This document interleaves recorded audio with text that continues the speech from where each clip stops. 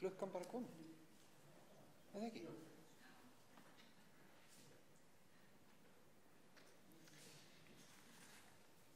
Góðan daginn. Ég heiti Magnús Diðrik Baldursson og skrifstofustjóri skrifstofu rektors Háskóla Íslands. Ég býð ykkur öll velkomin til þessa síðari hluta ráðstefnu Háskóla Íslands, fullveldið, háskólinn og framtíðin, gildi háskóla fyrir íslenskt samfélag, sem haldin í tilefni aldarafmælis fullveldis Íslands. Ráðstefnunni streymt, þannig að ég býð ekki bara þá velkomna sem hér eru, heldur líka hina sem eru að horfa, hvar svo sem þeir eru staddir. Og þetta verður allt saman tekið upp líka, þannig að það verður hægt að horfa á þetta líka síðar fyrir þá sem það vilja. Fyrri hluti þessara ráðstefnu fór fram í gær með ávarpi forsætisráðherra Katrínar Jakobsdóttur og mennta- og menningarmálaráðherra Lilju Daggar Alfreðsdóttur og rektors Háskóla Íslands Jóns Atla Benediktssonar ásamt fyrirlestrum tveggja erlendra fræðimanna, prófessorana Beverly Oliver frá Deakin University í Ástralíu og Talbot Brewer frá University of Virginia í Bandaríkjunum. Síðari hlutinn sem fer fram í dag verður með málstofusniði. Nánar tiltekið verða haldnar hér á eftir 4 málstofur í röð og bera þær yfirskriftina Háskólar og fullveldi. Hún sú fyrsta frá 9:30 til 10:30. Háskóli Íslands og lýðveldi vísindana frá 10:50 til 11:50 og þá verður gert hádegishlé. Síðan aftur klukkan 13, þá höldum við áfram með 3. málstofuna, Háskóli framtíðar frá klukkan 13 til 14 og svo háskólar og nýsköpun frá klukkan 14 til það bil 15:15 og mun rektor loks slíta ráðstefnunni. Í hverri málstofu verða flutt 3 til 4 stutt og snörp erindi og gefst tækifæri til fyrirspurna og umræðna í lok hverrar málstofu. Þá verður boðið upp á kaffi, ekki fyrir þá sem eru að horfa á streymið, en fyrir hina, eftir fyrstu málstofuna. Ég mun stýra þessari fyrstu málstofu háskóla og fullveldi og fyrirlesarar okkar eru 3 valinkunnir prófessorar við Háskóla Íslands, þau Guðmundur Hálfdánason, prófessor við sagnfræði og heimspekideild og forseti hugvísindasviðs, Þorgerður Einarsdóttir, prófessor við stjórnmálafræðideild og Eiríkur Rögnvaldsson, prófessor emeritus við íslensku og menningadeild. Ég ætla ekki að hafa mörg orð það hvað þau munu fjalla heldur gef þeim sjálfum orðið og bið þá Guðmund Hálfdánason að gera svo vel.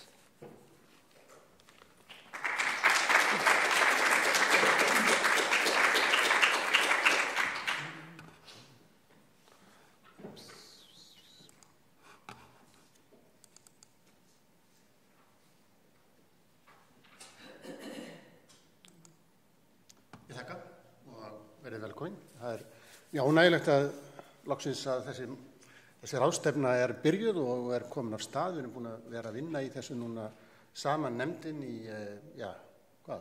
síðan í voreintíma og mjög ánægjulegt samstarf og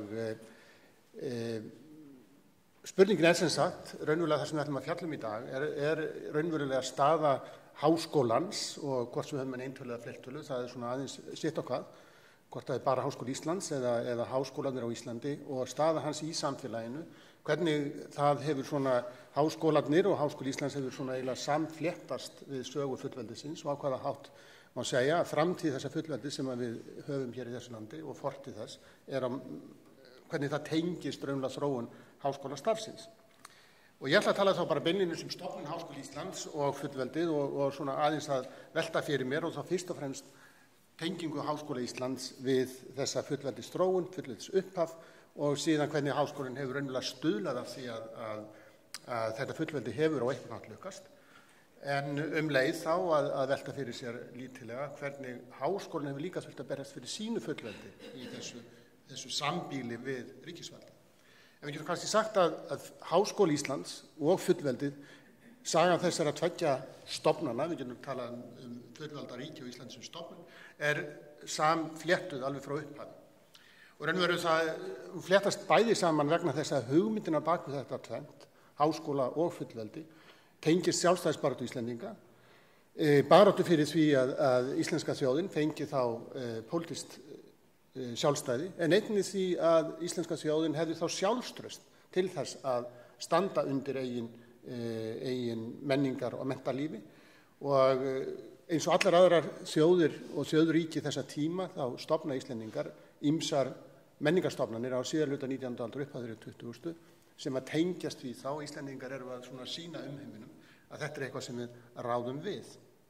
Stofnanirnar eru líka tengdar í tíma því að eins og við vitum að þá var háskólinn stofnaður 1911 á 100 ára afmælisdegi Jóns Sigurðssonar en fullveldi var viðurkennt 7 árum síðar, 1. desember 1918. Þannig að örlög ríkisins og háskólans eru nátengd. Markmið stofnenda Háskóla Íslands var einmitt að raunlega styrkja þjóð og ríki og þarna kemur þessi hugmynd hinn svokallað þjóðskóla sem við komum til með kannski að ræða svolítið í dag. En leið eins og ég segi þá ætlum ég líka að ræða lítillega fullveldisbaráttu Háskóla Íslands gagnvart stjórnvöldum vegna þess að þetta sambýli verður stundum dálítið þröngt. Það er ekki bara það að ríkisvaldið þurfi að vera fullvalda gagnvart öðrum ríkjum heldur þarf háskólinn stundum að berjast fyrir sínu fullveldi gagnvart ríkinu vegna þess að ríki vil stýra því hvað við erum að gera hér og það er eitt af því sem að háskólafólk á erfitt með að sætta sig við. En þeir tengjast líka fullveldið og háskólinn tengjast á beinarhátt getum við kannski sagt því að árið 1909 það var mjög svona átakamikið þing. Þetta þing var haldið í framhaldi af miklum deilum stöðu Íslands inn í danska ríkinu, svo kallað uppkast sem var undirritað 1908 og það voru kosningar 1908 þar sem var tekist á þetta uppkast en uppkastið sneri að því að hver staða Íslands ætti að vera í danska ríkinu í framtíðin. Þetta uppkastið sem ég lagt fyrir þingið 1909 og í fyrstu grein þess segir að Ísland er frjálst og sjálfstætt land eigi verður af hendi látið. Þessu uppkasti var hafnað af þingi eins og menn vita, ekki síst vegna þess að fullveldið var ekki viðurkennt í þessu lagafrumvarpi. Krafan var einfaldlega svo að fullveldi Íslands yrði að viðurkennast í þessu sambandslaga samningi og það var ekki gert í þessum. Það kom hins vegar í samningum sem var undirritaður 18. júlí 1918 en fyrsta grein hann segir Danmörk og Ísland eru frjáls og fullvalda ríki þannig að mörguleiti er uppkastið og fullveldis samningurinn mjög svipuð plögg en að þessu leitinu eru þau ólík þannig að 1909 þá ákveður Alþingi Íslendinga að það er ekki nóg að vera sjálfstætt ríki, við viljum vera fullvalda ríki. En á þessu sama þingi þá er einnig samþykkt lög sem að snúa að stofnun háskóla. Þetta var stjórnarfrumvarp sem var lagt fram 1909 að frumkvæði Guðmundar Björnssonar landlæknis 1907 þar sem hann leggur til að það verði samþykkt frumvarp háskóla og í raun og veru þá þetta frumvarp sem lagt fram þannig 1909 snýst fyrst og fremst það að sameina 3 skóla sem þegar voru til, prestaskólann, læknaskólann og lagaskólann og hver sig af þessum 3 skólum verða síðan deild í háskólann en 4. deildin bætist við, heimspekideild. En í þessum lögum segir sem sagt, í Reykjavík skal setja á stofn háskóla, skólinn skal nefnast Háskóli Íslands. Og þessi lög eru samþykkt á þinginu þarna 1909, þau eru samþykkt eftir að Hannes Hafstein leggur þau fram sem ráðherra en hann fellur á þessu þingi og það er eftirmaður hans, Björn Jónsson, sem fylgir þessu í gegn. Þannig að það er nokkuð eindregin sátt bak við þetta frumvarp. Þó verður nú að taka það fram og þetta er raunverulega ekki stofnun háskóla þetta frumvarp stofnar ekki Háskóla Íslands vegna þess að í meðförum þingsins er ákveðið að segja já, háskólinn verður stofnaður þegar við tímum að stofna og þeir tímdu ekki að stofna 1909. Þannig að þetta var í sjálfsveit annað en heldur en heimild að það mætti stofna háskóla þegar að Alþingi tímdi að stofna háskóla. Og það er reyndar ekki fyrir 1911 sem að á síðustu stundu sem að það er ákveðið að leggja fé í stofnun háskólans. Það var ekki að fjárlögum sem voru lögð fram, heldur komið þetta inn í raunverulega gegnum umræður á þingin. En hvað voru menn að hugsa 1909? Hvað voru menn að hugsa þegar þeir eru að ákveða stofnun háskóla? Í ræðu Lárusar Á. Bjarnasonar sem var þá forstöðumaður lagaskólan sem verður síðan prófessor í lagadeild Háskóla Íslands og hann er formaður nefndar sem að rekur málið í gegnum þingið. Og hann segir meðal annars að háskólar eru aðal uppsprett allrar menntunar síns lands, bæði almennrar menntunar og sérmenntunar. Þaðan renna allir aðalstraumar menntunarinnar og hvíslast út í ystu æsar hljóð líkamans eins og blóði rennur frá hjartanu út allan líkama mannsins. En auk þess sem háskóli aðaluppspretta allra menntunar og menningar hann líka vermireitur tungu og annarra þjóðhelgidóma. Það að segja háskólinn hvort ekki senn, hann hjarta landsins, þar sem dælir þessum upplýsingum og þekkingum þjóðarlíkamann, en hann líka vermireitur menningarinnar sem að Íslendingar töldu og telja vonandi enn að sé svona að vissan hátt undirstaða þessa fullveldi sem við búum við og undirstaða þessara þjóðar sem að hér býr. Í rökum sem að fylgdu þessu frumvarpi var þetta svona ítrekkað. Það sagt sem sagt að stofnun ætti að menntu þjóðurinn ætti að vera sem innlendust og þjóðlegust. Skólinn ætti að vera lyftistöð til framfara og háskólinn ætti að glæða sjálfstæðis tilfinning þjóðarinnar. Allt eru þetta mjög svona sjálfstæðis baráttu hlaðin, gildislaðin orðalag, en svona hugsuðu menn á þessum tíma. Takmark og tilgangur háskólans var einfaldlega sá að búa til á Íslandi einhvers konar þjóð sem að gæti rekið sitt ríkiskerfi sjálf, búa til tungumál það sem að hér fór fram, tungumál í lögum til dæmis, tungumál í tengslum við kirkju og annað slíkt og halda þessu við og styðja. En það fleira sem liggur hann að baku.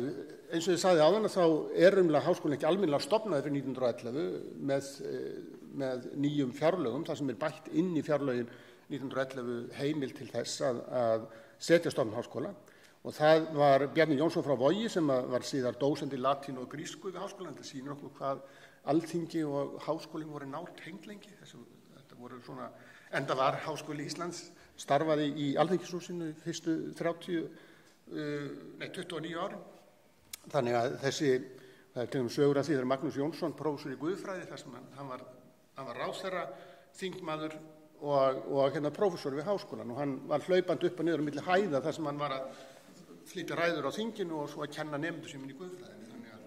En það taldi mörgur prófessorstarf við háskólann var nú bara eiginlega svona aukastarf lengst af því að bæði var það svo illa launað að menn gátu ekki séð fyrir sér og einnig þóttu menn ekki það svona tímafrekt að það væri nú endilega, menn þyrftu nú að vera eða öllum deginum í það.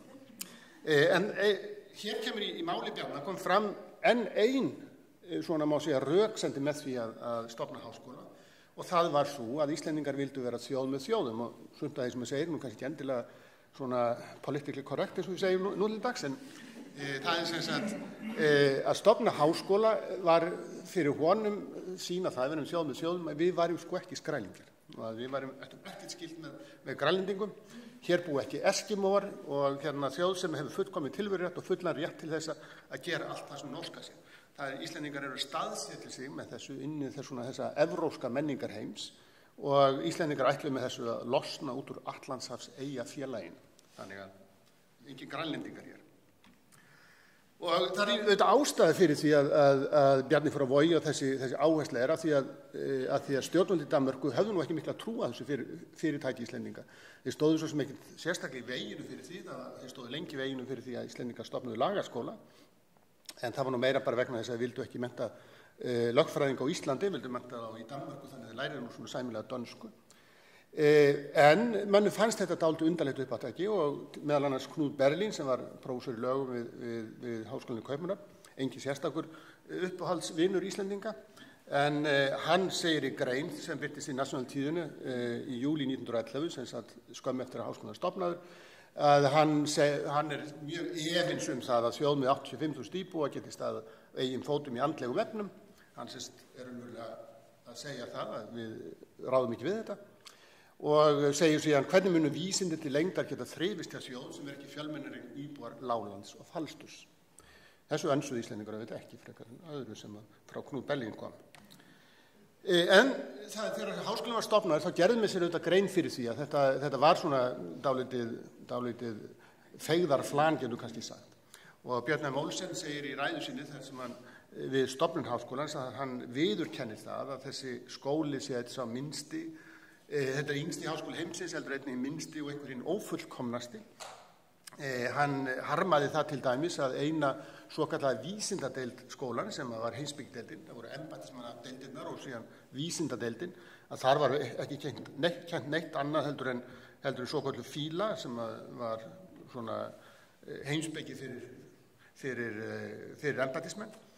en síðan einungis þá íslensk fræði og hann taldi að það með tímanum myndi þetta vaxa og dafna og þannig myndi vera komið eitthvað fleira.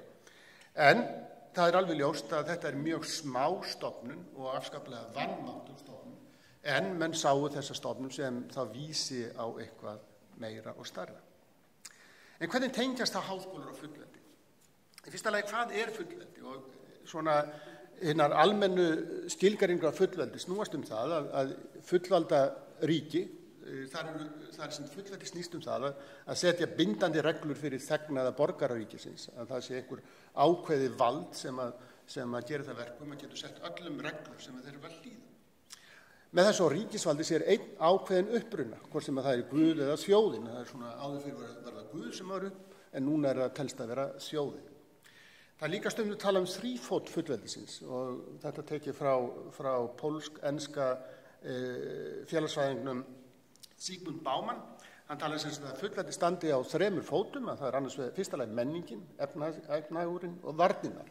Þannig að allar fullvalda þjóðir þurfa að vera menningarlega fullvalda, það er að vera efnahagslega fullvalda og þau verða að geta varið þá þegnana eða borgarana bæði fyrir utanaðkomandi árásum en einnig upplausn innan við. Háskólar styrkja þetta á ýmsan hátt og mörguleyti eru háskólar lykilstofnanir í nútíma samfélögum og þá er ekki síst vegna þeirra samþættingar rannsókna og kennslu sem að háskólar standa fyrir. Og þessi hugmynd annars vegar þá að samþætta kennslu og rannsóknir og hins vegar fullveldi háskólana, sjálfstæði háskólana í samfélagum er ofta rakin til þýska málfræðingsins og stjórnmálamannsins Wilhelm von Humboldt sem var rektor háskólans í Berlín þegar háskólinn Berlín tekur forystu í evrópsku mentalífi á fyrrihluta 19. aldar og hann lagði mikla áherslu á það sem hann kallaði Lehrfreiheit og Lernfreiheit, það er að segja bæði þá frelsi kennara til að kenna það sem við vildu kenna og frelsi nemenda til að læra það sem við vildu læra.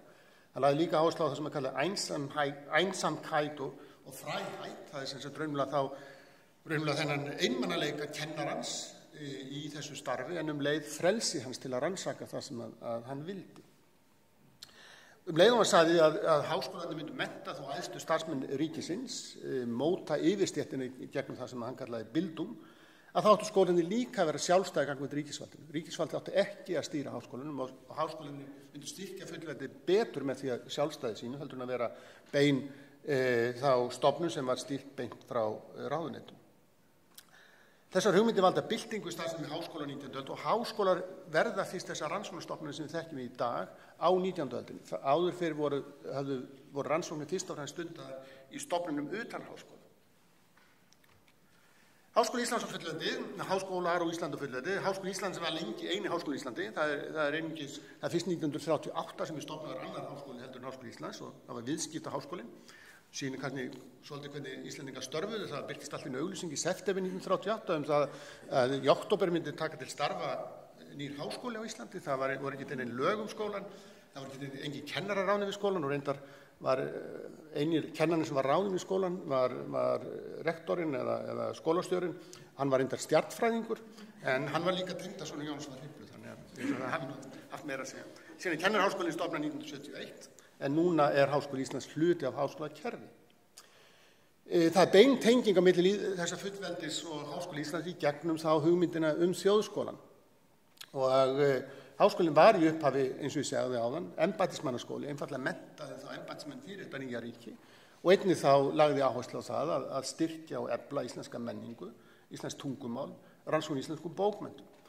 Háskólinn smám saman auðvitað nær síðan þessu, og það er alveg frá upphafi, er það að það er þessi efling mannauðs, núna til dæmis eru grænlendingar að tala það, þeir vilja vera sjálfstæðir eins og Íslendingar. Og eitt af þeim vandamálum sem þeir kljást við er það að þeir þurfa að styrkja gríðarlega þann mannauð sem við hafa, vegna þess að þá skortir einfaldlega sérfræðinga í svo margt, vegna þess að háskólamenntun hefur verið á svo lágu, eða sem sagt ekki verið það víðfenn í Grænlandi sem að hún hefur verið á Íslandi. Að til að reka ríki þá þarftu sérfræðinga, sérstaklega ef þú flytur þá alla inn, að þar með þá ertu raunverulega ekki almennilega fullvalda. En ég verð að leggja áherslu á það að það tók langan tíma fyrir Háskóla Íslands að ná þessu svona rannsóknar frelsi sínu sem að Bjarni Mólsson talaði í sinni ræðu og Humboldt hafði lagt áherslu á.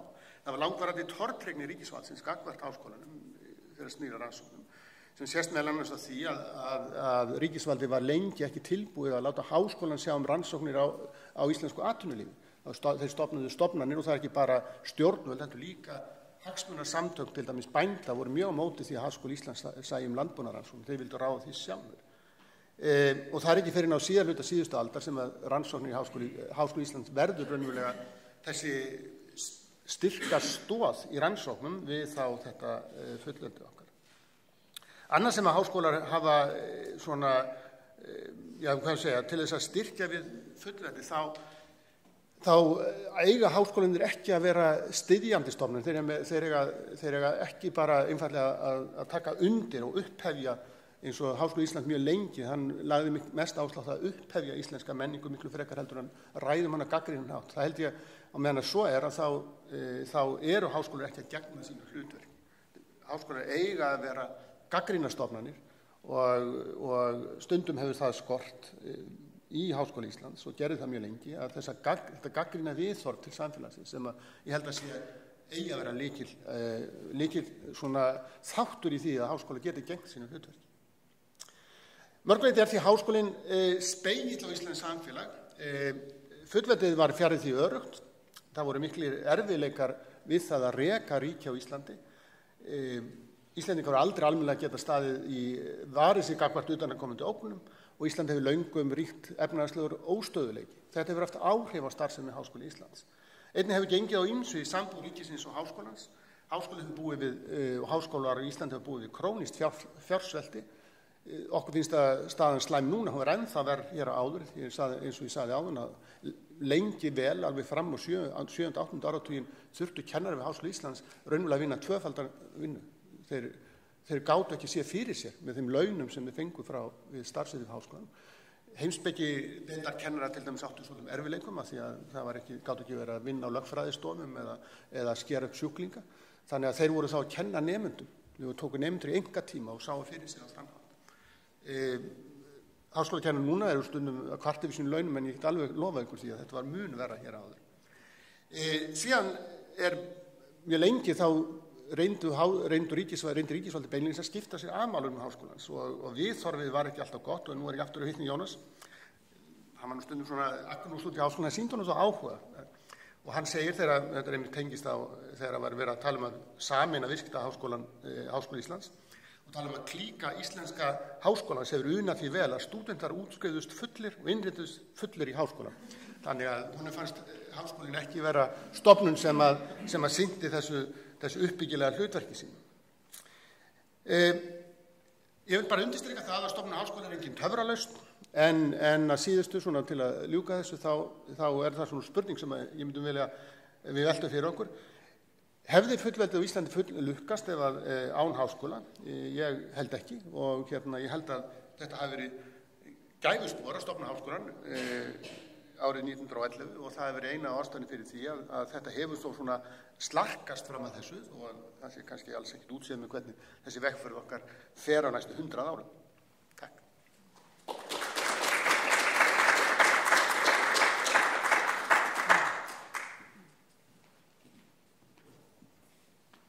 Takk fyrir Guðmundur. Næst er þá Þorgerður Einarsdóttir.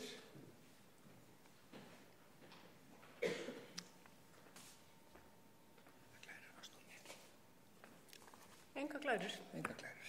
Góðan daginn, komið sæl.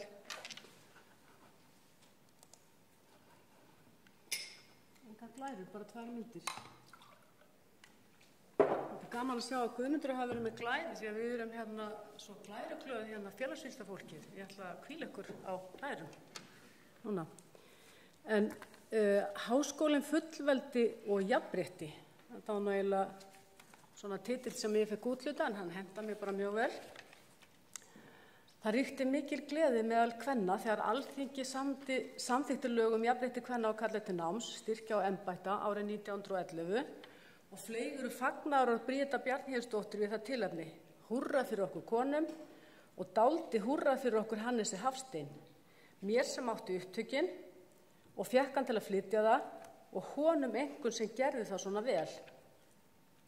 Nú sjálfstæði kvenna og karla og jafnrétti kvenna og karla hefur löngum verið tengt við menntun og svo staðreynd að þessi réttur var innsiglaður nánast í sömu andrá og háskólinn var stofnaður, gera verkum að réttindasaga kvenna er samofin háskólanum í táknrænum og nánast áþreifanlegum skilningi. Þessi réttarbót kom á tímum mikilla framfara í kvenréttindamálum. Kvennalistarnir fyrri stóðu í miklu blóma og fylgi við kvenfrelsi var mikið. Auðvitað er þetta praktískasta lagabótin fyrir konur í bráð, skrifar Bríet í bréfi til Laufeyjar dóttur sinnar árið 1911. Svo ánægðar og þakklátar voru konur með þennan nýfengna rétt sinn að þær efndu til samskota meðal kvenna til að stofna minningarsjóð sem skyldi bera nafn Hannesar Hafstein og skyldi vöxtum sjóðsins vera varið til þess að styrkja fátækar stúlkur til náms í Háskóla Íslands. En Bríet var einnig raunsæ og í Kvennablaðinu skrifar hún, auðvitað teljum mér víst að þær verða ekki mjög margar fyrstum sinn sem stunda embættisnám. En þótt ekki veri nein kona sem stendur sem til stæði að nota gæti þessi lög á næstu árum, þá eru lögin jafn mikilsverð fyrir það. Því með þeim eru lögum numið allt misrétti í þessum efnum milli kvenna og karla og því slegið föstu að konum beri með lögum sömu réttindi og körlum þegar þær fullnægja þeim skilyrðum og skyldum sem lögin gera ráð fyrir. Tilvitnun lýkur. Og sannarlega snertir fullveldi þjóðarinnar jafnrétti og kvenréttindi, eins og lesa má út úr þessum orðum Bríetar, enda þótt konur hafi orðið þar afgangsstærð. Sigríður Matthíasdóttir segir frá því doktorsritgerð sinni, hinn sanni Íslendingur, að styttan af Ingólfi Arnarsyni, sem var reist árið 1927 í Reykjavík, hafa átt að vera táknmynd íslensks þjóðernis og vaka yfir hinu unga sjálfstæði. Guðmundur Finnbogason lýsti Ingólfi þessari táknmynd Íslendingsins á þá leið að hann væri ungur maður og fríður sínum, í svip hans og viðmóti skín styrkurinn og stefnufestan, hann finnur að hann er forgöngumaður inn í land framtíðarinnar. Tilvitnun lýkur. Mikilvægustu eiginleikar íslensku þjóðarinnar, frelsisþrá, lýðræði, rökhyggja, framfaraþrá, voru jafnframt helstu dygðir karlmennskunnar. Íslendingseðlið vísaði karla ekki konur og það birtist skýrt á Alþingisháttíðinni 1930 þar sem konur áttu engan hlut að máli við mikla gremju þeirra, eins og þekkt er. Bríet kom auga á karllega slagsíðuna í þjóðernisorðræðinni og það þurfti sem sagt enga nútíma orðræðufræðinga til að benda henni á það.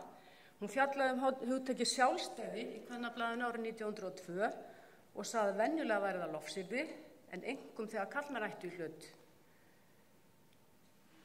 Það sé vissulega einnig á stundum notað sem lofsyrði um konur, en oftast fylgir því hrósið og einhver leiðindi agnúi, segir hún. Á sama hátt taldi Bríet að hugtökin frelsi, frjálslyndi og framfarir vísuðu fyrst og fremst til karlmanna.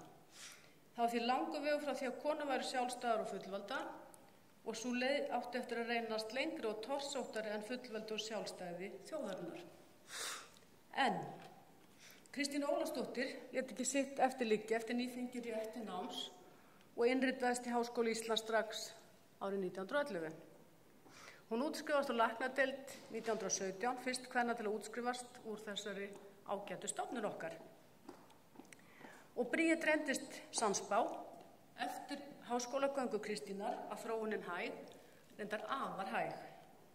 Á fyrstu 3 áratugunum eða fram til 1940 útskrifuðust einungis 7 konur eða 1,5% þeirra 460 nemenda sem útskrifuðust á tímabilinu, eins og getið í háskólasögunni, aldarsögu háskólans. Árið 1936 innritust 4 konur í háskólan. Ein þeirra var Ragnheiður Einarsdóttir, laganemi, sem hafði verið afburðanemandi í menntaskóla og hún var mjög áhugasöm námi sitt. En Ragnheiður lauk ekki námi. Ekki frekar en þær 3 konur sem innritust með henni. Á 50 ára stúdentsamali sínu árið 1986 þá rifja Ragnheiður upp aldarandan í viðtali í Morgunblaðinu. Tilvitnun. Engin gift kona var við námið að starf utan heimilis, nema þá maður geti ekki séð fyrir henni. Það kom bara ekki til greina. Ég gifti mig og valdi mér þar með hlutskipt í lífinu og ég var sátt og ánægð með það. Tilvitnun lýkur. Hindranirnar á vegi kvenna voru þannig umtalsverðar. Á 50 ára afmæli skólans árið 1961 voru konur orðnar tæpur fjórðungur nemenda, en það segir hins vegar bara hálfa söguna því einungis hluti þeirra lauk prófi. Á tímabilinu 1940–1961 voru konur 27% innritaðra en einungis 7% útskrifaðra. Það flosnuðu upp frá námi eins og kemur fram í aldarsögu háskólans. Ef til vill og að öllum líkindum af svipuðum ástæðum og Ragnheiður Einarsdóttir áratugum fyrr. Og þá má spyrja hvernig hugsaði fólk eiginlega? Og lýsingar á Árbók Háskólans á 50 ára afmæli skólans gefa okkur kannski smá innsýn. Að lokinni hátíðarsamkomu 7. október hefði menntamálaráðherra Dr. Gylfi Þ. Gíslason, hann var þetta skólabróðir Ragnheiðar í menntaskóla og kona hans héldu boð fyrir kennara, aðra starfsmenn og konur þeirra, erlenda gesti og svo þetta daginn eftir bæði forseti og frú hans og forseti Alþingis, borgarstjóri og konur þeirra, kennaraháskólinn aðra starfsmenn ásamt konum og svo framvegis. Á morgni sunnudags var fulltrúum erlendra háskóla höfðum ásamt konum þeirra boðið ferð og háskólaráðsmenn ásamt konum þeirra og svo áfram kolli og svo hér einstaka frúr eins og við sjáum, endurspegla stéttaskiptingu samfélagsins. Þannig að það er kannski ekki bara táknmynd Íslendingsins sem var karllæg, heldur líka táknmynd háskólaborgarans. Það virðast allir starfsmenn háskólans vera karlar upp úr og niður úr og táknmynd kvenna virðist það verið að vera viðhengi við karla. Og athugið að þarna eru það er 50 ára afmæli háskólans, þarna eru 50 ár síðan konur fengu rétt til náms og embætta. Nú smám saman tóku viðhorfin að breytast en það gerðist ekki af sjálfu sér, heldur kostaði baráttu, andstætt því sem margir virðast halda. Fólk í sambúð fékk til dæmis ekki dagvistarpláss fyrir börn sín áratugum seinna. Launavinna konu utan heimils var talin manni hennar til hneisu, eins og Vilborg Sigurðardóttir orðar það í grein sinni baráttu rauðsokkarhreyfingarinnar upp úr 1970 fyrir opinberri dagvistun. Eitt af því sem þó gat réttlætt launavinnu kvenna var að vera áttu eiginmann í háskólanámi. Þá mátti sú kona vinna úti þar til hann hafði lokið námi og gat séð fyrir henni. Og þetta er sem sagt á fyrstu árum rauðsokkarhreyfingarinnar upp úr 1970. Áran 1970–75 verður sprenging í nemendafjölda Háskóla Íslands og hluti af þeirri fjölgun eru konur sem settust á háskólabekkin. Fjölgun kvenna í háskólanámi eru auðvitað hluti af víðtækari þjóðfélagsbreytingum eftir stríð og ekki síst kvenfrelsishugmyndum. Og þegar konan tók að fjölga, þá fjölgaði þeim hraðar en körlum. Og til að gera langa sögustutta þá urðu konur í fyrsta skipti fleiri en karlar árið 1986 og árið 1989 voru orðnar 53% brautskráðra. Og eins og alþjóð veit hefur þetta allt snúist við núna. Nú eru konur orðnar 66% nemenda og hlutfall þeirra enn hærra meðal útskrifaðra er 69% samkvæmt tölum fyrir árið 2017. Menntunarstig kvenna er óðum að verða hærra en karla. Og það má spyrja jafnrétti ekki bara náð og konu jafnvel að taka yfir. Sú umræða tók flugið upp úr síðustu aldamótum. Á árunum 2000–2002 urðu hörð viðbrögð við jafnréttisátaki sem Háskóli Íslands réðist í. Hún beindist meðal annars að því að brjóta kynjaskiptingu faggreina og brýna konur til forystu. Átaki var vitaskuld ekki gripið úr lausu lofti. Tilefnið var að menntun skilaði konur styttra áleiðis á vinnumarkaði körlum, í stöðum, í starfshetum, í titlum og launum. Átaki var meðal annars gagnrýnt í leiðara í Stúdentablaðinu í nóvember árið 2000, þar sem sagt var að innan háskólans tíðkaðist margvíslegt ójafnrétti, en að jafnréttisátaki tæki hans á því að litlu leyti. Það var gagnrýnt aðeins eitt markmið af mörgum snerist sérstaklega karlmenn, þar að fjölga strákum í hjúkrun. Aðalatriðið var að fjölga konum í hálaunagreinum og auka völd kvenna í samfélaginu sem hefðu ekkert með akademíuna að gera og háskólinn ætti ekki að standa í valdabaráttu kynjanna. Á Árið 2002 birtist grein í Stúdentablaðinu undir yfirskriftinni Eru karlmenn í útrýmingarhættu í Háskóla Íslands. Þessi umræða rann samhliða öðrum orðræðum. Ein þeirra snerist slaka stöðu drengja í skólum og þá voru haldnar ráðstefnur og blaðagreinar skrifaðar drengja orðræðina svokölluðu eins og Ingólfur Ásgeir Jóhannesson, prófessor í menntunarfræði og kalla hana, og margir vildu kenna kvenlækni skólakerfisins, strákar stæðu höllum fæti því konur réðu ríkjum í skólakerfinu. Skólinn var ekki fyrir stráka. Og í dag höfum við umræðuna ólæsi drengja og ég að viðurkenna verið frekar fegin að sjá að hún tengd við svona víðtækari samfélagsbreytingar eins og internet, netnotkun, tölvuleiki heldur en fjölda kennara í skólum. En það eru margir þræðir í umræðinu og hún á köflum mjög mótsannakennd og hún hríslast í margar áttir. Einn þráðurinn hefur snúist hvort konur sé að taka yfir. Árið 2013 spurði sérfræðingur á Jafnréttisstofu í pistli hvort háskólarnir væru að verða hinir 9 kvennaskólar. En konur eru samkvæmt þessar orðið ekki bara að taka við skóla og menntakerfið, heldur verður ekki langt að bíða það að taki yfir ýmislegt fleira.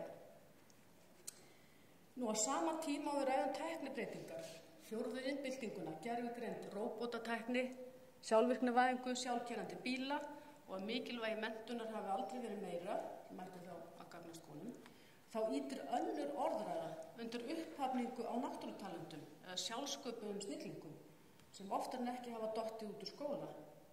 High school dropout genius, það er kallað á ensku. Og þar má til dæmis nefna Bill Gates, stofnaði Microsoft, Mark Zuckerberg, Facebook, Michael Dell, Dell-tölvurnar, Steve Jobs, Apple, Jack Dorsey, Twitter og svo mætti áfram telja. Jú, mikið rétt. Hér hefur Bríet strax séð kynjavítuna, þetta er allt kallar, en það eru auðvitað líka stöku kona í þessum hópi, skulum halda því til haga, en það eru aðalega sjónvarpsstjörnur og módel. Einn angi þessarar orðræðu birtist fyrir nokkur hér heima í umræðu þar sem gildi menntunar var vefengt tæpitungulaust. Í þemahefti frjálsrar verslunar árið 2005 er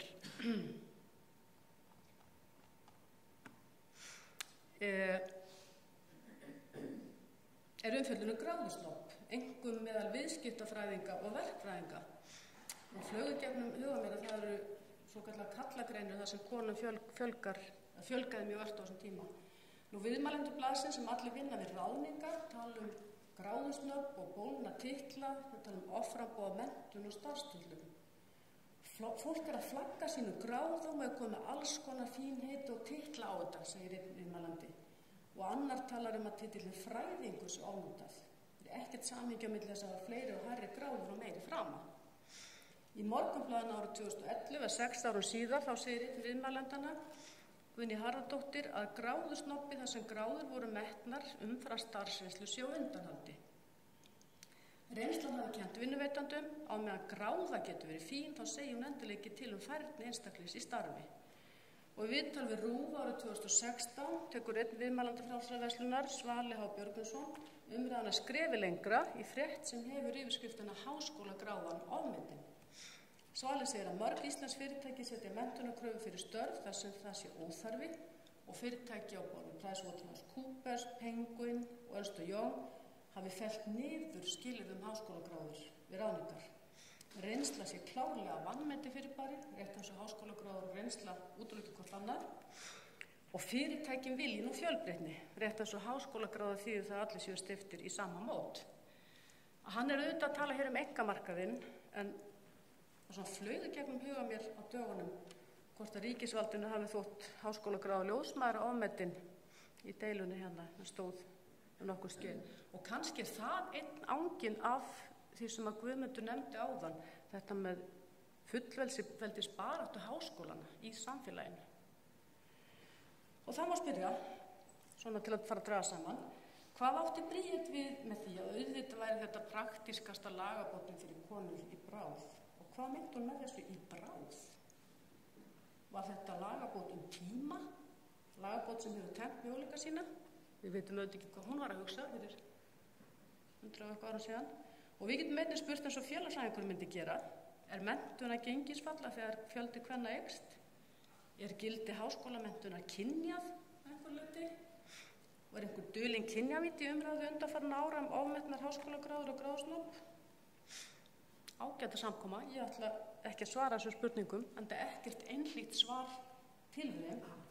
En ég held að þessar hugleiðingar ég alveg þess virði að hafa með í farteskinu þegar við horfum fram á veginn næstu 100 ár og hvernig Háskóli Íslands getur áfram stuðlað að fullveldinu, sjálfstæði landsins og sjálfstæði og velgengni okkar allra, kvenna og kalla af öllum sortum og gerðum. Takk fyrir.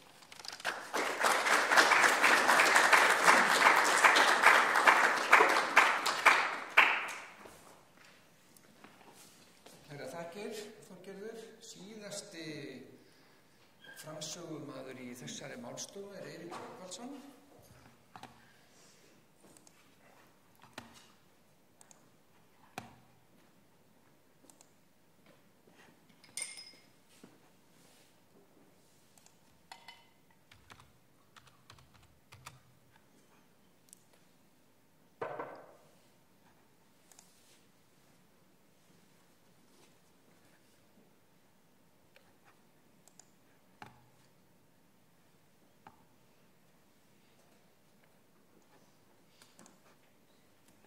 Gjör svo vel.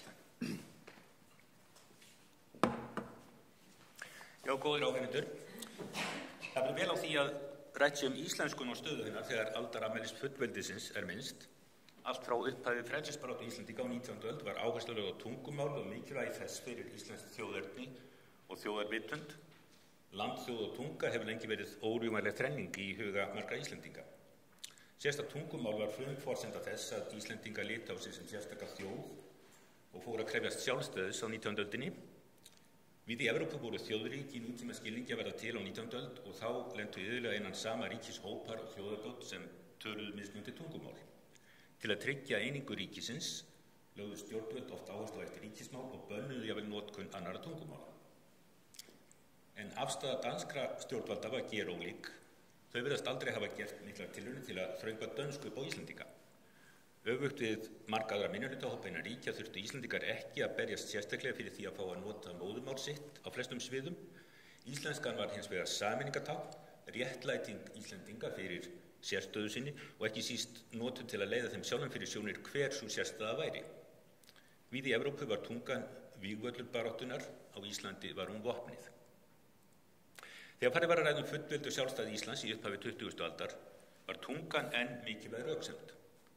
Það má til dæmis sjá í greinargerð íslensku fulltrúana í sambandslaganefndinni 1918 þar sem segir, tilvitnun: Íslenska þjóðin hefur ein allra germanska þjóða varðveitt hina fornu tungu öll Norðurlönd gekk fyrir 900 til 1000 árum, svo lítið breytta að hver íslenskur maður skilur enn í dag og getur hagnýtt sér til hlítar bókmenntafjársjóði hinnar fornu menningar vorar og annarra Norðurlandaþjóða. Með tungunni hefur sérstakt þjóðerni, sérstakir siðir og sérstök menning varðveist. Og með tungunni hefur einnig meðvitundin sérstöðu landsins gagnvart frændþjóðum vorum ávallt lifað með þjóðinni. Þessi atriði, sérstök tunga og sérstök menning, teljum við skapa á sögulegan og eðlilegan rétt til fullkomins sjálfstæðis. Tilvitnun lýkur. Þegar Ísland fikk fullveldi fyrir 100 árum, má segja að hlutverki íslenskunnar í sjálfstæðisbaráttunni hafi lokið, og þó. Það nefnilega til annars konar fullveldi en það stjórnarfarslega fullveldi sem við öðluðumst fyrir einni öld. Það menningarlegt fullveldi sem virðist fyrst nefnt á prenti í grein sem birtist í fréttablaðinu Skildi í Vestmannaeyjum á 5 ára afmæli fullveldisins 1. desember 1923, en þar segir, tilvitnun: Mörg þjóð hefur orðið að fórna blóði sína bestu svona til þess að öðlast stjórnarfarslegt fullveldi. Svo mikils virði hefur það verið. Þó andlegt menningarlegt fullveldi engum minna virði. Tilvitnun lýkur. Menningarlegt fullveldi vandmeðfarið hugtak vegna þess að skilgreining þessi ekki skýr, en óskýrar jafnvel en skilgreining stjórnarfallis fullveldis sem þó nógu óljós. Það þó ljóst að flestir sem nota hugtakið telja tungumálið grunnþátt og forsendu menningarlegs fullveldis eins og kom meðal annars skýrt fram í umræðum Kanasjónvarpið svokallað á fyrrihluta 7. áratug síðustu aldar. Í bæklingnum Íslensk menningarhelgi sem Þórhallur Vilmundarson prófessor samdi 1964 leggur hann áherslu á nauðsyn þess, tilvitnun, að standa trúan vörð tungu okkar og önnur arftekin þjóðarverðmæti sem greina okkur frá öðrum þjóðum og ein veit okkur sjálfstætt, jákvætt gildi í samfélagi þjóðina. tilvitnun lýkur, og gæta þannig íslenskrar menningarhelgi, tilvitnun, íslensk tunga og þjóðleg menningarverðmæti eru einangrunarfyrirbæri í þeim skilningi að þau væri ekki til ef þjóðin hefði ekki fengið að lifa lífi sínu í þessu landi án þess að verða fyrir of stríðum erlendum áhrifum, segir Þórhallur. Tungumálið skapar sérstakan menningarheim sem bæði bægir frá áhrifum annarra menningarheima og torveldar aðgang okkar að öðrum menningarheimum. En á síðustu árum hafa vissulega orðið gífurlegar þjóðfélagsbreytingar sem gætu stuðlað að því að rýra menningarlegt fullveldi landsins. Þau áhrif koma í gegnum þá menningu og menningarheima sem fólk kemst nú í nánari snertingu við en áður, en áhrifin á tungumálið gætu þó reynst afdrifaríkust. Eins og áður segir skilgreiningin á menningarlegu fullveldi ekki á hreinu og því erfitt að segja hvenar og hvernig það gæti glatast, þó svo færi að Íslendingar legðu íslensku af eða hún yrði ekki nothæf nema á afmörkuðum sviðum. Þarf það ekki að leiða sjálfkrafa til þess að menningarlegt fullveldi glatist. Ég geri til dæmis ráð fyrir því að Írar telji sig menningarlega fullvalda þjóð þótt flestir þeirra noti ensku í öllu daglegu lífi. Vitanlega felst menningarlegt fullveldi ekki í einangrunarstefnu og það út af fyrir sig ekki sjálfgefið að það dragi úr menningarstarfsemi og nýsköpun á sviði menningar þótt hér væri töluð enska í stað íslensku.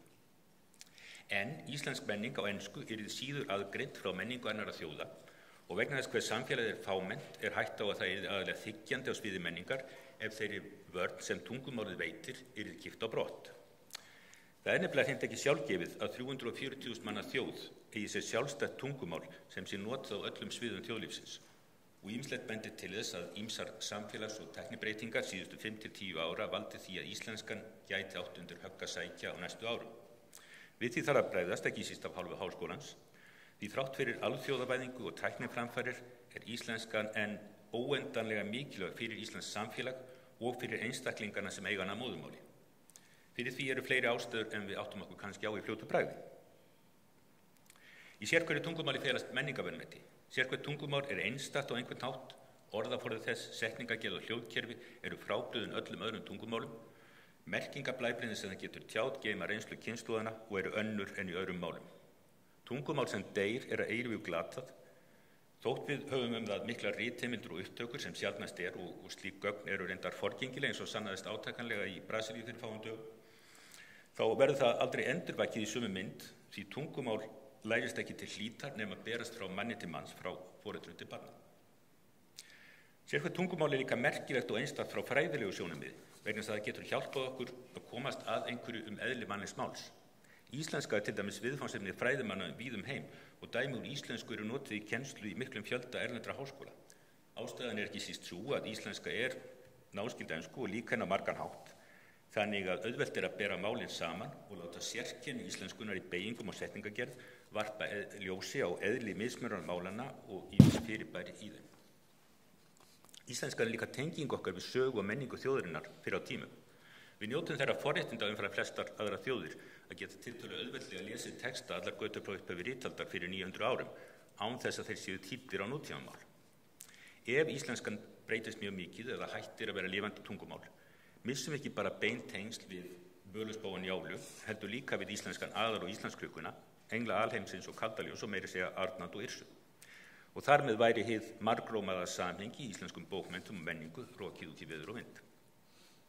Vitanlega er íslenskan ekki síður félagslegt fyrirbæri, langsamlega mikilvægasta samskiptatæki okkar við annað fólk. Þess vegna má hún ekki staðna, heldur þarf að vera lifandi og laga sig að þörfum samfélagsins á hverjum tíma. Hún verður að þola tilbrigði í framburði, beygingum og setningagerð og að ný orð komin í málið og gömul orð fái nýja merkingu.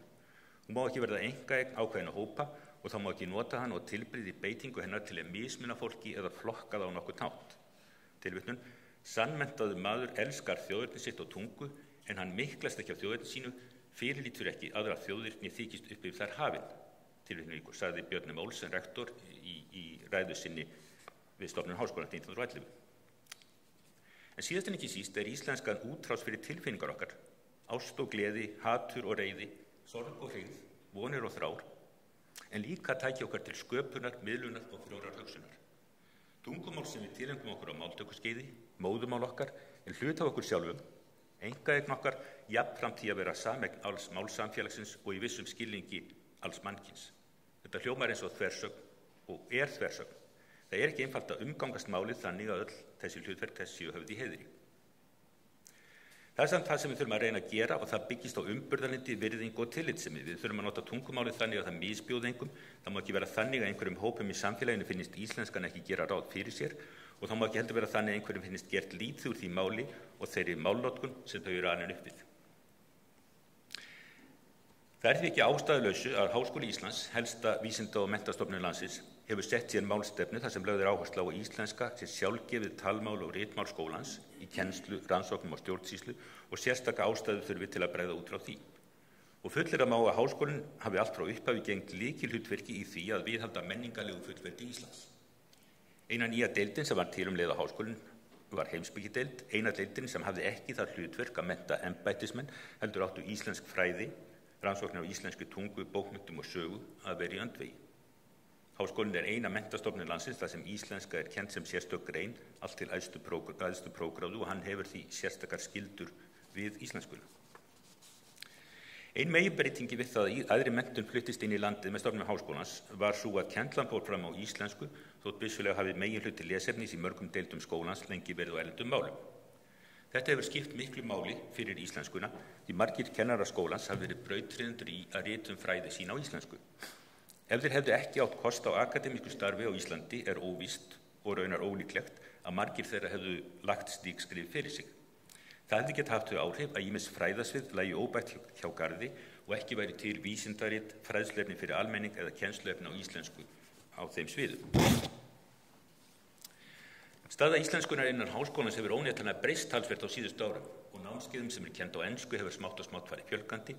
Það er óhjákvæmilegu fylgifiskur eðlilegrar og nauðsynlegrar þátttöku skólans í alþjóðlegu háskólastarfi.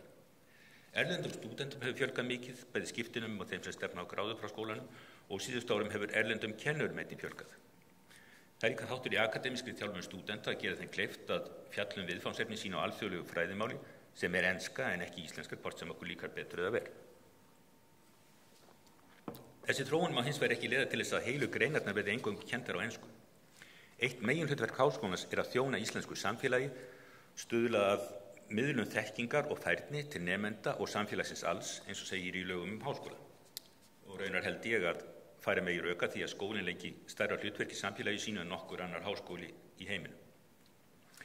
Í fyrst ræðu sinni við stofnun skólans tók Björn M. Olsen fram að auk þeirra megin hlutverka að vera vísindaleg rannsóknarstofnun og vísindaleg fræðslustofnun þyrfti skólinn tilvitnun að veita mönnum þá undirbúningsmenntun sem þeim er nauðsynleg til þess að þeir geti tekist á hendur ýmis embætti eða sýslanir í þjóðfélaginu, tilvitnun lýkur, út allt land og öllum sviðum þjóðlífsins.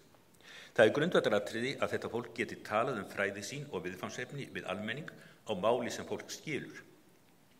Það getur reynst þrautin þyngri ef fólk hefur ekki fengið neina æfingu í því í námi sínu vegna þess að all lesefni og öll kennsla hafi verið á ensku. Jarðvísindafólk við háskólann og Veðurstofuna eru tíðir gestir í fjölmiðlum til að tala hugsanleg eldgos í Öræfajökli, Kötlu og víðar og þetta fólk fer einnig austur í Öræfasveit og undir Eyjafjöll til að ræða við heimafólk og útskýra stöðuna. Ég veit alveg hvað sigketill og kvikuhólf og sprengigos og jökulhlaup.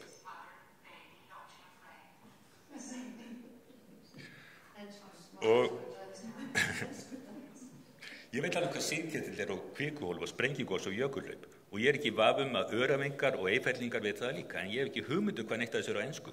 Þannig að það er eins gott að Magnús Tumi og Páll Einarsson og Kristín á Veðurstofunni og öll hinn er ekki í neinum vandræðum með að útskýra stöðuna með hjálp þessara orða og margra fleiri íslenskra íðorða sem við þekkjum öll. En ef öll jarðvísindakennsla við háskólann færi fram á ensku er ekkert víst að þau hefðu þessi orð á valdi sínu. Og það er ekki eins og víst að sum orðin væri til vegna þess að fjöldi kennara við háskólann hefur unnið mikið starf við að íslenska orðaforða fræðigreina sína. Þannig gera þau fræðifólki á sínu sviði kleift að tala fræði sín á íslensku, ekki bara þeim sem hafa lært við skólann, heldur líka þeim sem hafa numið sín fræði erlendis. Þetta er gott dæmi mikilvægi þess að háskólinn leggi rækt við íslenskuna, leggi sitt að mörkum til þess að hún sé nothæf og notuð á öllum sviðum, svo vitna sig í íslenska málstefnu og málstefnu háskólans. En til að íslenskan lifi og geti þjónað margslungnu hlutverki sínu ókomin ár er nauðsynlegt að efla hann og styrkja og þá var aftur komið að fullveldisafmælinu og hlutverki háskólans í varðveislu menningarlegs fullveldis. Fyrir 2 árum samþykkti Alþingi þingsályktun hvernig minna skuli aldarafmælis sjálfstæðis og fullveldis Íslands. Þar er ríkisstjórninni meðal annars falið að undirbúa ályktunartillögu uppbyggingu innviða fyrir máltækni fyrir íslenska tungu og 5 ára áætlun það efni. Í sáttmála núverandi ríkisstjórnar segir: fjármögnun verður aðgerðaáætlun máltækni þannig að íslensk tunga verði gjaldgeng í stafrænum heimi. Fyrir tæpum mánuði undirritaði mennta- og menningarmálaráðherra samning við sjálfseignarstofnunina Almannaróm að verða miðstöð íslenskrar máltækni og sjá framkvæmd aðgerðaáætlunar í máltækni næstu 5 ár. Að Almannarómi stendur breiðfylking rannsóknarstofnana og hagsmunaaðila, Háskóli Íslands og Háskóli Reykjavík, Árnastofnun, Samtök atvinnulífsins og ýmis fyrirtæki í upplýsingatækni og fleiri greinum, Öryrkjabandalagið, Blindrafélagið og fleiri. Það viðurkennt meðal fræðimanna að viðhorf málnotenda til móðurmáls síns, ekki síst viðhorf ungu kynslóðarinnar, sé það sem skiptir mestu framtíðarhorfur málsins. Það er ýmsar vísbendingar að ungir Íslendingar líti ekki á tungumálið sem jafn mikilvægan þátt í sjálfsmynd sinni og þau sem eldri eru og hafi ekki jafn jákvætt viðhorf til málsins. Ungt fólk nú á dögum vill geta lært, búið og starfað erlendis og veit að íslenskan gagnast til lítið utan Íslands. Ef ekki verður heldur hægt að nota málið allstaðar á Íslandi og jafnvel ekki inn á heimilinu í samskiptum við stafræna aðstoðamenn og önnur tölvustýrtæki, er hætt við að unga kynslóðin missi trúna á íslenskuna og gagnsemi hennar. Með aðgerðaáætlun í máltækni er stigið stórt skref til að tryggja að við getum notað íslenskuna áfram, ekki bara í öllum þeim mikilvægu hlutverkum sem ég taldi upp áðan, heldur einnig í samskiptum okkar við tölvur og hvers kyns tölvustýrtæki í þeim stafræna heimi gervigreindar sem við erum á hraðri leið inn. Það er ein helsta forsenda fyrir því að börnin okkar og barnabörnin geti og vilji nota íslensku áfram. Þetta má ekki vera einkamál greina eins og íslensku og tölvunarfræði, heldur verður að vera samvinnuverkefni allra fræðasviða, því tungumálið varðar okkur öll og er hluti af okkur öllum. Það er mikilvægasta fullveldismálið að við getum áfram notað á íslensku á öllum sviðum og þar verður Háskóli Íslands að vera í forystu. Takk.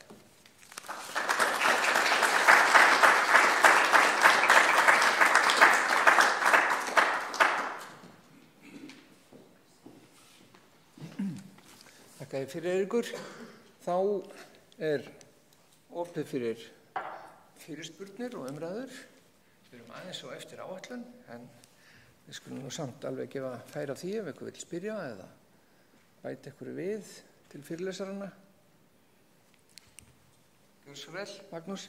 Ég byrðum að nota hérna hljóðnumann svo þetta komi inn á upptökuna. Takk fyrir fyrirlesara. Ég ætla kannski að aðeins að fá að beina svona til Guðmundar og að tala aðeins Grænland og við höfum svolítið litið til Færeyinga og fulltingu háskólisins þar. Við hefum heimsókn frá vöskum hópi færeyskra lækna sem hafði hug á að stofna læknadeild í Færeyjum. Þótti mjög djarft. Ég held að allir kollegar í læknaskólum Norðurlönd hafi þótt þetta eiginlega framleiðslu.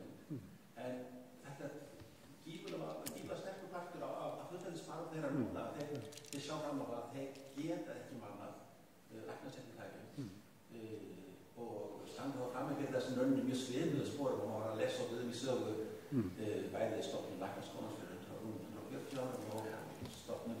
Þannig ég held að þessi saga er mjög áhugaverð að gera skoða og hvernig háskólastarf í Færeyjum er að vaxa og hvernig kannski umræður fullveldi þeirra þjóðar. Hvernig það spillir saman.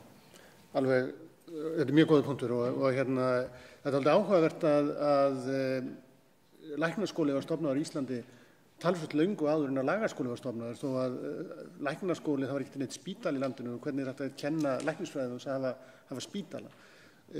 Þannig að Danir voru mjög opnir fyrir því að Íslendingar fengju að stofna læknaskóla og ég held að þetta sé eitt af því sem við höfum að hafa í huga. Það var miklu auðveldara að verða fullvalda árið 1918 heldur en árið 2018. Að því ríkiskerfið og kröfurnar til ríkisins voru miklu minni þá heldur en nú.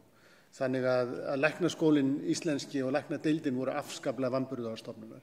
Og ef þú færir tilbaka 100 ár, þú myndir ekki sætta við þær aðstæður sem þar voru og telja það fyrir neðan allar hellur. Vegna þess einfallega, það voru kennarar að kenna fjöldan allan af sérfræðigreinum. Það voru 2 prófessorar mann rétt í læknisfræði til að byrja með og meðan að í Danmörku, Háskólanum í Kaupmannahöfn voru þeir miklu fleiri. En þetta var hægt og þeir eru auðvitað smám saman styrktu deildina.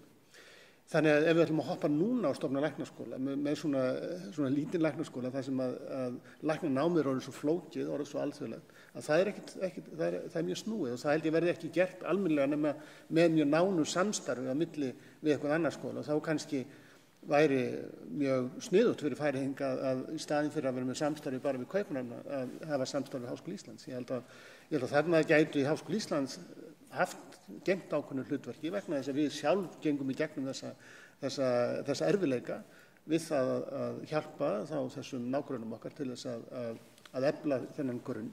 Að það er eins og Eiríkur var að segja það að læknanámið, að mennta læknana á færeysku eða íslensku, það auðveldar samskipti við sjúklinga sem margir hverjir, þeir kunna ekki ensku, þeir veit ekkert hvað þeir eru að tala þannig að það gerir þetta læknanám á íslensku gríðarlega mikilvægt að læknarnir geti rætt við þá kúnna sem þeir eru að vinna með þegar þeir eru ekki bara að vinna með dauða kroppa, heldur líka með lifandi fólk og þannig að þetta er mikið fullveldismál en þetta er ekki auðvelt.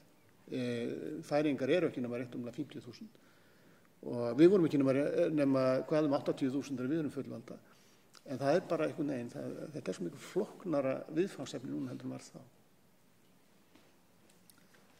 Skúli Skúlason, gjör svo vel.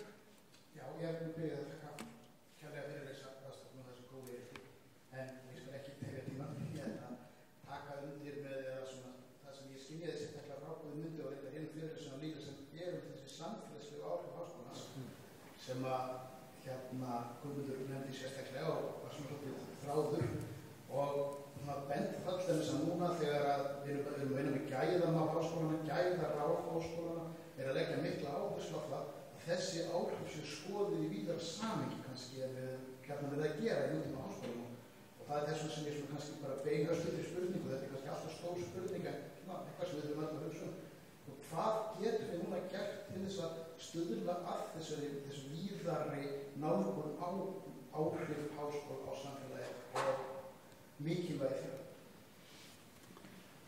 Já, þeirra stórt spurt, þá verður fattur svör.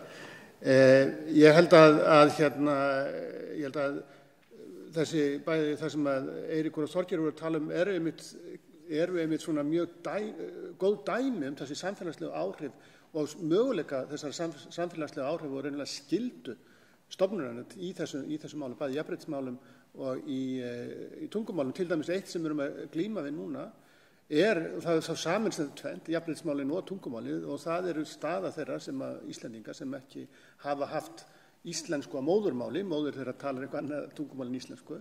Þannig að svona, og þarna gegna háskólastofnanirnar mjög miklu samfélagslegu hlutverki sem einhvern veginn ekki skrifað inn í svona þennan daglega og alls ekki inn í fjárhagslega ramma sem við búum við og þannig að ég tek undir þetta er alveg gríðarlega mikilvægt að við endurskoðum þetta stöðu að samfélagslegt hlutverk háskólana er ekki bara eitt og alltaf eins, það er alltaf að breytast vegna þess að samfélag er alltaf að breytast og þessar áskoranir sem við erum að glíma við eru líka að breytast þannig að ég bara vona það og mér svona skynja það einhvern veginn að ríkisvaldi sé svona verða jákvæður í garð háskólana heldur en hefur oft verið áður og vonandi veit það gott þannig að við getum haldið áfram að sinna þessu samfélagslega hlutverki okkar og víkka það út. Inga Þórsdóttir. Takk fyrir þessa session hérna núna í morgun. Mér langar bara að nefna eitt, ég þarf ekkert svar, umræðir í kaffinu, þetta við sem við erum komið langt yfir tíman, en það varandi rannsóknarstofnanir atvinnuvegana. Ég held að það hafi verið staðsett hér á háskólalóðinni nágræni við allar deildir sem þá voru til upprunalega, þetta eru stofnunar. Og í dag, ef við svo horfum fram því og horfum til okkar Norðurlandana, þá eru rannsóknarstofnanir atvinnulífsins sem að reynda að hýta alls ekki til lengur í dag. Þær eru meira og minna innan háskólanna, bara meðan okkar Norðurlandþjóða. Þannig ég held að þarna sé eitthvað sem við ættum að horfa verulega mikið til og þetta er líka óttalegt ónefni rannsóknarstofnanir atvinnuvegana í dag. Vegna þess að atvinnuvegir eiga náttúrulega að þróast og breytast og vera lifandi og vera hluti af nýrri þekkingu sem verður til eins og við vitum allir. Þannig ég held að við sem háskóli ættum að horfa til þess að skoða þennan kraft og það afl sem að í rannsóknarstofnunum atvinnulífsins eða fyrrum rannsóknarstofnunum atvinnulífsins sem sér stofnunum og skoða hvort að þarna ekki brunnur fyrir framtíða háskólastofnanir. Ég get haldið langt erindum þetta því að ég skrifaði með þetta hérna í sögu háskólans en alltaf hlífa ykkur við því. En þetta er mjög góð spurning en það er þessi tortryggni sem ég sagði sem að ríkti bæði. Nei, en þannig var þetta og þessu var komið fyrir svona. Takk ykkur fyrir. Þá ljúkum við þessari fyrstu málstofu og nú höldum við kaffihlé og hittumst hér aftur til næstu málstofu sem að ber heitið Háskóli Íslands og lýðveldi vísindanna sem heldur tilvitnun í fyrrnefnda ræðu Björns Olsen. Og við hittumst aftur klukkan 10:50. Takk.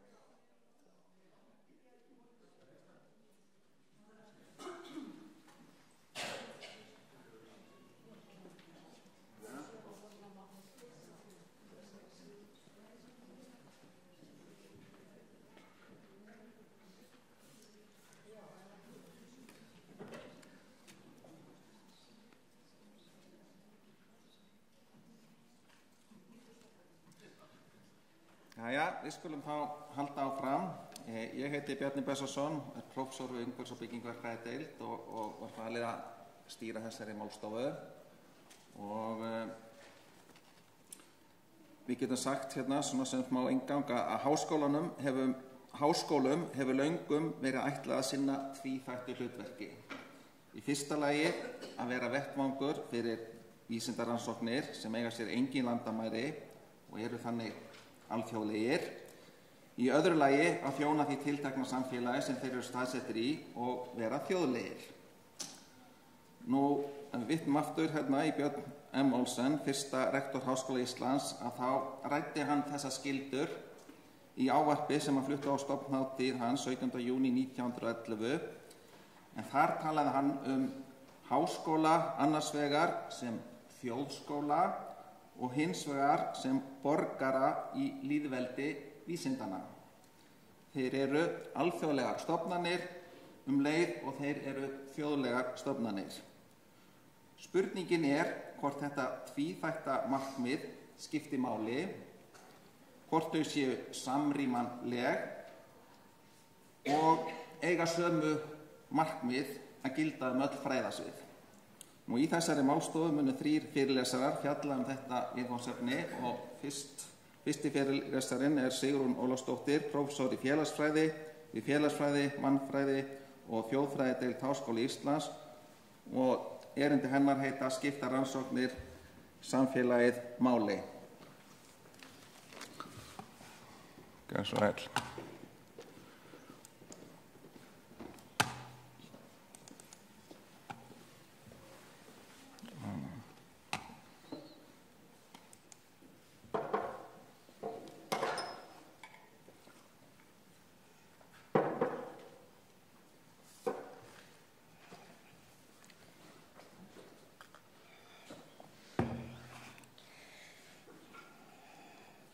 Já, ég vil byrja á að þakka ykkur fyrir að koma hér á laugardegi og takk fyrir að bjóða mér að tala hér í dag í þessari málstofu sem eins og var minnst á snýst hugsanlega spennu á milli hlutverka sem háskólinn á að gegna, annars vegar sem þjóðskóli en hins vegar skóli sem á að vera samkeppnisfær við bestu háskóla, ef ekki heims, þá að minnstakosti Norðurlandana. Ég ætla að skoða þetta aðeins út frá rannsóknum og spyr því hvort rannsóknir skipti máli fyrir samfélagið og þá kannski sérstaklega fyrir hvaða samfélag, hvað eigum við með samfélagið.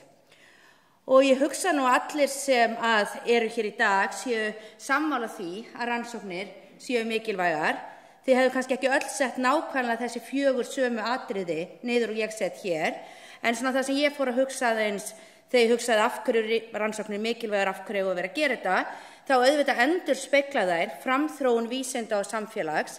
Við getum hér til dæmis velt fyrir okkur og við getum læknað sjúkdóma í dag sem við gátum ekki fyrir 5 árum, 10 árum, 15 árum. Við vitum líka orðið núna hvernig ójöfnuður hefur áhrif og afleiðingar til dæmis á heilsu og líðan fólks. Rannsóknir geta líka hjálpað okkur að leysa flókin vandamál. Við getum hér til dæmis tekið nærtækt dæmi loftslagsbreytingar, þar sem að allavega örugglega allir hér inni telja rannsóknir skipti mjög miklu máli varðandi það. Þær eru líka grundvöllur upplýstrar umræðu og kannski það þannig að við höldum alltaf að sá tími sem að við lifum á sé mikilvægastur. Þannig að kannski svona merkingarlaust að segja þetta sérlega mikilvægt núna út af hvernig heimurinn í dag. En ég held náttúrulega þegar við hugsum þau öfl eins og bara populisman og að það sé jafnvel orðið þannig að valdhafar séu farnir að segja sínar skoðanir, séu jafn mikilvægar og hafi jafn mikið vægi og áratuga rannsóknarvinna, þá held ég að sé sérlega mikilvægt fyrir háskólasamfélagið að vera sterkt á móti þessum öflum. Og svo auðvitað, og þetta kannski að vera meiri ágreiningur en ég held að öll okkar hér myndu telja að það sé líka bara ákveðið gildi í þekkingu sem þekkingu, að þekking sé í rauninni bætandi fyrir bæði einstaklinga og samfélög. Þannig á meðan kannski við erum öll örugglega sammála mikilvægi þekkingar og mikilvægi rannsókna, þá gætu við verið ósammála hvaða sem við eigum að vera að leggja áherslu á, hvernig rannsóknir við eigum að vera að leggja áherslu á. Og þá kemur aftur að þessari spennu sem við vorum, eða hugsanlegri spennu, þarf kannski ekki að vera spenna, á milli hvað það sem við eigum að vera að leggja áherslu á. eigum við að vera fyrst og fremst að skoða íslenskt samfélag, gera rannsóknir á Íslandi sem hægt að nota hér til að breyta og bæta samfélaginu, eða eigum við kannski fyrst og fremst að vera að beina okkur á alþjóðlegum rannsóknum, að þannig rannsóknum sem hafa eitthvað gildi í alþjóðasamfélaginu sem eru þá hugsanlega að nota Ísland en að skoða það í samanburði við önnur lönd. Við getum hugsað hér Norðurlöndin, Evrópu eða jafnvel allur heimurinn sé undir. Og ef við veltum svona aðeins fyrir okkur í þessari hreinu mynd, hvaða sem við fáum út úr hvoru, og auðvitað erum við hér að tala ákveðnar kjörmyndir, kannski frekar heldur en raunveruleikann, en með íslenskri þekkingu, þá óneitanlega öðlast við þekkingu á eigin samfélagi og aðstæðum. Með að skoða Ísland og hafa alla fræðimenn sem eru þar að skoða Ísland, þá munum við fara að vita ansi mikið okkar eigin samfélag. Og það náttúrulega nærtækt að við finnum leiðir til vonandi að bæta og breyta samfélaginu. Og hér getum við þá líka séð hvernig þessi fókus gerir það kannski að verkum að háskólinn og fræðimenn öðlist virðingu í íslensku samfélagi, þeir séu þeir aðilar sem treyst á, þeir eru þeir sem leitað til dæmis þegar uppkom ákveðin mál í samfélaginu. Ef við tökum þetta síðan kannski í hina öfga áttina, þá tölum við alþjóðlega þekkingu. Og við kannski vitum öll að það merkingarlaust að segja að einhver þekking geti haft algjört alhæfingargildi og við séum einhverjar lausnir sem virka óháð öllu samhengi, en þetta eru auðvitað kjörmyndir. Þetta sem við þá að tala þessu alþjóðlega samhengi, að við erum að skapa eitthvað hér sem hefur alþjóðlegt og stærra gildi heldur en bara á Íslandi. Og hér náttúrulega þá myndum við líka vera að skapa okkur, bæði sem einstakir fræðimenn en líka sem háskólinn, virðingu í alþjóðlega rannsóknarfélaginu. Þannig að hér getur við til dæmis hugsað einhverja fræðimenn sem ekki nokkur maður á Íslandi myndi þekki út af götu en vel þekktur, kannski bara svona smá stjarna þegar fara kannski á ráðstefnu. Ég tek kannski samtök félagsfræðinga hér sem dæmi, þannig að allir vita hver þú ert. Og eins og ég segi, þá eru þetta auðvitað kjörmyndir. Og ég held að flest okkur myndu sennilega segja að við myndum ekki vilja vera algjörlega hér á öfgunum. Og það sem ég tel og held fram að við eigum að leggja áherslu á að reyna að gera bæði og leitast eftir því sem mest. Þannig að hér náttúrulega veltum við þá fyrir okkur hlutunum hvort samþenging sé möguleg og þá hvernig. Og það sem ég tel að við eigum að leggja áherslu á við Háskóla Íslands eru rannsóknir sem kenna okkur eitthvað íslenskt samfélag en á sama tíma auka alþjóðlega þekkingu. Og eitt sem að koma inn á hér áðan auðvitað og kannski við erum farin að velta fyrir okkur núna, nú erum við með rosalega ólíkar greinar í háskólanum, við getum ekki búist við að þær fari allar í sama formið og auðvitað það ekki það sem ég að segja, að sjálfsögðu gerum okkur grein fyrir að vísindagreinin skipti máli. Það ekki að sama til dæmis að tala hvernig rannsóknir við erum að stunda í sagnfræði eða læknisfræði, jarðfræði eða uppeldis- og menntunarfræði. En það sem ég myndi segja svona sem almenna punktin að ég held að við getum öll leitast að því að gera slíka rannsóknir. Og ég ætla þá kannski hér að sýna ykkur aðeins dæmi frá þeirri grein sem stendur mínu hjarta næst, sem auðvitað félagsfræðin, og tala tvær ólíkar leiðir sem að við getum notað til að ná þessu. Og þær eru verulega ólíkar en ég held að þær báðar nái sama markmiðinu. Annars vegar það sem við höfum gert töluvert af, en það þáttaka í alþjóðlegum könnunum. Og hér sjáum við þær þrjár sem að Íslendingar hafa á misstopulan hátt tekið þátt í. Við sjáum hér fyrst hérna megin European Social Survey og þetta könnun sem að byrjaði árið 2002, lögð fyrir á 2 ára fresti og Ísland hefur tekið þátt 3 sinnum, 2004, 2012 og 2016 og við erum að vona að fjármagn komi þannig að við getum lagt fyrir 2018. International Social Survey Program, eins og þið sjáið hér, með meiri yfirsýn yfir heiminn. Við erum með að minnstakosti 1 land í hverri heimsálfu. Ísland byrjaði að taka þátt þarna 2009 og hefur tekið þátt öll ár síðan nema árið 2011. Og síðan European Value Survey, þar höfum við alltaf verið með, hún lögð fyrir á 9 ára fresti, byrjaði 1981 og við vorum að fá í hús gögnin sem voru lögð fyrir núna 2017. En eins og ég kom inn á hér áðan, þá hefur þáttakan stundum verið stopul og erfið og hluti af því auðvitað fjárhags umhverfi rannsókna á Íslandi þar sem að fyrir hverja könnun þarf að sækjum í samkeppnissjóð, þannig að við vitum aldrei hvort að við getum lagt fyrir eða ekki. Og þetta töluvert ólíkt því rannsóknarumhverfi sem að kollegar okkar í hinum löndunum mörgum hverjum þurfa að búa við. Til dæmis ef við tökum Bretland, Noreg og Þýskaland, þá European Social Survey sem dæmi til dæmis bara á fjárlögum. Þannig að þeir þurfa ekki að vera eyða tíma, ómældum tíma í að sækja slíka styrki. Sumir hafa kannski svona farið aðeins skemmtilegri leiðir við fjármögnun og ég veit ekki hvort það sé eitthvað sem við getum reynt, en til dæmis í Danmörku þá hefur European Social Survey verið fjármögnuð af bjórframleiðendum og þá Carlsberg og Tuborg. Þannig að maður kannski fer að tala við Egil og gá hvort þeir vilja gera eitthvað fyrir okkur. En það sem að ég segi að við getum gert með þessum rannsóknum að það auðvitað að segja okkur heilmikið íslenskt samfélag. Það auðvitað hægt að skoða bara gögnin sem að fjalla Ísland og jafnvel, eins og við höfum gert, að bæta við spurningum sem að auka við dýptina á hvað við lærum Ísland í þeim, en það líka hægt að setja þær í stærra samhengi og bjóða náttúrulega upp á alls konar samanburð. Það hægt að skoða bara Norðurlöndin, það hægt að skoða ákveðin Evrópulönd, það hægt að skoða þróuð velferðaríki og það hægt að skoða allavega kannski ekki allan heiminn en að minnstakosti allan heiminn að því marki að þjóðir geti tekið þátt í International Social Survey Program. Það sem ég ætla að sýna ykkur hér aðeins næst eru 3 dæmi sem að byggja á slíkum alþjóðlegum könnunum sem að öll endurspegla mismunandi leiðir og mismunandi þekkingu sem að Íslendingar í einhverjum tilfellum hafa skapað en jafnvel ekki í öllum tilvikum. Fyrsta myndin hér, og ég ætla ekki að fara náið í niðurstöðurnar en ef einhver hefur áhuga þá hægt að lesa allar þessar greinar og nálgast þær.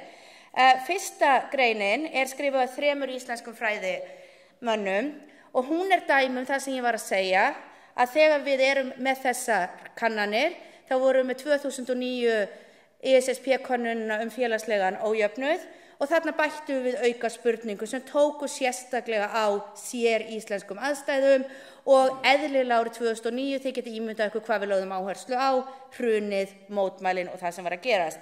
Þessi mynd sem sagt sýnir okkur í stuttu máli að ef að einstaklingar litu þannig á að þeir hefðu farið verr út úr hruninu heldur en aðrir, þá upplifðu þeir mun meiri reiði. Þannig að punkturinn hér var sá að þó þú hefði tapað miklu í hruninu, á meðan þú upplifðir að þú væri bara eins og aðrir, tapað jafn miklu, farið jafn illa með þig, þá varst ekkert sérstaklega reiður. Það var bara fyrir þessa sem hugsuðu, þetta var miklu verra fyrir mig heldur en aðra. Næsta dæmi þar sem við sjáum samstarf Íslands og bandarísk fræðimanns og þarna sjáum við bara töluleg gögn að Ísland nokkurn veginn í miðjunni varðandi það hlutfall einstaklinga sem að geta á réttan hátt greint geðklofa út frá lýsingu á geðklofaeinkennum. Þriðja dæmið að sumu leyti kannski áhugaverðast og kannski það sem við hugsum ekkert alltaf þegar við erum að hugsa þessa þáttöku í alþjóðlegum rannsóknum, því að þetta grein sem að skrifuð af 2 fræðimönnum frá Austurríki. Það engir Íslendingar sem að koma að þessari fræðigrein. Þannig að þar sjáum við að þessar kannanir líka lifa að því leyti að þetta gögn sem að fræðimenn við erlenda háskóla að nota til að sýna okkur þekkingu Ísland. Og þarna hafa til dæmis sýnt hvað Íslendingar eru óskaplega vinnusamir og glaðir, okkur finnst gaman í vinnunni. Þannig að annars vegar erum við mjög ólíkleg og einna ólöglegust ásamt Norðmönnum að líta á að vinnan sé bara til að fá peninga, fá eitthvað í launumslagið. Og hins vegar þá teljum við og erum hæðst að segja að við myndum vilja vinna, jafnvel þó að við þyrftum ekki að gera það fjárhagslega. Hér þá kannski vaknar spurningin og kemur þá að þætti númer 2 sem ég myndist á hér, ég þá kannski bara að segja það að við eigum bara að vera að gera alþjóðlegar rannsóknir. Það sé ekkert áhugavert Ísland og Íslands samfélag. Svar mitt við því nei, því að við getum alltaf notað Ísland og gert Ísland áhugavert í stærra samhengi. Og þá getum við kannski hugsað svolítið það að hvað það sem gerist á Íslandi og við Ísland sem getur verið áhugavert, sem að tala til stærri kenninga, stærri spurninga sem að alþjóðlega vísindasamfélagið hefur. Og ég held að hér sjáum við 2 mjög skemmtileg dæmi það, þar sem við sjáum íslenska félagsfræðinga sem hafa notað atburði sem gerðust á Íslandi, sem vöktu heimsathygli og voru mjög merkilegir, allavega held ég okkur Íslendingum finnist það, og hér annars vegar sjáum við þá mótmælin sem var náttúrulega vöktu athygli erlendis og ég man eins og til dæmis ég var í Bandaríkjunum á þessum tíma og þetta var í fjölmiðlum sem maður sá bæði náttúrulega innlendum og líka sem voru annars staðar frá og þá var mjög skrítið að sjá þetta, mér fannst þetta ekki vera mitt samfélag. En fræðilega voru þessi mótmæli náttúrulega líka sérlega áhugaverð því að þau voru þau fyrstu í röð mótmæla sem að síðan gerðust til að mótmæla efnahagsástandi. Þetta var ný tegund mótmæla því að þarna varstu farin að sjá stétt var farin að skipta máli frekar en til dæmis að það var fara að mótmæla hlutum eins og eitthvað sem var að gerast í öðrum samfélögum eða fátækt í Afríku eða slíku, heldur að mótmæla varandi okkar samfélag og þær höfðu afleiðingar, ríkisstjórnin sagði, af sér. Og þetta notaði Jón Gunnar Berburg til að skrifa þessa bók hér og Jón Gunnar er einmitt hér í dag og hann notaði þetta sem sagt til að skrifa bókina sem að þið sjáuð hér sem að þá í rauninni talar Ísland sem tilvik en gerir það áhugavert að því að það segir okkur eitthvað hvernig félagslega hreyfingar virka, hvernig mótmæli virka og þar að leiðandi verður bókin áhugaverð erlendis líka. Hitt dæmið hér er auðvitað það sem að við höfum öll upplifað, íþróttaundrið mikla, hvernig það getur verið að svona fámenn þjóð nái svona miklum árangri í svona mörgum íþróttum og þar hefur Viðar Halldórsson notað það til að skrifa bók og þar notar hann félagsfræðilegar kenningar til að sýna fram á að það er ekki bara það að við séum svo rosalega góðir í fótbolta, heldur hefur þetta með félagslega umhverfi íþrótta á Íslandi að gera og líka með hvernig erlend áhrif fara að koma á ákveðnum tímapunkti og blanda saman við það sem var verið að gera innanlands. Þannig að til að ljúka hér og þó ég segi hér hver er lausnin, þá held ég sem kannski ekki hægt að segja að sé einhver fullkomin lausn, en auðvitað bæði rétt á sér í sitt hvoru lagi og það eru aðstæður þar sem að við erum að taka þátt í alþjóðlegu samstarfi sem eru ekkert með Ísland að gera, það eru rannsóknir sem að geta verið afskaplega mikilvægar fyrir Íslands samfélag en fólk annars staðar frá myndi spyrja okkur í ósköpunum það að skoða þetta, en ég tel að rannsóknir sem geta samþætt þetta tvennt séu sérlega mikilvægar og það sem við leggjum áherslu á, ef þær geta sagt okkur eitthvað nýtt Íslands samfélag og geta sett það í alþjóðlegt samhengi. Og þá kannski svona hvað fyrir okkur að hugsa og til að enda með, ætla ég bara svona að setja fram opna spurningu og enda með því og svona velta kannski aðeins fyrir okkur, erum við umhverfi sem að hvetur til slíkrar fræðimennsku, hverjir eru hvatarnir til að gera slíkt og hverjar eru hugsanlegar hindranir. Þannig að takk fyrir.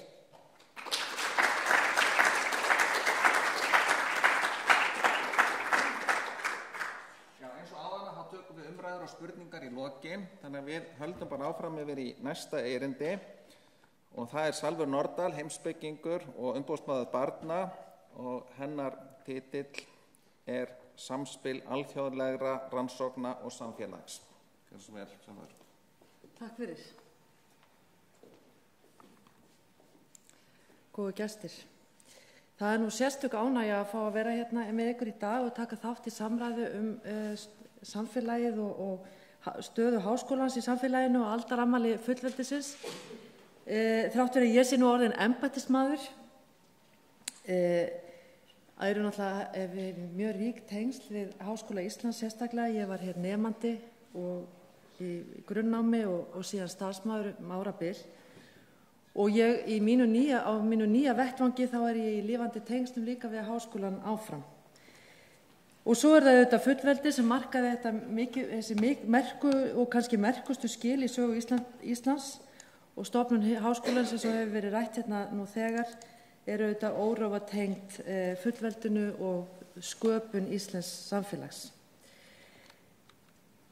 Við undirbúning á þessu erindi síðustu dag og vikur hefur mér orðið betur ljóst hvernig hugmyndin HÍs eða háskólans sem þjóðskóla eða þetta samfélagslega hlutverk hans hefur gegnsýrt raunverulega hugsun mína frá því að kominga fyrst.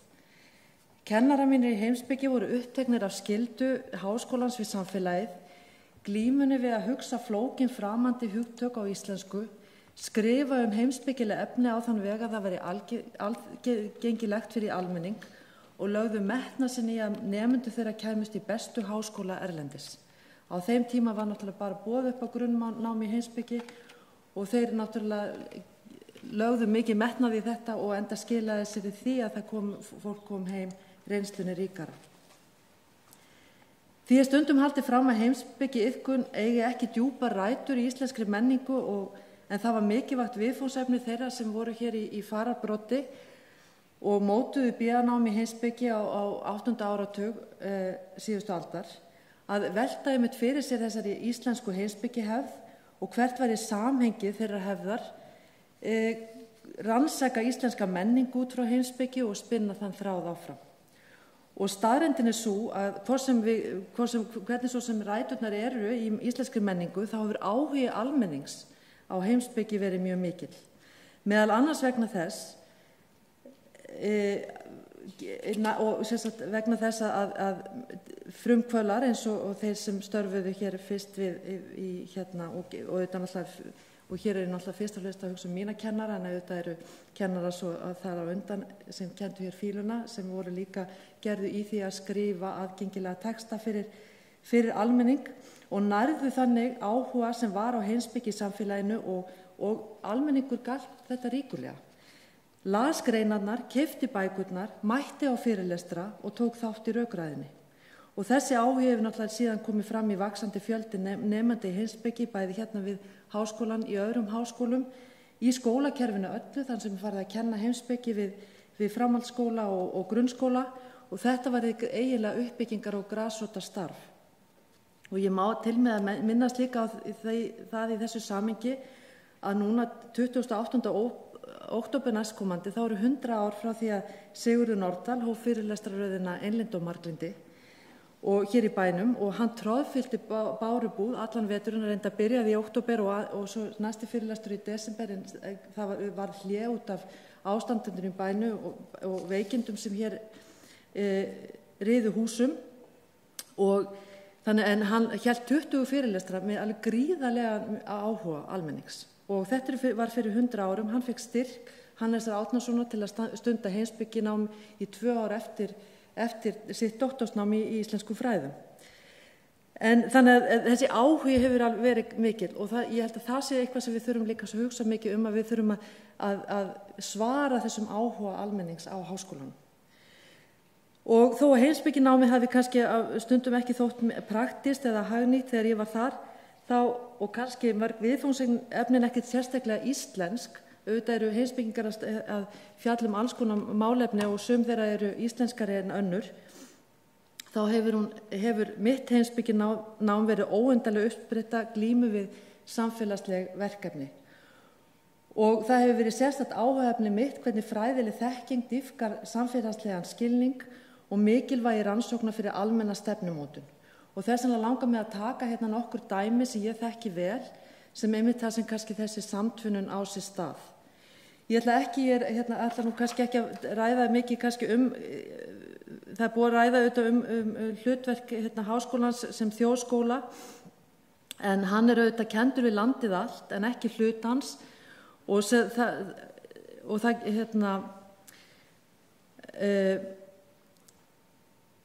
það kemur kannski fyrst og fremst til að því að þeir sem stofnuðu hann sá ekki fyrir sér að íslensk þjóð gæti staðið undir fleiri en einni háskólastofnun, og svo mikil var náttúrulega þessi þrekurinn eins og hefur verið nefnt stofnun hans í upphafi. En með nafngiftinni var einnig innsiglað að hann væri allra þjóðarinnar, að hann ætti sérstakt erindi við þjóðina og þjóðin ætti erindi við hann. Og þetta náttúrulega kemur fram í svo mörgu. Hann er auðvitað uppeldisstofnun sem eins og allar háskólar eru fyrir ungt fólk. Hann heldur úti starfsnámi, hann heldur úti kennslu í fjölbreyttum námsgreinum, og við þurfum að bjóða upp á fjölbreytt nám á Íslandi þannig að fólk eigi hæg heimatök og geti sótt hér nám, og það tryggir líka jafnrétti til náms. Það er að sinna öllum þessum rannsóknum á íslensku samfélagi, það er að taka þátt í samfélagslegri umræðu, það er að miðla þekkingu til almennings fjölbreytt málefni. Og ég þekkti það til dæmis þegar ég var í háskólanámi, þá var ég líka starfaði ég við fjölmiðla, og fjölmiðlamenn leita náttúrulega gríðarlega mikið til háskólamanna þar sem ekki er sérþekking á fjölmiðlum, og sérþekkingin er innan háskólana í þessu okkar litla landi. Og síðan auðvitað eins og Sigrún var listi svo vel að fjalla íslensk samfélagi í alþjóðlegu samhengi og bæði til þess að miðla reynslu okkar og spegla okkar sjálf. og kynna nýjustu kenningar og hugmyndir erlendis frá. Þannig að þetta er náttúrulega svo fjölbreytt og ólík verkefni sem háskólinn stendur frammi fyrir. En það sem ég langar aðeins að nefna eru það að þessi víðtæku hlutverk, þau hef ég kynnst í margskonar störfum og verkefnum sem ég hef tekið þátt í. Mér langar að byrja á því að tala siðfræðistofnun, þar sem ég var forstöðumaður en Páll Skúlason fyrir rektor og heimspekiprófessor setti hann á laggirnar kringum 89 ef ég man rétt, og hennar hlutverk var að þjóna samfélaginu. Fyrsta verkefni til dæmis var það að taka saman siðareglu fagstétta, birta þær og þjóna með ákveðna þjónustu við fagstéttur út í samfélaginu.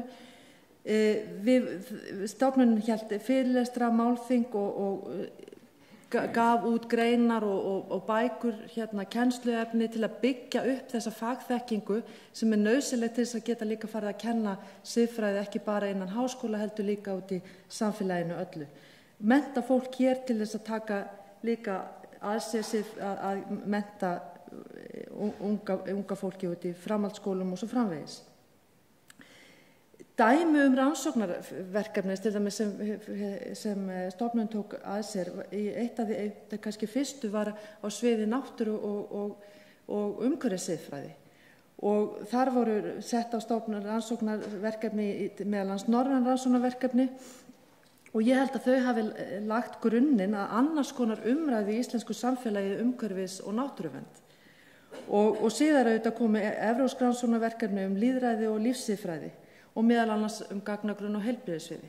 Og ég held að svona stofnun hafi haft á þessum tíma heilmikil áhrif. Núna er ég embættismaður, orðin umboðsmaður barna og það embætti vinnur til dæmis að því að innleiða barnasáttmála Sameinuðu þjóðanna og stuðla að umræðu stefnumótandi mál í málefnum barna í samfélaginu.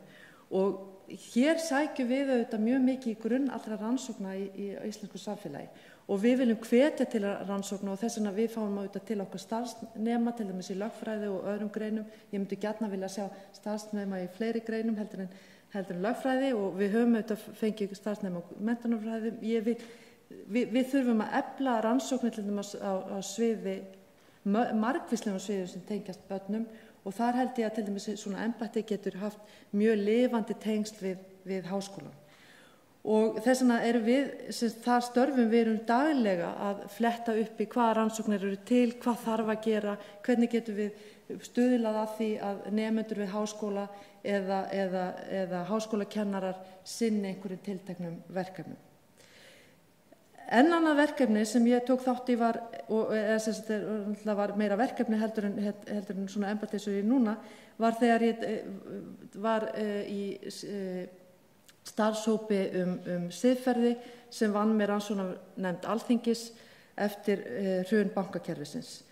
Það var auðvitað ein viðamesta rannsókn á samfélaginu tiltekna atburði og ég tók þátt í þessari siðfræðilegu greiningu en við auðvitað unnum þar með mjög svona þverfaglegum hópi fræða fólks úr ólíkum greinum og leitum svo einnig til auðvitað hug- og félagsvísinda fólks til dæmis þegar við vorum að vinna að skýrslunni. Þannig að hér kemur auðvitað fram þetta hefði ekki verið hægt að gera kannski á þess að háskólinn hafði þann án háskólans, það var svona bakhjarlinn. En þar eru auðvitað líka að finna gagnrýna umræðu stöðu háskólafólks í samfélaginu og að hvaða leyti og hversu mikilvægt það að þeir taki þátt í umræðu samfélagið. Og þar er þetta líka að tala fjölmiðlana og mikilvægi með þess að fjölmiðlar hafi aðgang að háskólamönnum til þess að geta greint vandamál sem þeir standa frammi fyrir.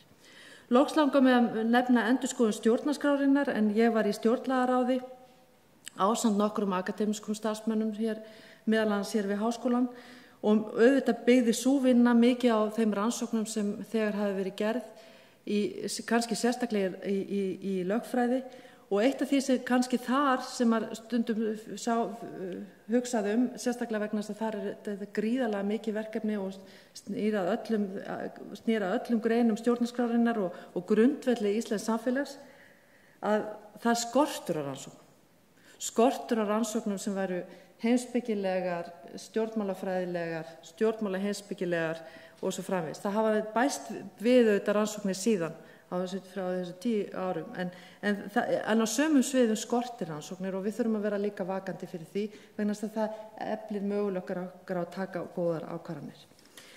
En þannig að dæmi sem ég hef tekið hér að framan eiga að draga fram það óræða samspil sem á milli háskólastaðsins og samfélagsins og ég á bágt með að sjá fyrir mér Háskóla Íslands án lifandi tengsla við samfélag okkar, menningu og tungu. Og ekki síður erfitt að ímynda sig hvernig hér væri umhorfs án þess að þjóðskóla nyti við. En hér spurt hvort þjóðskóla hugmyndi sé fallin og gildi á tímum alþjóðavæðingar og hvort hún hefti tilraunir háskólans til að festa sig í sessi.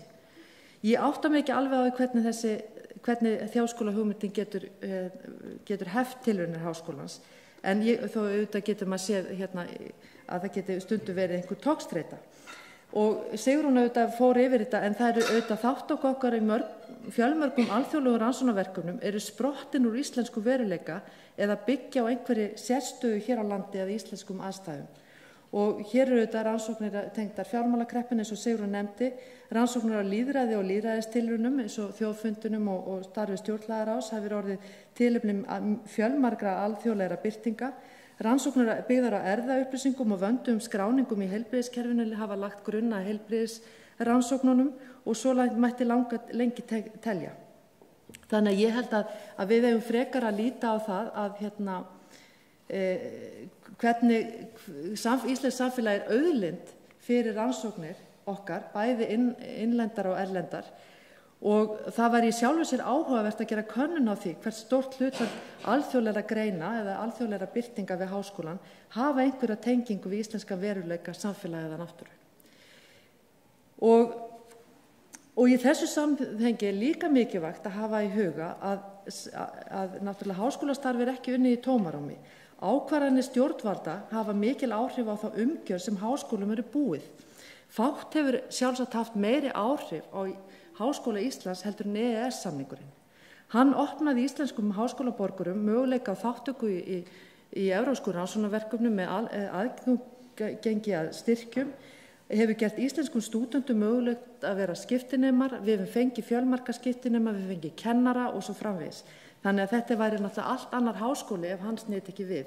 Og það var auðvitað eitt af því sem kom svo berlega í ljós eftir þjóðaratkvæðagreiðsluna í Bretlandi að það daginn eftir náttúrulega ráku breskir háskólar upp ramakvein og veltu fyrir sig hvaða áhrif myndi hafa á þeirra háskólastarf. Ég hef sem sagt lagt áherslu hér að framan á hvernig starf háskólans samofið samfélaginu og ég hef einnig lagt áherslu á það að samfélagið standi ekki á alþjóðlegum háskólum fyrir þrifum heldur sá jarðvegur sem margvíslega rannsóknir og kannski áhugaverðustu rannsóknirnar spretta upp úr. Ekki auðvitað allar, auðvitað erum við aldrei að tala allt og ég held að það sé líka svo mikilvægt að við gerum okkur grein fyrir. Við erum auðvitað lítil þjóð með þó við sömu stóran háskóla og við viljum gera allt en auðvitað getum við þurft að velja. Það ekki allt sem við kannski getum gert og ekki allt jafn vel. En við þurfum samt að hafa ákveðna fjölbreytni af því við viljum geta menntað á sem flestum sviðum. Og auðvitað þekkjum við öll sem höfum verið í akademísku starfi að við myndum auðvitað vilja hafa meiri tíma fyrir rannsóknir og við myndum vilja hafa meira fjármagn og við myndum auðvitað ekki þurfa hafa eins mikinn eril eins og oft í kringum okkur. En það líka tækifæri sem eru í þessari stöðu eins og við vitum bara allstaðar í samfélaginu. Við erum öll að glíma við þetta því við myndum vilja hafa aðeins meira svigrúm. Allar stofnanir í samfélaginu eru búa við þetta. Embætti umboðsmanns barna myndi gjarna vilja vera stærra eins og allar stofnanir held ég.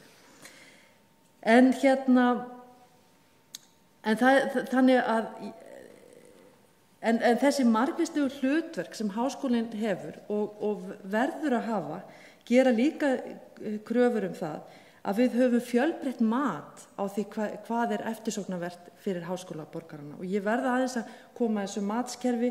Mér finnst, við verðum að passa það að það sé áhugavert fyrir háskólaborgara að gera ólíka hluti. Það eru ekki endilega allir að stefna því að birta sem mest á alþjóðlegum vettvangi. Það er líka önnur verkefni og það þarf að vera svigrúm fyrir ólík verkefni. Og ég er alveg viss að þessi áhersla á að styrkja erlendan samanburð eins og var gert hér í skólanum fyrir nokkrum árum síðan, eða kannski 10 ár síðan eða meira, hefur styrkt háskólan verulega. En við þurfum líka að vera alltaf sífellt gagnrýnin á það sem við erum að gera. Og það komið fram í skýrslu rannsóknarnefndar Alþingis, þá skrifum við að þótt að öflug þátttaka íslenskra háskólamanna í alþjóðlegu rannsóknarsamfélagi sé afar þýðingarmikil, er það áhyggjuefni ef þeir búa við matskerfi sem vinnur óbeint gegn því að þeir beiti sér jafnframt sem ábyrgir borgarar í lýðræðisríki. Og þetta er auðvitað mikilvægt í okkar samfélagi og ég held að við verðum að passa að það verði ekki rof þarna á milli og að það er mögulega það sem er að gerast til dæmis eins og Sigrún í að þegar kannski háskóla umræðan eða það verður mögulega einhver rof á milli almennar háskólamanna í almennir samfélagsumræðinni, að þá er líka mögulega fær klísukenndur áróður meiri fótfestu í samfélaginu. En það skiptir auðvitað miklu máli að við getum líka, eins og þetta hefur komið fram hér, að við getum rætt flókin mál á íslensku og við tökum þátt í að auka og tungumáli eins og fræðimenn og vísindamenn hafa gert hér á síðustu áratugum, og það er auðvitað er grunnurinn að því að við getum átt almennilega samfélagslega umræðu. Og akademían hefur verið samfélag og hingað hefur almenningu verið boðin velkomin, og í þessu held ég felist þetta trúnaðarsamband milli háskólans og íslensks samfélags. Það eru forréttindi að vera háskólakennari. Það eru forréttindi að starfa við Háskóla Íslands. Og það er ekki sjálfgefið að við getum notið þessara forréttinda. Og við mögum aldrei gleyma því hvaðan þessi uppspretta kemur.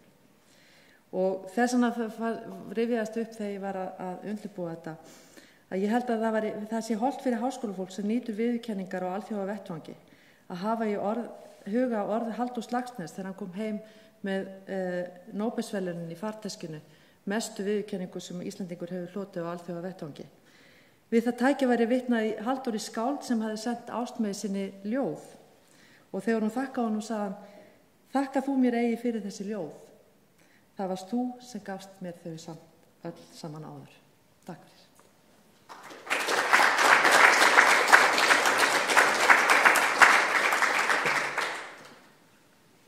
Já, þakkum sárlega fyrir. Og förum í síðasta erindið, og það er Magnús Karl Magnússon, prófessor í lyfja- og eiturefnafræði við Læknadeild Háskóla Íslands, og hans erindi er þjóðskóli eða lýðveldi vísindanna, andstæður eða samhliða hugmyndir.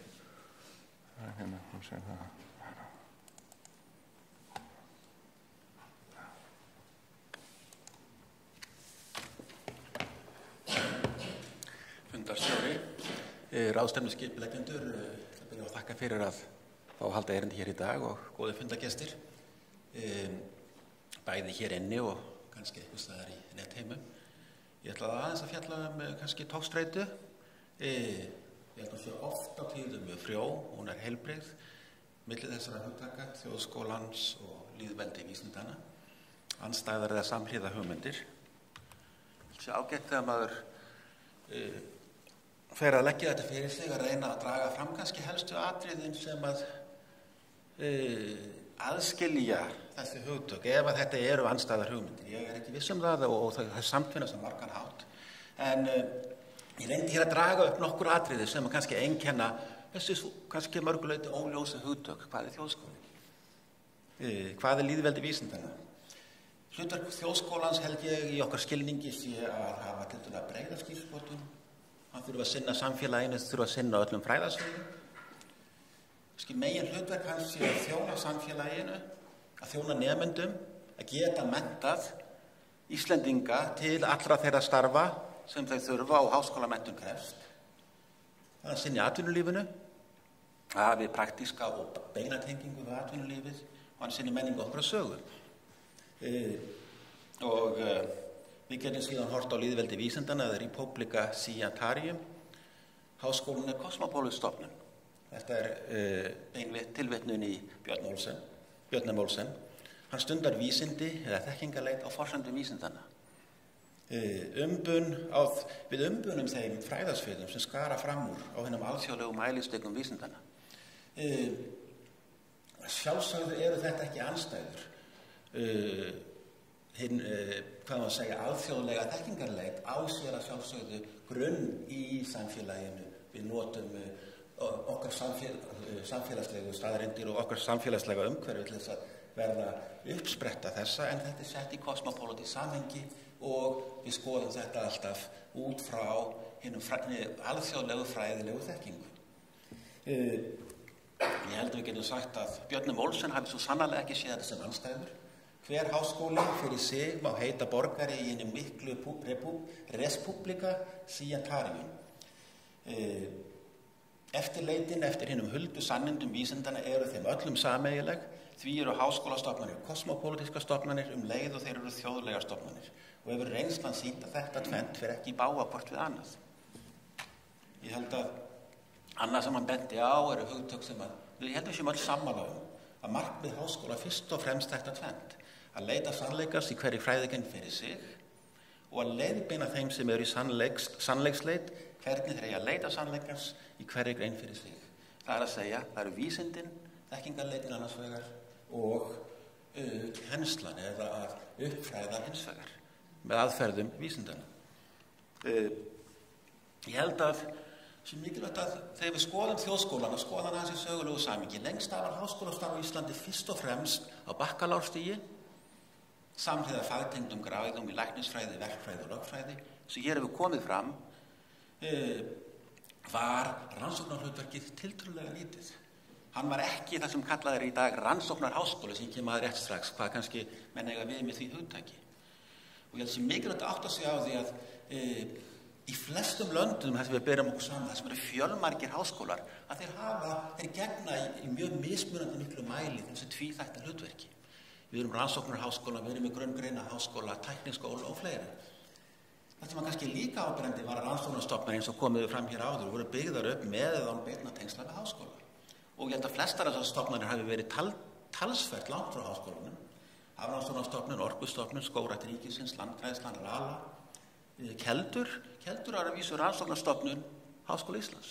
Og ég held að það hafi verið nokkuð merkileg og svo ég horfi mér nær að í læknisfræði og í skyldnum greinum held ég hafi tengslin við atvinnulífi, það er að segja heilbrigðiskerfið sjálft hafi verið mun sterkari milli háskólans og atvinnulífsins, þá er ég að vísa við gleymið stundum að þið opinbera atvinnulíf líka, innan á spítölunum held ég hafi verið miklu sterkari tengslan á milli og ég held að og ég vona að ég sé ég segi það talveg stoltur, ég held að læknadeildin hafi verið tiltölulega sterk rannsóknarlega lengst af innan Háskóla Íslands og ég held að það meðal annars skýrist af þessu að tengsl hins atvinnulífsins og skólans hafi verið sterk og þetta nærði hvort annað og þarna var mikið samtal á milli. En skólinn var, ég held að við getum alveg klárast að hann uppfyllti þetta svona klassíska þjóðskóla hlutverk, það er breiðaskírskotun. Deildir voru stofnaðar fyrst og fremst með það í huga að geta sinnt grunngreinanámi. Það voru forsendur þess við stofnuðum hinnar ýmsu deildir háskólans til að geta sinnt grunngreinanámi og geta menntað íslenska þjóð. Megin hlutverk hans var að þjóna samfélaginu, ég held nemendum, kannski mun síður atvinnulífinu, en ég held að hann hafi sinnt talsvert vel og hafi alltaf haft mjög, sem kemur kannski vel í að heimspekideildin hafi verið kannski eina vísindalega deildin upp, hafi sinnt menning okkur og sögu. En lengst af í sögu háskólans lagði hann ekki mikla áherslu á þetta kosmopólitíska hlutverk. Hann dafnaði fyrir kennslustofnun stöðugur vöxtur og náði yfir flest fræðasvið háskólamenntunar. Sinnti ágætlega þessi hlutverki sína, rannsaka og hlúa tungu og menningu þjóðarinnar. En þessu fylgir líka hættur. Það er hætta á akademískri innræktun. Við ef við ætlum að stefna því að mennta þjóðina hér eingöngu á Íslandi, þá mikil hætta á þessu. Þetta eru hlutur sem allir háskólar hafa mikið í huga, að starfsmenn að komi víða að, nemendur komi víða að. En hætta á akademísku innræktun eitthvað sem ég held að hafi orðið hér á landi, en ég held kannski það sem að bjargaði mörgum greinum það komu alþjóðlegir straumar í gegnum framhaldsnám, bæði austanhafs og vestan. Þannig að þrátt fyrir þessa kannski einangrun í grunnnáminu, þá held ég að það hafi líka verið styrkur að fólk fór út og það fór víða, bæði austanhafs og vestan. Þannig að ég held að íslenskir háskólar hafi notið mjög góðs af því, og ég þekki það í læknadeildinni. Það óvenjulegt hvað kennarar og starfsmenn og vísindamenn í læknadeild koma með víðan bakgrunn, borið saman við margar læknadeildir sem ég þekki vel, bæði austanhafs og vestan. Ég held að hafi sinnt með takmörkuðum hætti grunnatvinnuvegum landsmanna, en koma örstutt að rannsóknarháskólanum. Ég held að Háskóli Íslands hafi ekki verið rannsóknarháskóli og ég held að það hafi ekki stefnt að því og það hafi ekki verið hlutverkans. Á þess að ég farið náið út í, en ég held að Humboldt hafi kannski fyrstur skilgreint með kannski þennan nútíma rannsóknarháskóla, þar sem að rannsóknarfrelsið var grundvallaratriði, og Þýskaland kannski upphafi 19. aldar og 20. aldar var kannski leiðandi, en það var síðan í Bandaríkjunum sem kannski þessi hugmynd rannsóknarháskólan virkilega náði flugi. Fyrsta stofnun í Bandaríkjunum, Johns Hopkins háskóli, stofnar 1876, var að mörgum talin fyrstir rannsóknarháskóli byggður á hugmyndum Humboldts. Með hruni Þýsku akademíunnar tóku bandarískir háskóla leiðandi hlutverk og hafa haldið því allt til dagsins í dag. Háskóli Íslands starfaði ekki lengst á 20. öld sem rannsóknarháskóli og það ekkert að því, það ekki gildistaðan fullyrðing, heldur þetta held ég staðreynd þegar við horfum á starfsemi skólans.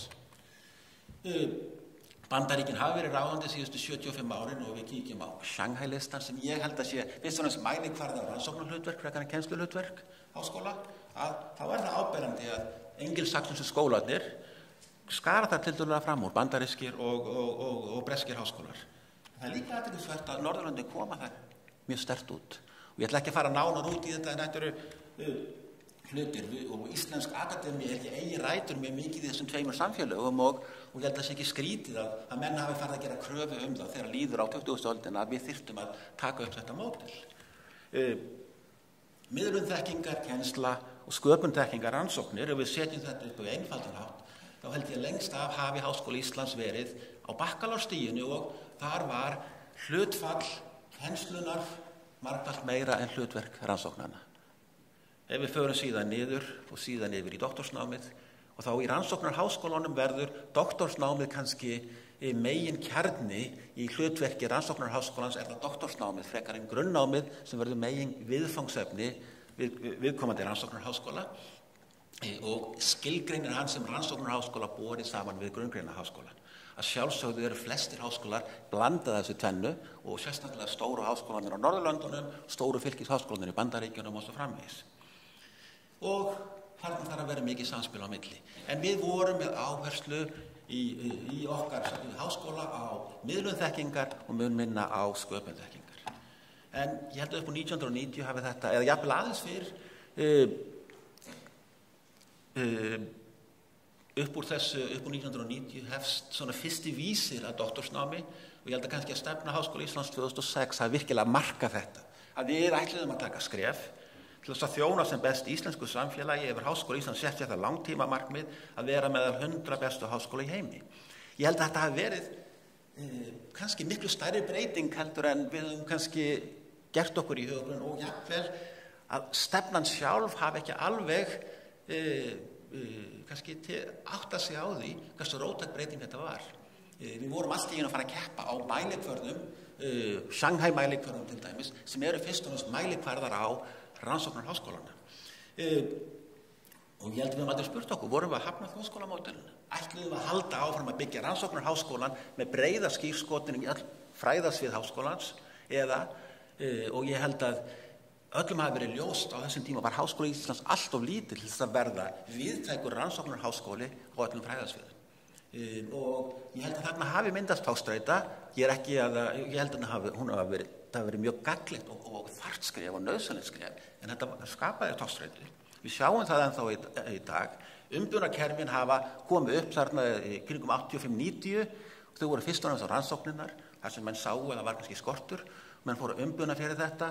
Í vaxandi mæli fórum við að mæla Háskóla Íslands sem rannsóknarháskóla með stefnunni 2006, mjög jákvætt skref, en þetta skapaði togstreitu inn í skóla sem hafði ekki þessa hefð. Doktorsnámið gífurlegur vöxtur. 1999 voru 36 innritaði nemendur, 2006 voru þeir 190, 2017 voru þeir 746. Þetta er lang hraðasti vöxturinn innan skólans og námstigum þarna á doktorsnámstigum. Við stundum doktorsnámið allar deildir skólans, fjármögnun og óviss. Þetta er mjög alþjóðlegra önnur námstig. Það er þriðjungur nema í doktorsnámið með erlend ríkisfang. Við erum þarna að taka upp hið alþjóðlega módel og ég held að þetta hafi skapað ákveðna togstreitu og það er óhjákvæmilegt. Þjóðskóli eða rannsóknarháskóli, umbunum við fyrir kennslu eða rannsóknir, hvoru tveggja. Hvernig ætlum við að samrýma þessi tvö ólíku hlutverk eða að vissuleyti ólíku hlutverk? Erum við að stefna að uppbyggingu á öllum fræðasviðum? Ég held að það sé bjartsýni og við munum ekki, Háskóli Íslands muni ekki geta starfað sem víðtækur rannsóknarháskóli með sama hætti og stóru háskólarnir á Norðurlöndunum eða stóru fylkisháskólarnir í Bandaríkjunum. Ég held að háskólarnir séu lítil til þess. Við erum ekki lítil til að vera rannsóknarháskóli, en ég held að við séum lítil til þess að verða víðtækur rannsóknarháskóli. Ég held að við þurfum að taka þessu umræðum að hvernig ætlum við að taka þessum átökum fyrir stefnan í uppbyggingu doktorsnámsins. Erum við að stefna að uppbyggingu öllum fræðasviðum, eins og ég sagði? Viljum við verða sjálfbæri menntun íslenskra doktorsnema? Þetta er mjög mikilvæg umræða. Ætlum við að gera kröfu það þegar við ráðum kennara við Háskóla Íslands, ætlum við að gera kröfu það að þeir hafi reynslu frá öðrum háskólum. Þetta er mjög víða gert. Innræktun held ég að sé verulega hættuleg ef við hugsum ekki út í þessa hluti. Ég held að doktorsnámið eigi í eðli sínu að vera alþjóðlegt. Ég held að það eigi að byggja á alþjóðlegum forsendum og skráningin eða recruitment inn í þessi prógram eigi að byggjast á alþjóðlegum forsendum. Það eigi að vera augljóst alþjóðlega. Að sjálfsögðu munu íslenski nemar vera þar áfram verulegu hluti, en ég held að þetta eigi að vera byggt á alþjóðlegum forsendum. Ég held við að setja okkur einfalda hluti eins og að doktorsnám þurfi að innihalda svo marga doktorsnema og hann hafi fræðilegt samhengi þannig að doktorsnemandi séu nógu margir að þeir myndi fræðasamfélag. Og ég held að þetta sé gallin í því sem hefur kannski verið í okkar svona kaotísku uppbygging og doktorsnámanu við höfum ekki hugað nógu vel að þessu. Hvernig fjármögnum við þetta námstig? Viljum við vaxa sem breiðfylking allra fræðasviða á öllum fræðasviðum eða viljum við beina sjónum af þeim fræðasviðum sem getum skorað fram úr alþjóðlega? Þetta eru spurningar sem við þurfum að leggja fyrir okkur. Við þurfum að huga að akademískri innræktun. Hvernig skipuleggjum við námið á doktorstigi? Ég held við ekki að gera það á forsendum deildana. Við eigum að gera það held ég á forsendum aðferðafræðilegra nálgunar og hún getur oft á tíðum og í mörgum tilfellum tegina sem á milli deilda. Ég held við þurfum að brjóta okkur svolítið út úr deildamúrunum þegar við kemur að uppbyggingu doktorsnámsins og sviðsmúrunum. Þetta þarf að vera byggt á rannsóknar aðferðafræðilegri nálgun frekar en fagþekkingu viðkomandi háskóladeilda. Hvernig tryggjum við gæði námsins? Hvernig tryggjum við alþjóðlega strauma í akademísku samfélagi okkar? Og hvernig viðhöldum við sátt á milli þessara tveggja grunnþátta háskólastigsins rannsókna og kennslu? Þjóðskólinn hefur að mörgu leyti þjónað menntunarhlutverki sínu vel. Háskóli Íslands er þó í dag mun flóknari stofnun en sú sem ríkjandi var stærsta síðustu aldar og við þurfum að finna betra jafnvægi á milli ólíkra hlutverka skólans. Takk fyrir.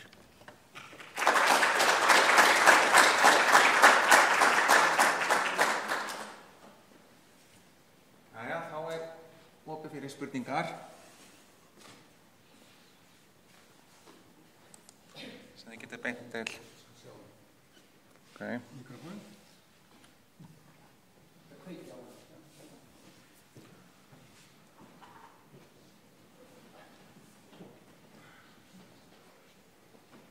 Ja, takk fyrir þetta innlegg og svo byrjuð sætti til fyrri frumvarp.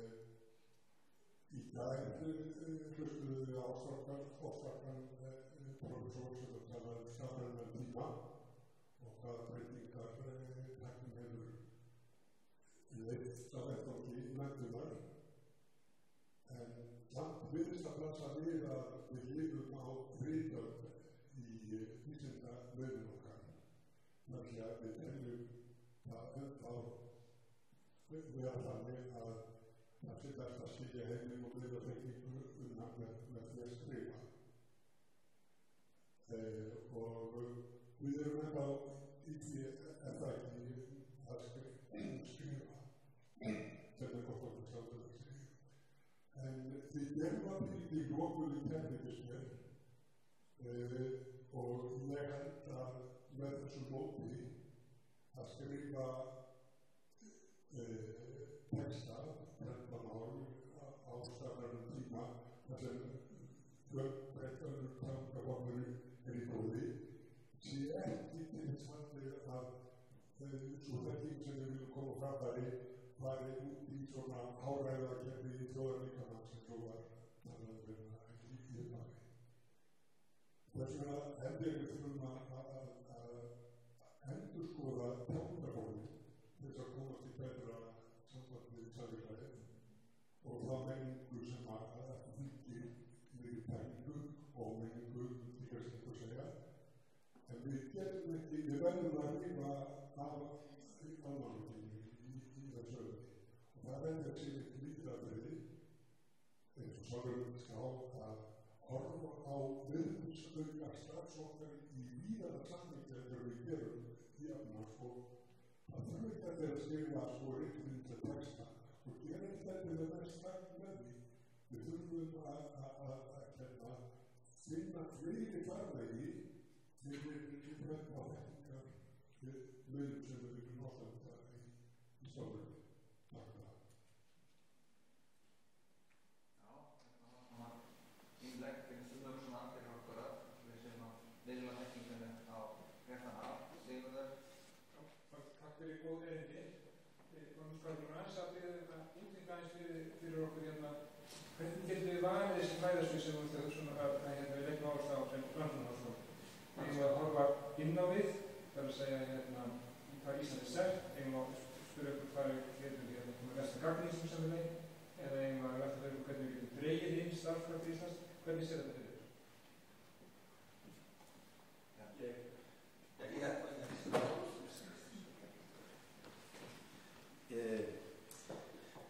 það er svolítið hættulegt að við þurfum ákveða fyrir hann þessu fræðasviðið.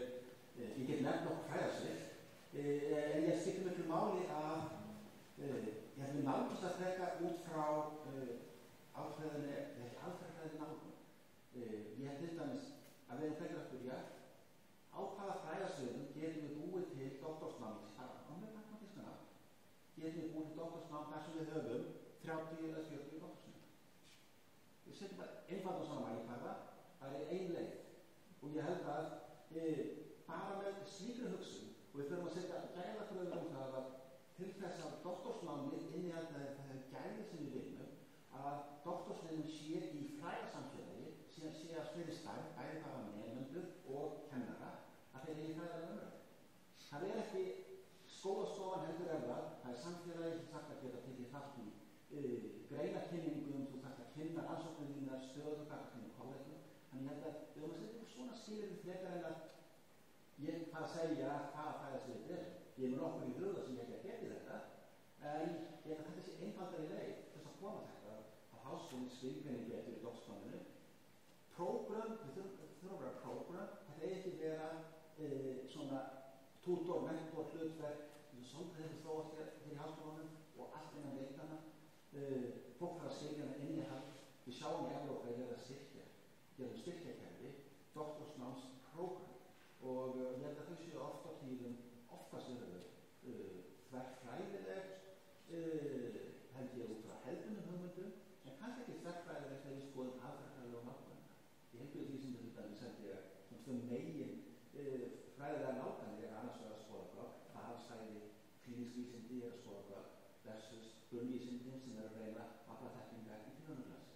Það er sem dæmi og þegar við erum komin í tilraunarklassi þá er það ekki læknadeildin per se sem gerir þetta. Við getum mjög samvinnu við samvindarlíffræðina, læknanáttúruvísindasviði, íþarðara greinar þar sem við höfum gróðst úr þessum orðum. Fleiri spurningar sem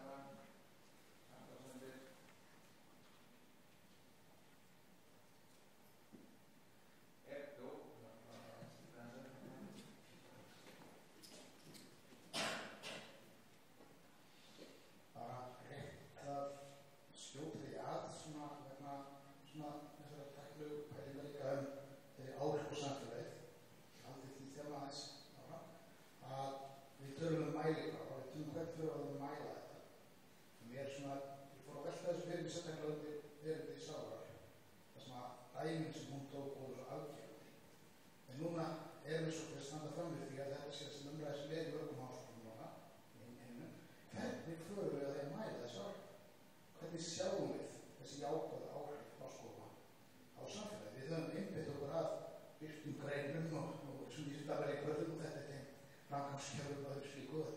Við erum að reyna okkur á verulega alvarlega vandamál og veggi í þessu. Þannig að ef einhverja frumvarðunum hefur alveg briljant hugmynd hvernig þetta mæta, og einn ástæðan fyrir nefnum þetta, það er nefnd á vegum Gæðaráðs Háskólanna núna sem er einmitt að ræða akkurat þetta. Hvernig förum allir mæla áhrif rannsóknar og sérstaklega á samfélagið. Og ég held að það er mjög fyrir þess að nefnda frá ráðgjöfið frá háskólasamfélagið. Einhver sem vil svara þessu? Ég er bara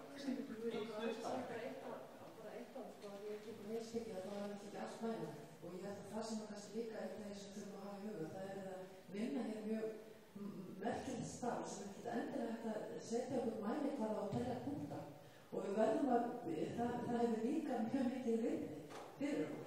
Þannig að bara svona aðeins að halda þetta haga að það er ekki hægt að mæla þetta og það er ekki hægt að mæla mikilvægi þess að hér sé opinn háskóli sem fólk gengur inn í og sækir fyrirlestra og málþing og hvað það skiptir gríðarlega miklu máli sem dæmis tekið.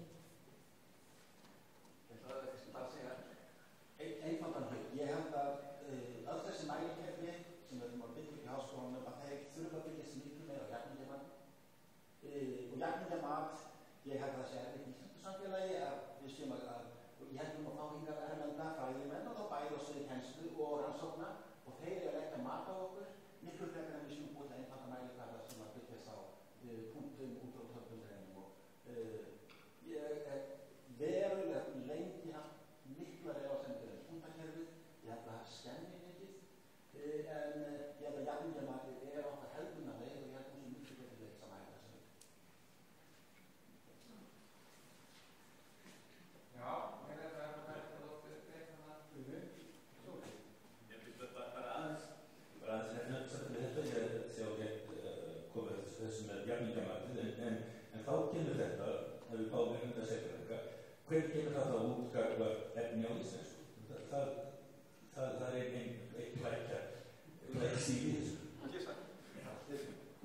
Ég veit ekki betur einhvern að þið hafið haft ráðstefnu hér fyrir Sigurviku síðan til að ræða okkar frábæra rannsóknarverkefni og fenguð erlenda sérfræðingar til að koma inn og ég held að sé frábært dæmi það hvernig erlendir jafningjar koma og met okkur og ég held að sé engri fræðigrein erlendur fræðimaður ekki komið inn og metið í öllum hæðinum. Ég er nokkuð vissum það.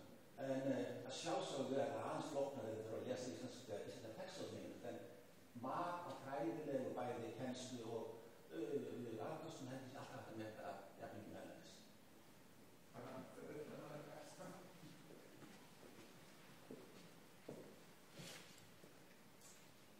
Já, og takk fyrir mörg áhugaverð og hugveikandi erindi. Ég er kannski ekki með beina spurningum en bara langaði aðeins þess að bregðast við kannski vegna þess að umræða þjóðskóla og alþjóðlega skóla og þá meðan þess að ég er sjálf menntuð í fræðigrein sem að þegar ég fór í háskóla var ekki stunduð við Háskóla Íslands og tókum svolítið tíma að ákveða hvert ég ætti að fara og hvað var sem ég vildi læra og ég endaði þess í Frakklandi og lærði það listir og fagfræði og doktor í list og fagfræði.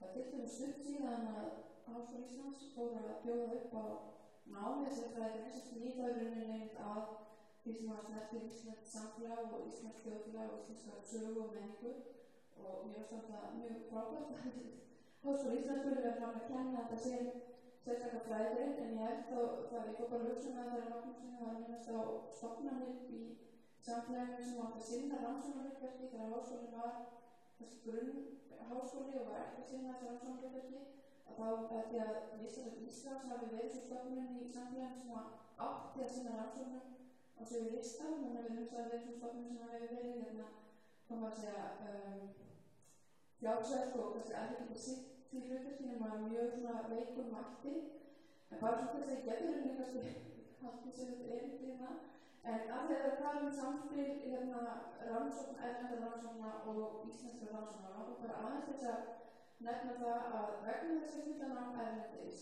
allt nám þannig að læri ég ekki til íslenska myndlist ég var að setja fyrir myndlist og læri ekki til íslenska myndlist bara kynntist henni gegnum annars svona skrif og svo í blaðamennsku og umfjöllunar listir í íslenskum blöðum og viðtölum og annað slíkt.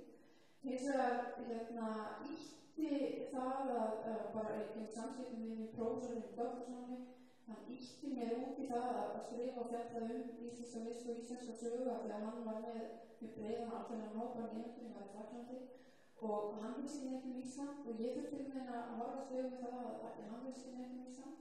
En stundum þá leiddi þetta til þess að ég var lendi í íslensku haldinu listaverk Íslands sína fyrstu norrænu ráðstefnu fyrir 3 árum saman við Háskóla Íslands og þá kom inn á óperufræðimönnum og það var þýsk kona sem kom inn á og var að vinna rannsóknir á áhrifum expressionisma og listir í Evrópu og ég dætti inn í þetta rannsóknarverkefni í gegnum svona eitt kafla inn í ritgerð og það var bara mjög hug og opnunar veikandi fyrir mig sem í því samhengi sem ég hafði sjálf verið að átta mig á því að ákveðna hlutir sem að kannski hefði verið fjallað íslenskri listasögu, hann fannst það mjög íslenskir og snert aðeins íslenskt samfélag, áttu sér rauninni mjög breiða skírskotun og rauninni hvað maður að segja. Það var alls svona snerti fleti við það sem var að gerast annars á sama tíma og við tímaböndum sem var verið að stúdera sem breyttu sín minni af það sem ég hafði verið að skoða á Íslandi. Þannig ég var það að vera mjög svona áhuga, kveikjandi og veikjandi og þannig að sem þjóðlegt og alþjóðlegt en í senn verður skipti mjög mann. Takk fyrir.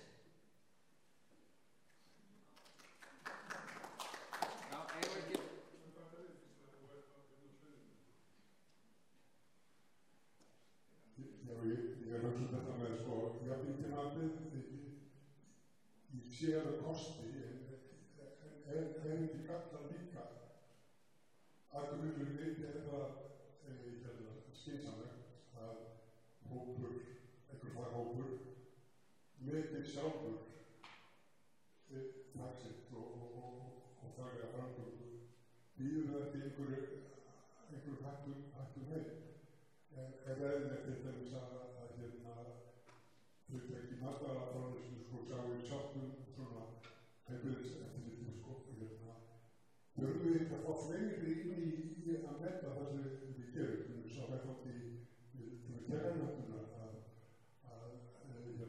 við kennarnir séum ekki að tala saman starfsfólk að við fáum nefnduna líka til þess að taka fram þeirri umræðu og læknar fáum sjúklingarna líka til þess að leggja gott á þessu tengja.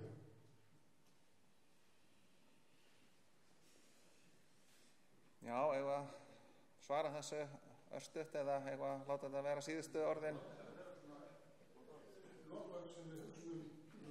Já, þannig að við ljúkum þessari málstofu hér. Það er í raun og veru matur í boði, ekki í boði, en það er hægt að kaupa mat hérna í Hámu eða í stúdentakellaranum og við byrjum svo aftur þá klukkan 1 með málstofu 3. Takk fyrir.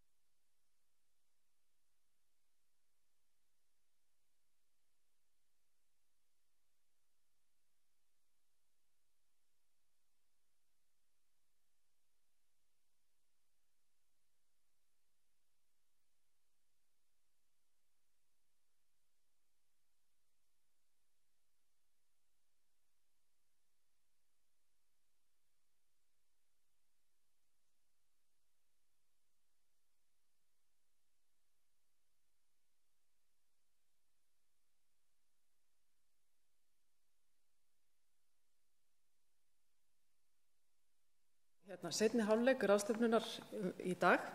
Þetta þriðja málstofan sem núna hefjast og ég heiti Kolbrún Pálsdóttir og sviðsforseti og dósent við Menntavísindasvið Háskóla Íslands og mun halda utan um þessa þriðju málstofu, fyrstu málstofu eftir hádegi.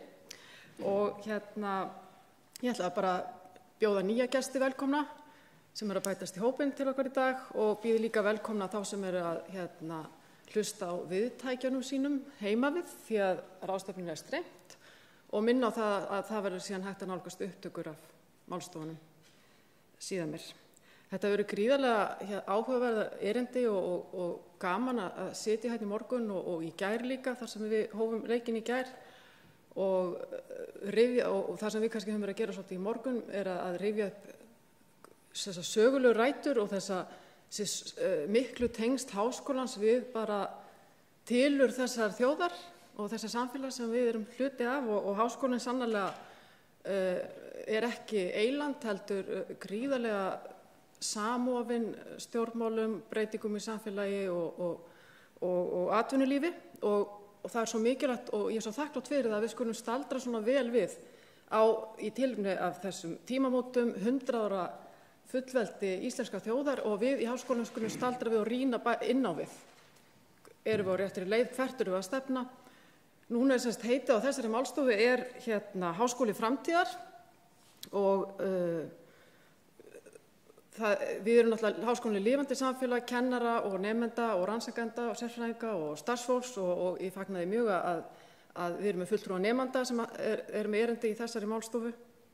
Eitt sem ég verð að fá að koma inn á af því það er mikið búið að tala um samfélagslegt hlutverk háskóla og forsætisráðherra minntist líka í því í ræðu sinni í gær á mikilvægi þess að háskólar tækju þátt í því að við værum sífellt að rýna eða hver við erum, myndi á mikilvægi þess að við værum að skoða bara hvað það að vera maður, mikilvægi mennskunar sem náttúrulega þetta stóra spurning en það skiptir þá líka við þurfum náttúrulega að smætta þetta aðeins niður og við þurfum að velta fyrir ykkur hvað það að vera háskólakennari eða hvað það að vera rannsakandi í háskóla og hvað það að vera nemandi í háskóla. Þetta náttúrulega hefur breyst gríðarlega, við þurfum ekki að fara mörg ára aftur í tíman til átt okkur á því að umhverfi og starfsumhverfi og bara hlutverk háskóla hefur gjörbreyst.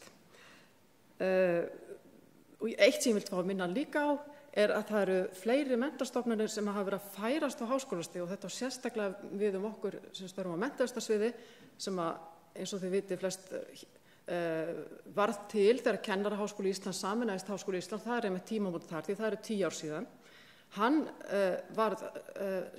varð til á grunni fagskóla sem áður voru framhaldsskólastigi og urðu þar með færðir á háskólastig. Það íþróttakennaraskóli, þroskaþjálfarskóli Íslands og fóstruskóli Íslands, sameinuðust Kennaraháskólann. En þetta svo mikilvægt að við huga og ég varð að fá að koma að þó ég sé ekki með erindi í þessari málstofu að háskólinn alltaf að breytast og það sem 3 erindi, ég ætlaði bara að fá að kynna frummælendur núna og biðja þá síðan bara að koma hér fenn á fætur öðrum og svo verður vonandi smá tími í umræður á eftir. Fyrstu tekur til máls Hilmar B. Janusson, hann forstjóri Genís og formaður stjórnar Vísindagarða og ætlar að flytja erindi sem heitir það skiptir engu máli hvaða starfa þú lærir, þú verður farin að gera eitthvað allt annað eftir 10 ár. Síðan ætlar Margrét Sigrún Sigurðardóttir, lektor við viðskiptafræðideild að halda erindi nám og ný tækni, hver framtíð í upptökum fyrirlestra og að síðustu þá það Elísabet Brynjarsdóttir, forseti stúdentarráðs, stúdentar móta framtíð háskólans. Þannig að ég bara hlakka mjög til að hlusta á frummælendur tala og býð þig Hilmar að hefja leikinn.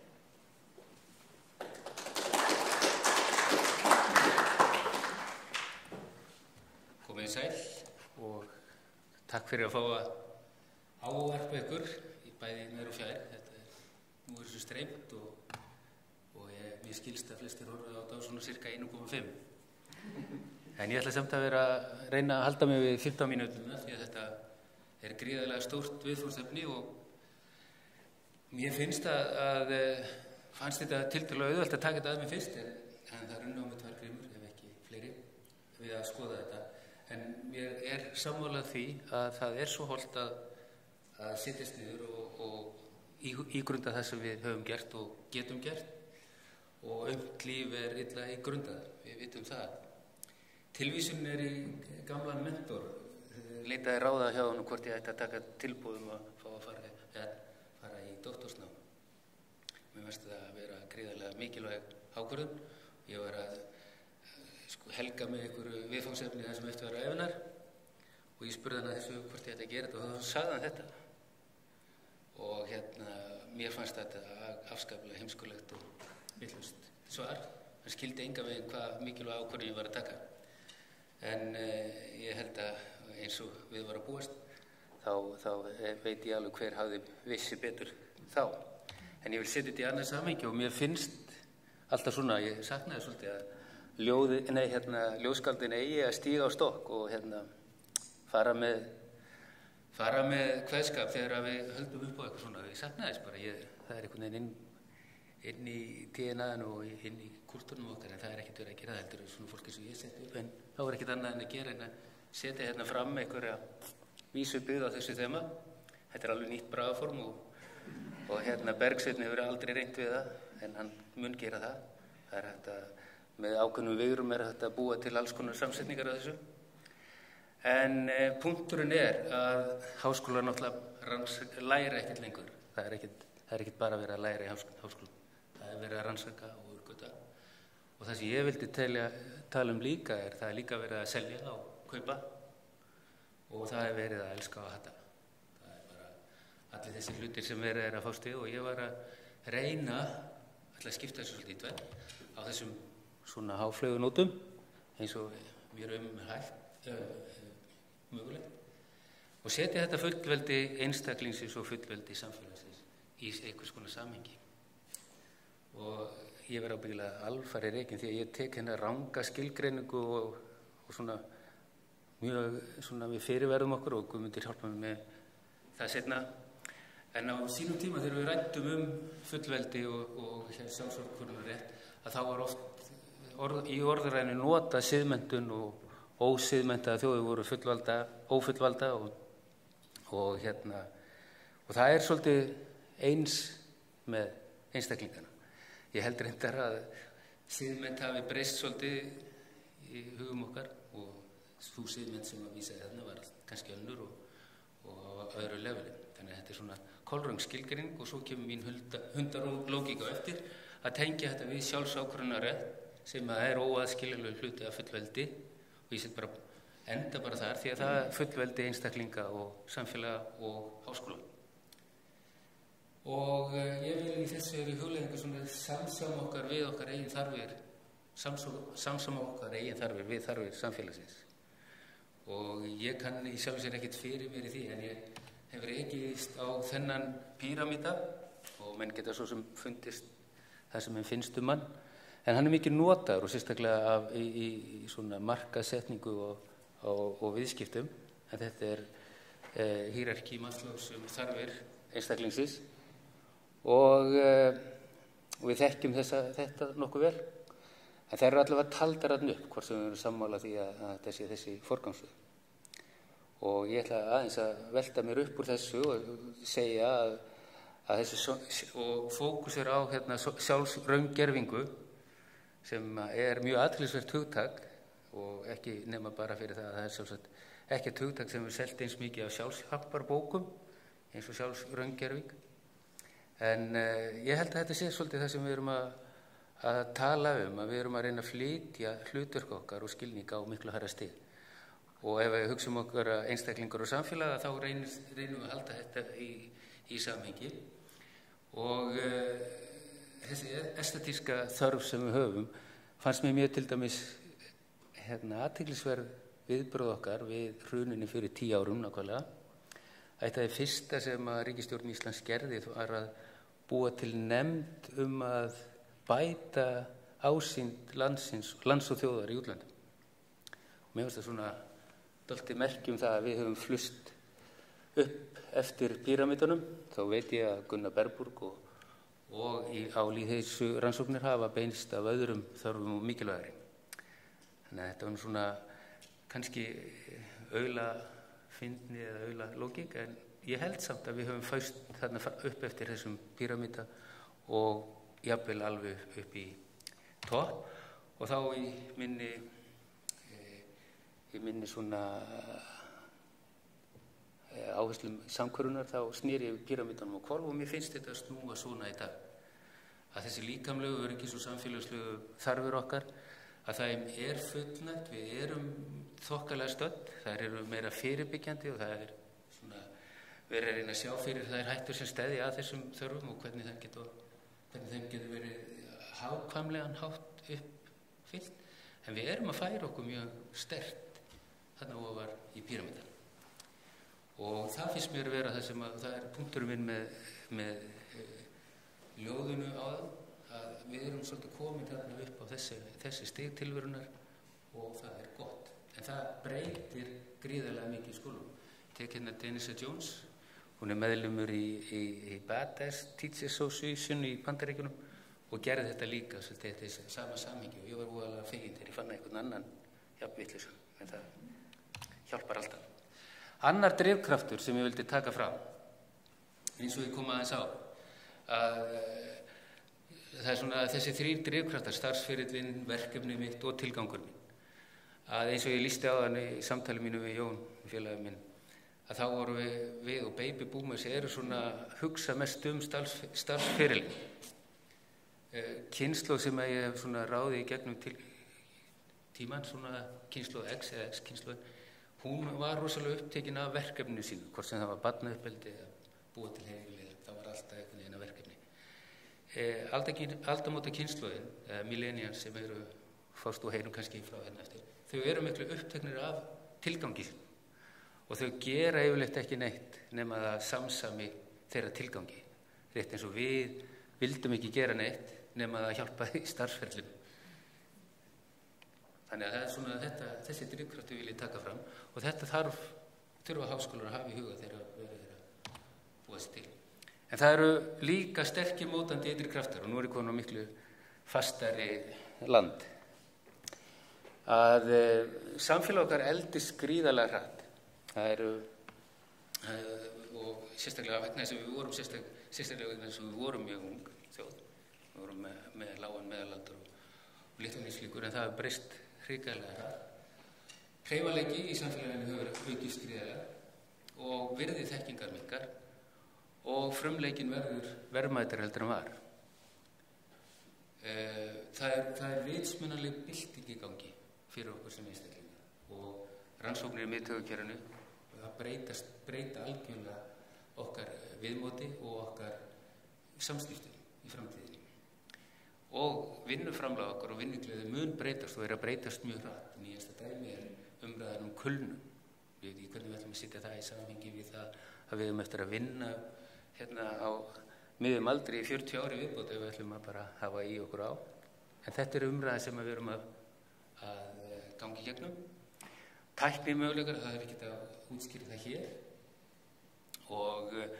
og störf úrreldast hraðar. Viðskiptin og viðskiptaumhverfi breytist hraðar heldur en nokkru sinni fyrir líka.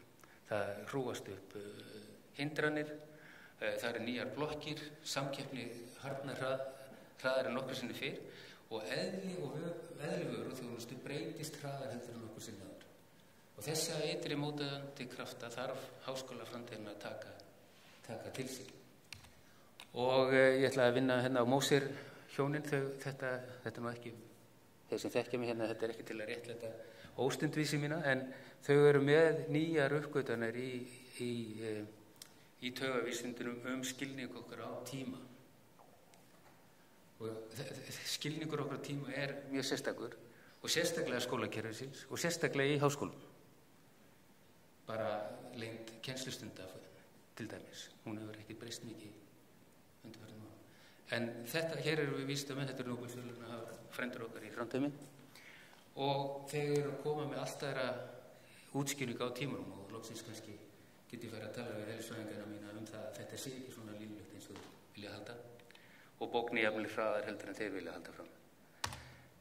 Önnur hérna sem er uppáhaldi hjá mér þetta er MRI greining á sebrafiskum og eins í hérna af heilabúi fólks sem var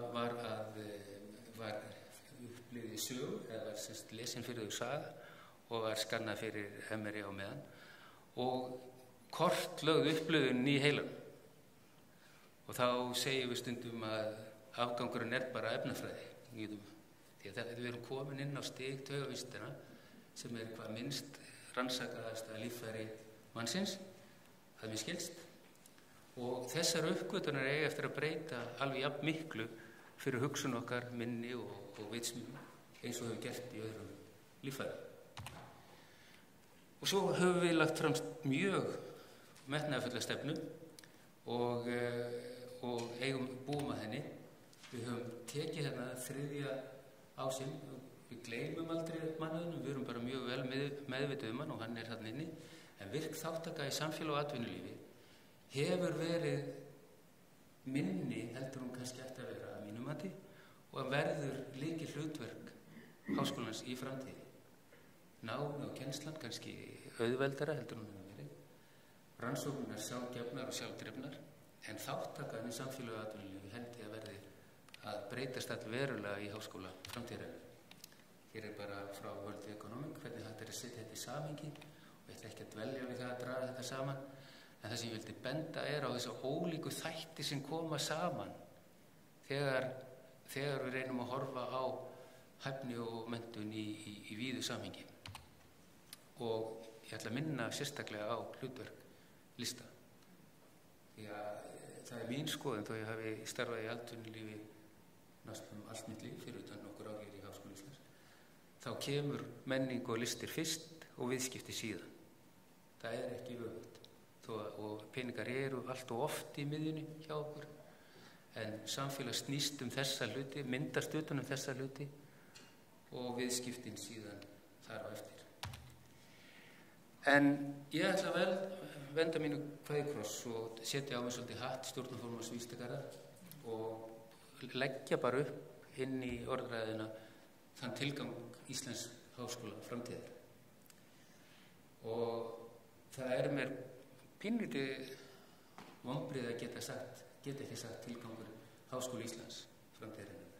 Vegna þess að við erum að reyna að gera þetta á allt og víða og með allt og mörgum vanbúnum hætti og þurfum að samhæfa kraft okkar. Þess vegna vil ég draga aðeins athyglinna að titlinum. En tilgangur Háskóla Íslands verður meira og meira að skaffa og gegna þessu lykilhlutverki í alþjóðlegri samkeppnishæfni. Hann þarf að þjóna öllum aldurstigum meira og oftar. Við verðum að fara í það sem ég var að tala hér áðan, að taka inn menntun á öllum skólastigum. Við gerum það ágætlega, en við þurfum að gera miklu meira. Það þarf að vera miklu virkari hluti af þátttöku erlendra ríkisborga. Ég ætla að biðja ykkur að sjá fyrir ykkur Háskóla Íslands þar sem einungis 10% nemenda eru Íslendingar. Og akkur ekki. Það þarf að hlúa miklu meira af frumleika og tengingu við öll formsköpunar. Við látum draga okkur allt og rætt yfir í einhverja færni sem eigum bara að geta endurtekið, en við þurfum að hlúa miklu meira af þeim frumleika og tengingu sem miklu mikilvægari eiginleiki í samkeppninni. Háskólar hafa úthlutað í samfélaginu langtíma sín. Það eru mjög fáar stofnanir sem hafa lengri sín en fyrirtækin horfa mjög stutt. Við getum stundu sagt að stjórnmálamenn horfi bara á kjörtímabilið, sumir bara fjárhagsárið. En það ein stofnun fyrir utan þá sem að snýra eiliðinni, að þá erum við með háskólar með það einu skyldu að horfa til lengri tíma. Og meðal annars líka að skerpa á siðlegum viðmiðum og við sjáum og vitum hvað hefur verið að gerast þar. Og það stendur upp á háskóla að stíga upp og taka það hlutverk mun alvarlega heldur en verið hefur. Fyrir einstaklingarna þá þarf háskólinn að ljá tilgangi þeirra, eins og ég var að tala um það. Hann þarf að ljá tilgangi einstaklingina, efni og krafta til að raungera möguleika þeirra. Við erum komið þangað í píramídunum við einstaklingar og háskólinn þarf að hitta einstaklingarna þar. Hann þarf ofti sem áður að tryggja betri kjör. Það ekki þannig í dag. Það ekki þannig að það getur verið vegna þess að, eins og ég sagði áðan, að menntunin og þekkingin sé minna virði heldur en hún var. Og við þurfum að skaffa þá þekkingu sem þá verðmæri til að kjöra fólks barni. Það þarf að þjálfa aðferði við þekkingaröflun sem endast alla ævi. Þetta er runnin út sá tími að fólk útskrifast hér og hætt að læra. Fólk útskrifast hérna og þá að byrja að læra. Við getum orðað náttúrulega því þannig. Og við þurfum að hlúa þeim og þjálfa siðmynda og sjálfsögurugt sjálf, aftur af þessum efsta þætti píramídans. Fyrir atvinnulífið að þá þarf að tryggja samfélagsgerð sem laðar að sér mannafl og fjármagn. Það er það sem háskólar eru að gera fyrir atvinnulífið. Aftur þessum frumleika og sköpun, og við þurfum að einhenda okkur í að rannsaka, kenna og þjálfa hæfni tilhönnunar og framleiðslu á nýjum verðmætum. Þetta er ekki tæknimál eða heilbrigðisvísindi eða hugvísindi, þetta er viðfangsefni alls skólans. Og með þessu þá vil ég segja, og leiði þakkar fyrir mig, að þetta er viðfangsefni vísindagarða Háskóla Íslands. Að þar er þessi eilífa endurhæfing, eilífa nám og þessi frumleika þjálfun og hönnun og tengslið atvinnulífi möguleg. Ég vona þetta hafi hjálpað. Mér tókst ekki engan veginn að svara öllum því spurningum sem fyrir voru lagt. En ég vil löngu dauður á því að sannast hvort að ég hafi staðist prófið. En takk kærlega fyrir mig.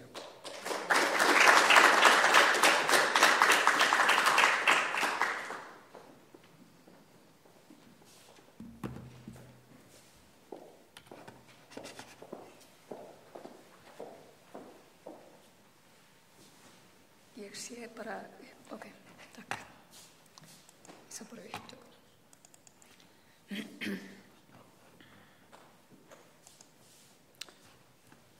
Já, ég beðst afsökunar á því ég ekki mjög raddsterk í dag, ég vonið heyri samt aðeins í mér. Já, ég ætlaði að færa umræðuna aðeins frá því sem verið hefur. Við höfum verið að ræða háskóla í mjög breiðu samhengi og mér langar til þess að færa okkur aðeins niður í afmarkaðra efni og ætla að fjalla nám og nýja tækni, þar að segja hvaða möguleika við höfum með nýri tækni. Og þó svo að umræðan hafi dálítið verið á kennslu og rannsóknir og starf okkar sem háskólakennara klárlega skilgreint í rannsóknarskyldu og kennsluskyldu, að þá langar mig til þess að færa orðræðuna aðeins yfir á nám, því að þrátt fyrir þessa starfskyldur okkar þá endalegt markmið háskólans ekki kennsla, heldur það hlýtur alltaf að vera nám. Þannig að það útgangspunkturinn. Ég eftir sem áður formaður kennslunefndar, þannig að við erum ekki komin mjög langt í því innan kerfisins í háskólanum að beina sjónum okkar á nám. Við erum ennþá dálítið í sjálfhverfi í okkar eigin hlutverki sem kennarar. En sem sagt, við allavega sem höfum kennt hérna við háskólan höfum heyrt þessa kröfu frá stúdentum upptökur á fyrirlestrum. Og svo umræða hefur orðið dálítið svona tvískipt, þar sem akademíski starfsmennir á móti upptökum og nemendur vilja gjarnan upptökur. Þannig að ég ætla aðeins að velta því upp svona út frá spurningin það hvað séu gæði í námi, hvernig við nýtum nýja tækni. Og það hefur komið fram að sérstaklega í erindi Beverly Oliver í gær og svo í máli Hilmars núna áðan, að við lifum á tíma mikilla tæknibreytinga og að samfélagið að breytast og við getum ekki alveg haldið okkur við sömu kennsluhætti eða sömu hætti og við höfum gert. Til gamans þá getur kannski mér finnst ekki rosalega langt síðan ég byrjaði í BA-námi í heimspeki árið 1992, en það var fyrir tíma netsins og tölvupóst og þegar samnemar mínir höfðu fyrsta orði við mig, hvað ætlaði að vera 94 að ég geti sótt netfang, að þá verði að viðurkenna að ég sá ekki mikil tilgang í því að ná mér í netfang. Rökin fyrir því að ég ætti að ná mér í netfang verið svo að þá getur þið sendt mér brandara og það fannst mér ekki góð rök ef að þeir hefðu einhverja brandara að segja, þá getur bara sagt mér það í tíma. Þannig að ég var mjög skeptísk á þá tækni svona til að byrja með, hef klárlega skipt skoðun og sé ekki alveg fyrir mér hvernig ég hefði til dæmis klárað mitt doktorsnám án tölvupósts þegar ég var sjaldan í sama landi og leiðbændur mínir á sama tíma. Þannig að ég reyndist hafa rangt fyrir mér í þessum fyrstu viðbröðum við tölvupóstinn og þessi nýja tækni stuðlaði klárlega að bættri aðstöðu til náms. Og ég tala ekki netbyltinguna sem gerir það verkum að við getum haft aðgang að mikilli þekkingu án þess að þurfa að leggja mikinn kostnað í stórar bókasafnsbyggingar. En hvernig snýr þetta að því sem að við stöndum frammi fyrir kennslulega séð? Ég talaði að það skipti máli að við horfum á það hver væru gæði í námi og á félagsvísindasviði í fyrra þá lögðust við aðeins í smá vinnu í því að reyna að greina hvað nemendur og kennarar á sviðinu teltu vera gæði í námi og við gerðum það bæði eiginlega og meginlega og við byrjuðum á því að leggja meginlega könnun sem var hönnuð í Bergen og byggir á áherslum í kennslufræði og spurðum bæði nemendur og kennara hversu vel þeir teltu að nemendur lærði þessi atriði og þessi atriði sem eru þarna á listanum eru nú svona atriði sem við höfum heyrt nokkuð oft bæði í gær og í dag, gagnrýnin hugsun, lestur og gerð texta, menntamálaráðherra hafði sérstaklega orði að við þurftum að vera læs þjóð til að geta tekist á við þær tæknibreytingar sem eru framöndan og gagnrýnin hugsun hefur verið nefnd oftar en einu sinni. Nú, ef við horfum aðeins á myndina þá er best að greina það að nemendur eru hérna grænir og kennarar bláir og þegar kemur að því að leggja mat á það hversu vel eða gæði í því hversu vel nemendur læra samstarfi aðra nemendur þá nú ekkert rosalega mikill munur á viðhorfi kennara og nemenda. Hins vegar þegar kemur að því að fjalla lestur og gerð texta og gagnrýna hugsun þá er bilið meira heldur en við myndum vilja sjá. Það er eitthvað ekki að skila sér þegar við setjum sem kennarar einhverju svona viðmið það hvað sé gæði í lestri og gerð texta eða í gagnrýni hugsun. Nemendur og kennarar virðast ekki vera sammála það. Er það bara vegna þess að nemendur eru alltaf svona heldur betri með sig heldur en við teljum þá vera? Ég held að það sé ákveðin vísbending í þessari myndum að svo sé ekki. Því að ólíkt því sem virðist vera þá spurðum við bæði nemendur og kennara hversu vel þeir teltu sig læra meginlagahæfni eða getuna til að vinna með og túlka tölur. Því að þar eru nemendur og kennarar bara sammála. Þar er niðurstaðan mjög mælanleg. Hún er ekki eins og við ræddum hérna fyrir hátíð að það er ekki hægt að mæla allt og hugsanlega það framlag sem háskólinn leggur til samfélagsins með gagnrýni hugsun, hann er hugsanlega ekki mælanlegur. En ég held samt að við gætum með því að leggja á það áherslu fært þessi tvo strik nær hvort öðru. Það er að segja ef að við næðum að gera nemendum betri grein fyrir því hvað felst í gagnrýni hugsun og hvað er velgerður texti. Þannig að það er einhver misbrestur okkur, ekki almennilega að takast það sem við ætlum okkur.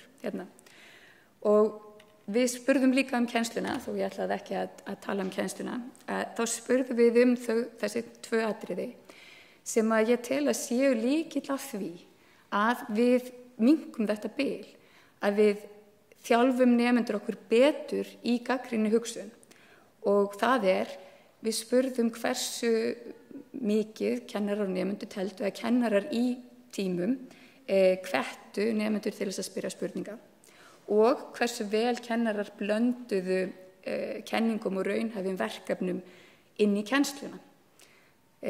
Og þá kemur í ljós að þar eru kennarar töluvert betri með sig heldur en nemendum finnst þeir standa sig. Þannig að við erum klárlega ekki að gera það sem að við ættum að vera að gera í gæðum í kennslu og það er náttúrulega, þau getur örugglega sagt, þetta er bara svona félagsvísindasvið, þetta er miklu betra lagi í öðrum sviðum, en ég held að það sé kannski aðeins og mikið einföldun allavega miðað við það sem að Beverly Oliver sagði í gær. Þegar við svo fylgdum þessari könnun eftir með vorþingi félagsvísindasviðs og ræddum málin í umræðuhópum, við ræddum hvað eru gæði í námsmati, hvað eru gæði í námsumhverfi og sem framvegis, að þá kom í ljós að bæði kennarar og nemendur voru sammála það að þessi kennsla, þessi miðlunarkennsla, það sem að það stendur einhver og með fyrirlestur, að hún væri ekki það sem við vildum. Að við vildum samtal og að það væri eitthvað að gerast í tímunum. Og svo þegar við heldum svo rýnihóp í framhaldinu með nemendum og kennurum, og þá var þetta eiginlega niðurstaðan. Að nemendur segja, maður þarf að sjá einhvern hag af því að mæta í tíma. Og við sjáum það bara á mætingatölunum að þau upplifa ekkit mikinn hag af því að mæta í tíma. Ég heyrði sögur, ég ekki með bein kvót af því að nemendur hafi reynlega bara hætt að mæta vegna þess að, þegar kennarar hvöttu til spurninga þá hafi það verið dálítið svona, oft á tíðum dálítið niðurlægjandi. Ef að nemandi kom ekki með það svar sem að kennarinn vildi að hann kæmi með að þá var nemandinn svona eiginlega hálf niðurlægður og það eiginlega kom í veg fyrir það að nemendur bara gætu hugsað sér að mæta aftur í þann tíma. Og þá bara sleppa þau því að mæta og lesa bókina eða glærurnar og gera eitthvað annað. En það er ekki það sem að þau vilja. Nemendur vilja mæta í tíma til þess að nýta sérfræði þekkingu kennarans. Eins og þessi nemandi segir, af því að ég meina, annars gætur alltaf eins bara keypt bókina, lesið heima hjá þér og búið. En ég meina, þú ert í háskólanámi, ekki bara til þess að lesa bókina, heldur til þess að lesa bókina og nota síðan kennaran til viðbótar.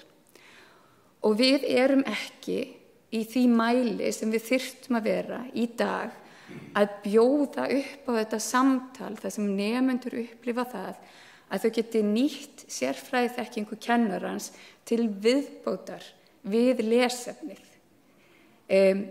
Þannig að þau vilja endurgjöfina, raunhæfi verkefnin sem að eru það sem við höfum, þau tæki sem við höfum til þess að þjálfa gagnrýna hugsun.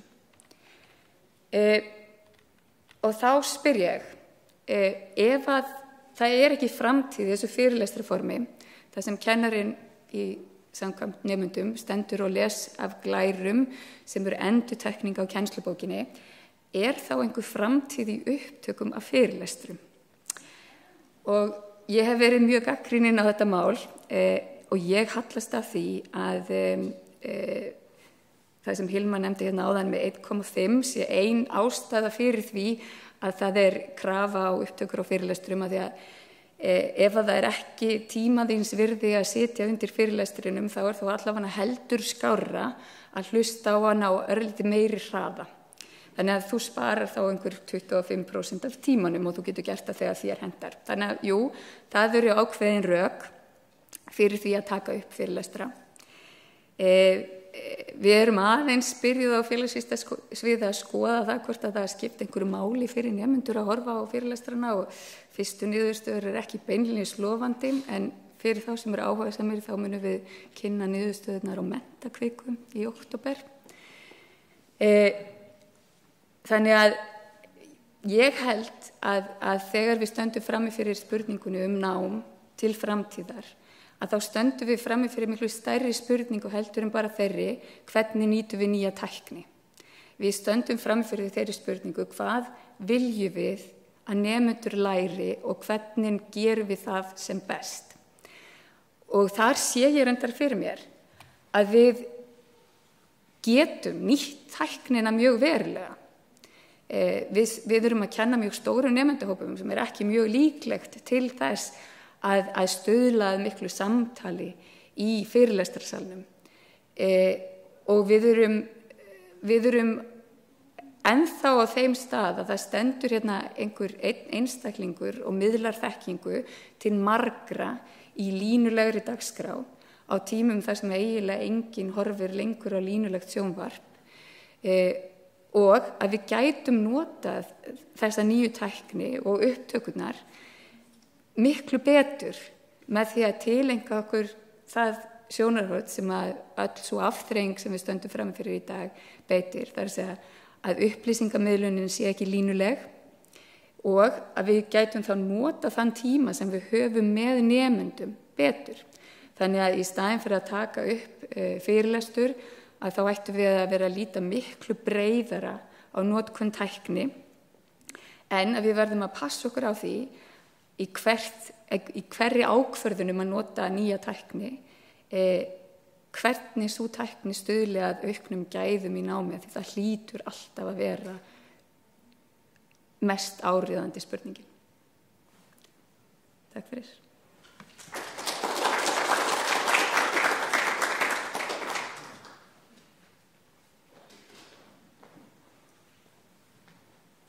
Sæl. Elspeth heiti ég forseti stúdendaráðs og hér kem ég sem hólgerfingur allra stúdenta nýkomin á Októberfest og að skila verkefni til ykkar og svo leiðina aftur á Októberfest. Þetta var ótrúlega gaman að fá að vera beðin að vera með erindi og ég tek hlutverki mínu sem forseta stúdendaráðs mjög alvarlega og ég tala er í umboði fyrir nemendur háskólans og þess vegna nýtti ég síðustu vikur í að setjast aðeins niður með nemendum og spurja hvernig þið sjáu fyrir sér háskóla framtíðarinnar.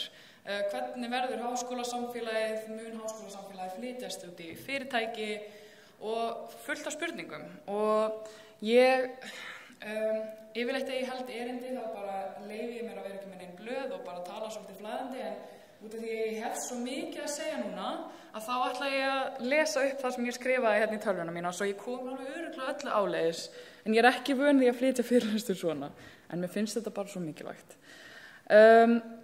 Ég heiti Elspeth og ég hjúkrunarfræðingur, en ég starfa núna sem forseti stúdendaráðs og það vinnan mín.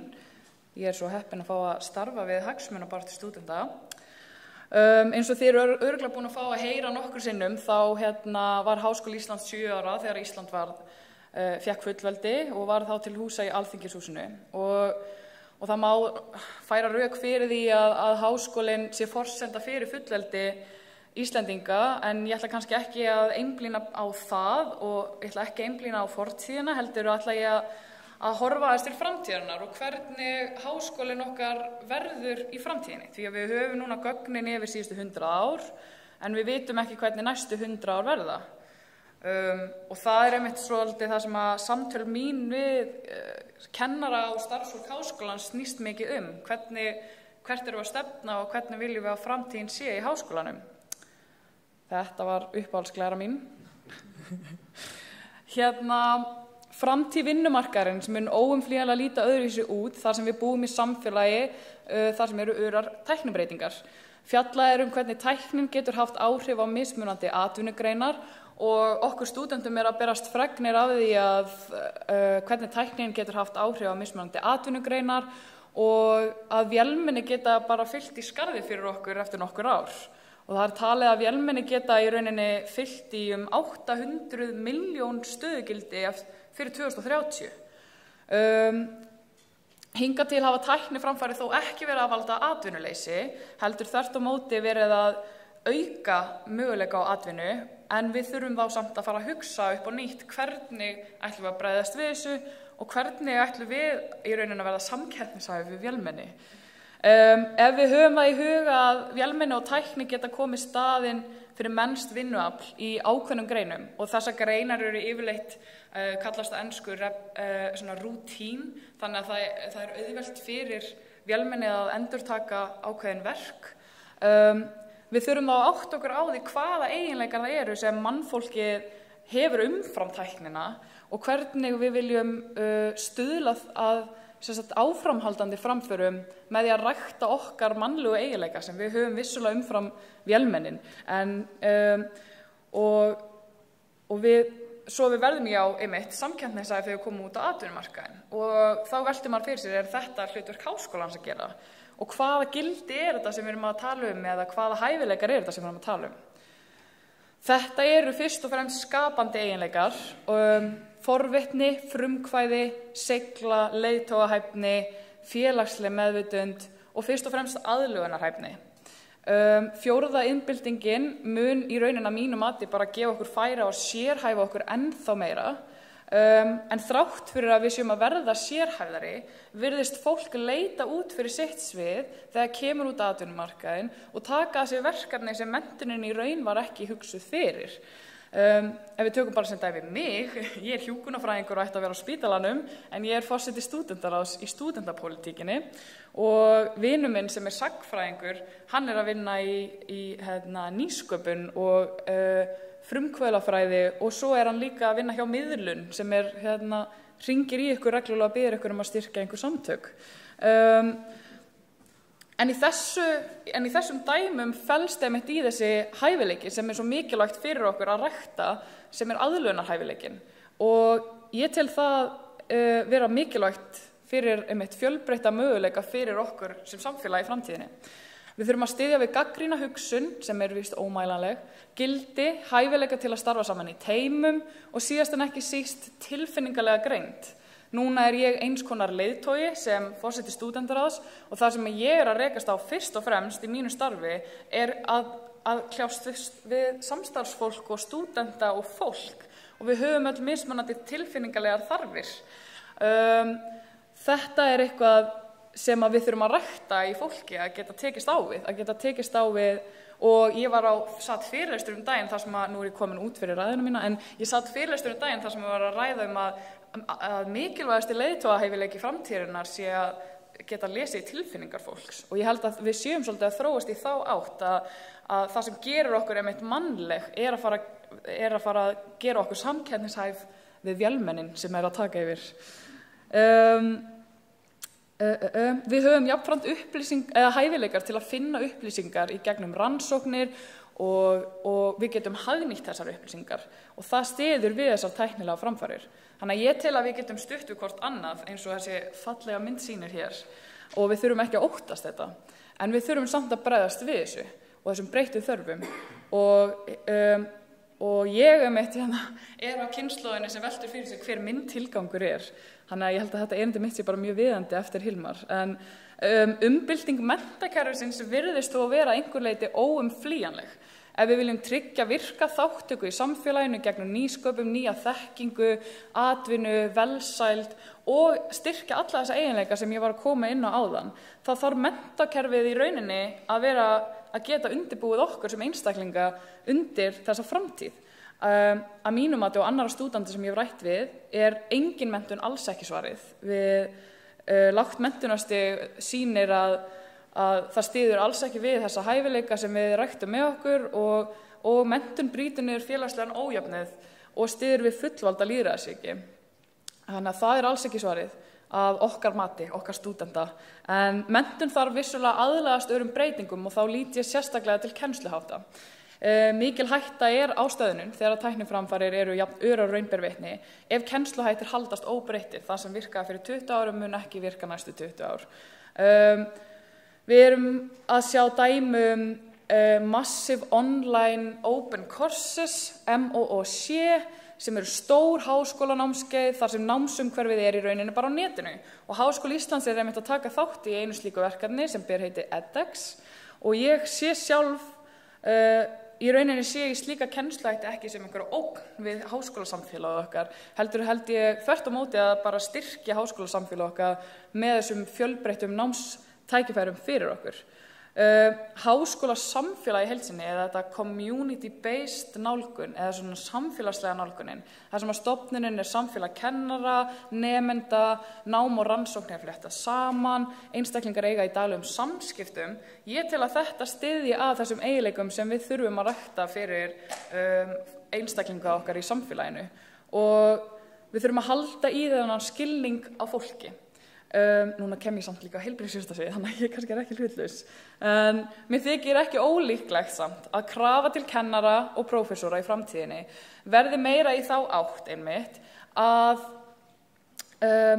geta einmitt stutt við einstaklingana og það var einn vinur minn sem nefndi sem dæmi að kennarar verða kannski bara markþjálfarar framtíðarinnar. Að við þurfum að styðja við okkur sem eða þeir fara að styðja við okkur sem einstaklinga, styrkja okkar og sjálfsöryggja okkar og svo framvegis. En svo einmitt eins og Margrét kom inn á, hvernig ætlum við að gera það þegar við erum með 100 manna sal og með fyrirlestur. Þannig að það er náttúrulega, það opnast fyrir fullt af spurningum hvernig við ætlum að bregðast við þessu og þá opnast fyrir fullt af pólitískum spurningum sem er svo skemmtilegar eins og eigum að fara að einkavæða allt. Nei, tjók. Ég ætla ekki En svo velti maður einmitt fyrir sér þessu háskólasamfélagi og hvert hlutverk stúdenta í þessu samfélagi.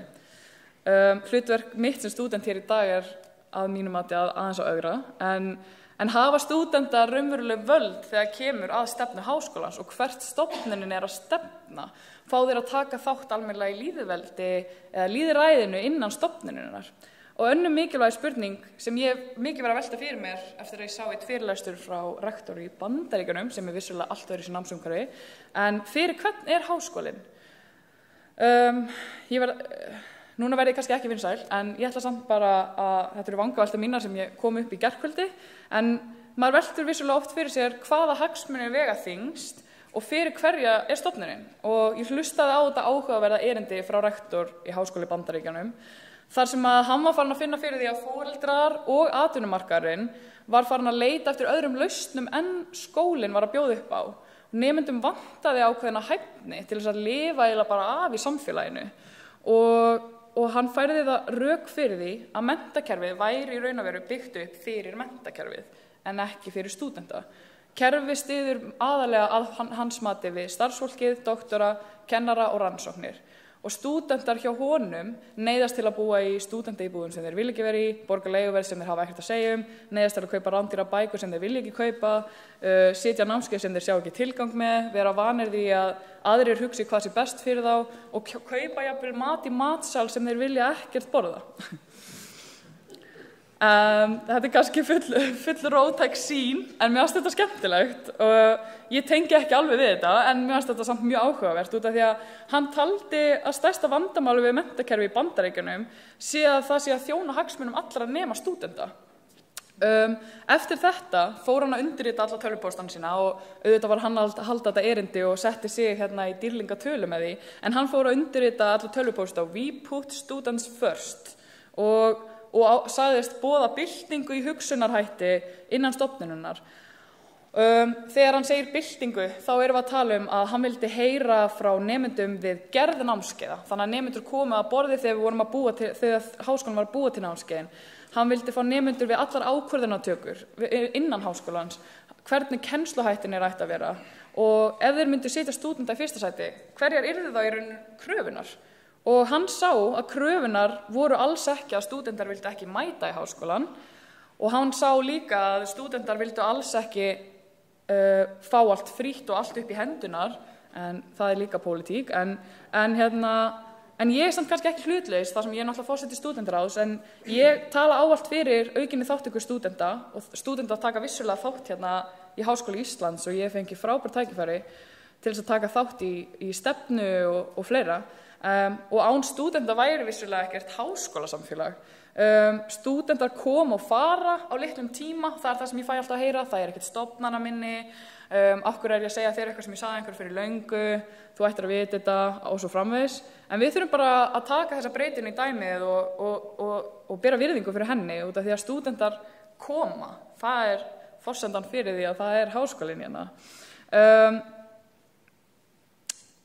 Ég vil í rauninni ganga svo langt að segja að stúdentar móta einmitt framtíð háskólana og í rauninni stofnana samfélagsins út af því að þarfir okkar móta kennsluhætti, þarfir okkar móta starfsemi og líka hvernig háskólar þróast áfram.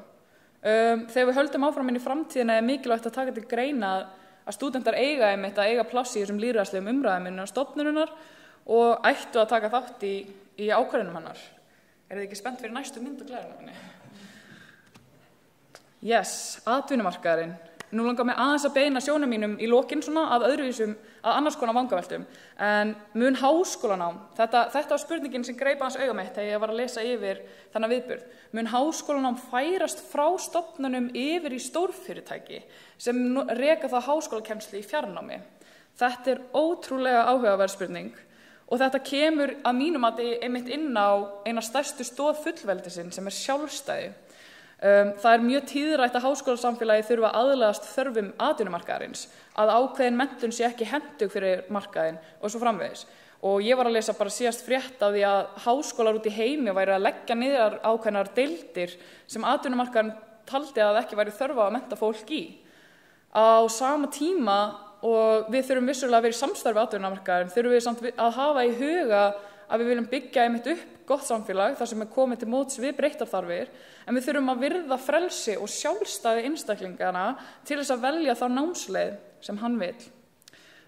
Þegar ég var ung byrjaði ég að vinna með skóla í matvöruverslun. Þar kynntist ég einstaklingum sem menntuðu sig ekki umfram lágmarkskröfur landsins, heldur klifu upp metorðastigann innan fyrirtækisins og í rauninni menntuðu sig eftir þörfum fyrirtækisins. Og þeir gerðu það með því að mæta á námskeið á vegum fyrirtækisins. Þetta náttúrulega alls ekkert í líkindum við háskólanám, en þetta er bara eitt dæmi.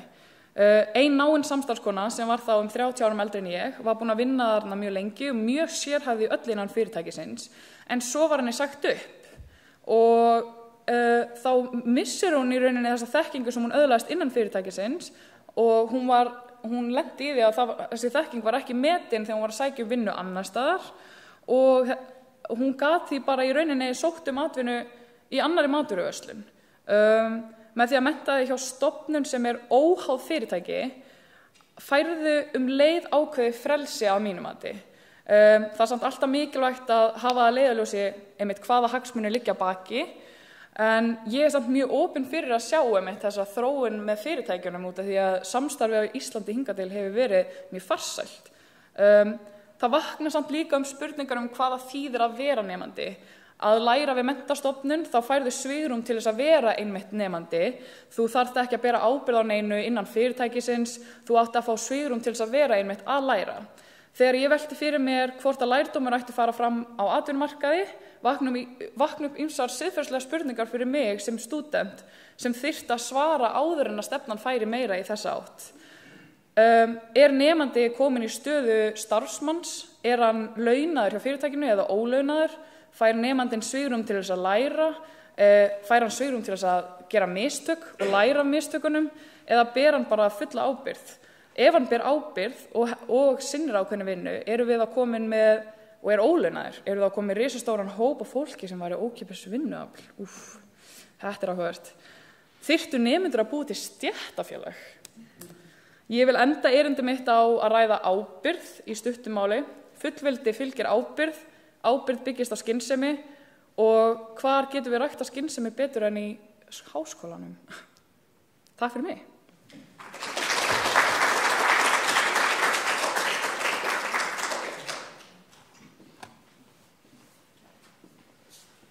Ég þakka Hilmari, Margréti og Elsabetu kærlega fyrir áhugaverð og erindi og núna höfum við svona allavega 5 mínútur í smá spjall.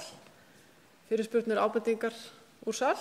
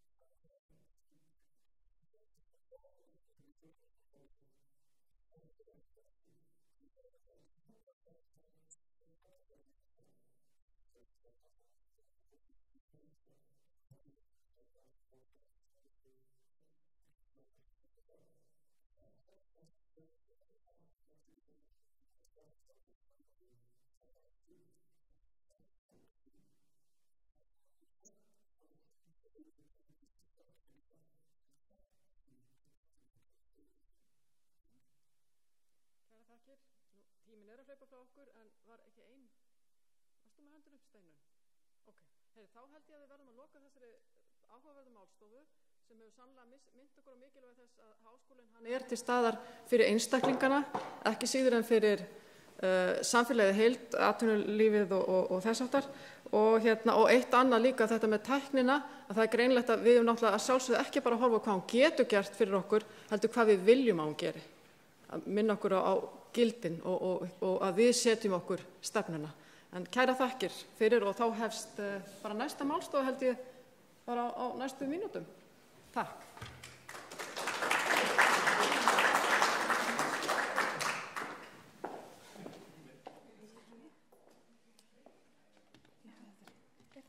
Tengdur eða?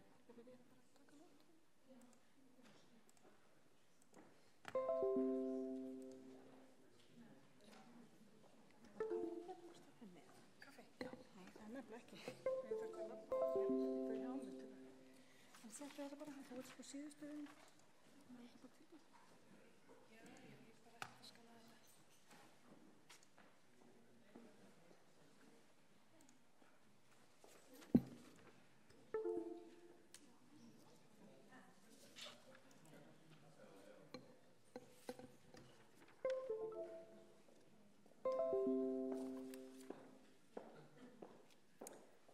Já, góðu gestir, nú bara er síðasta málstofan í þessari ráðstefnu að hefjast. Ég heiti Freyja Birgisdóttir og er dósent við Sálfræðideild Háskóla Íslands og mig langar að bjóða okkur innilega velkomin á þessa síðustu málstofu sem við kallast Háskólar og einmitt nýsköpun sem kom nú upp áðan. Við þekkjum öll hugtæki nýsköpun en það er mikið notað bæði í samfélagslegri og kannski ekki síst pólitískri umræðu.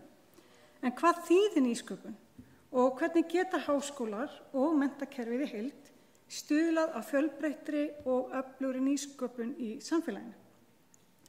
Í þessari málstofu þá munum við velta þessari spurningu fyrir okkur og við munum hlýða á 4 erindi. Fyrsta erindið flytur Sigurður Magnús Garðarsson, forseti verkfræði og náttúruvísindasviðs, og hann ætlar að fjalla þá þætti sem að þurfa að vera til staðar til þess að nýsköpun geta orðið svona eðlilegur hluti háskólastarfsins. Svanborg Rannveig Jónsdóttir, dósent við menntavísindasvið, hún mun koma svo að fjalla mikilvægi þess að rækta hæfni til nýsköpunar á öllum skólastigum. Þar á eftir mun Eiríkur Steingrímsson, prófessor við læknadeild, velta því fyrir sér meðal annars hvort hlutverk háskóla í nýsköpun sé mögulega vanmetið. Og að síðustu mun Sandra Mjöll Jónsdóttir, framkvæmdastjóri Platon Biotechnology, fjalla nýsköpunar umhverfið á Íslandi og hvernig háskólinn kemur við sögu við uppbyggingu flestra íslenskra sprota, svona einn eða annan hátt. En ég held að okkur sé ekkert að vanbúnaði að bara byrja, þannig að mér langar að bjóða velkominn Sigurð Magnús Garðarsson og titillinn á hans erindi er Degla háskóla nýsköpunar. Gjörðu svo vel.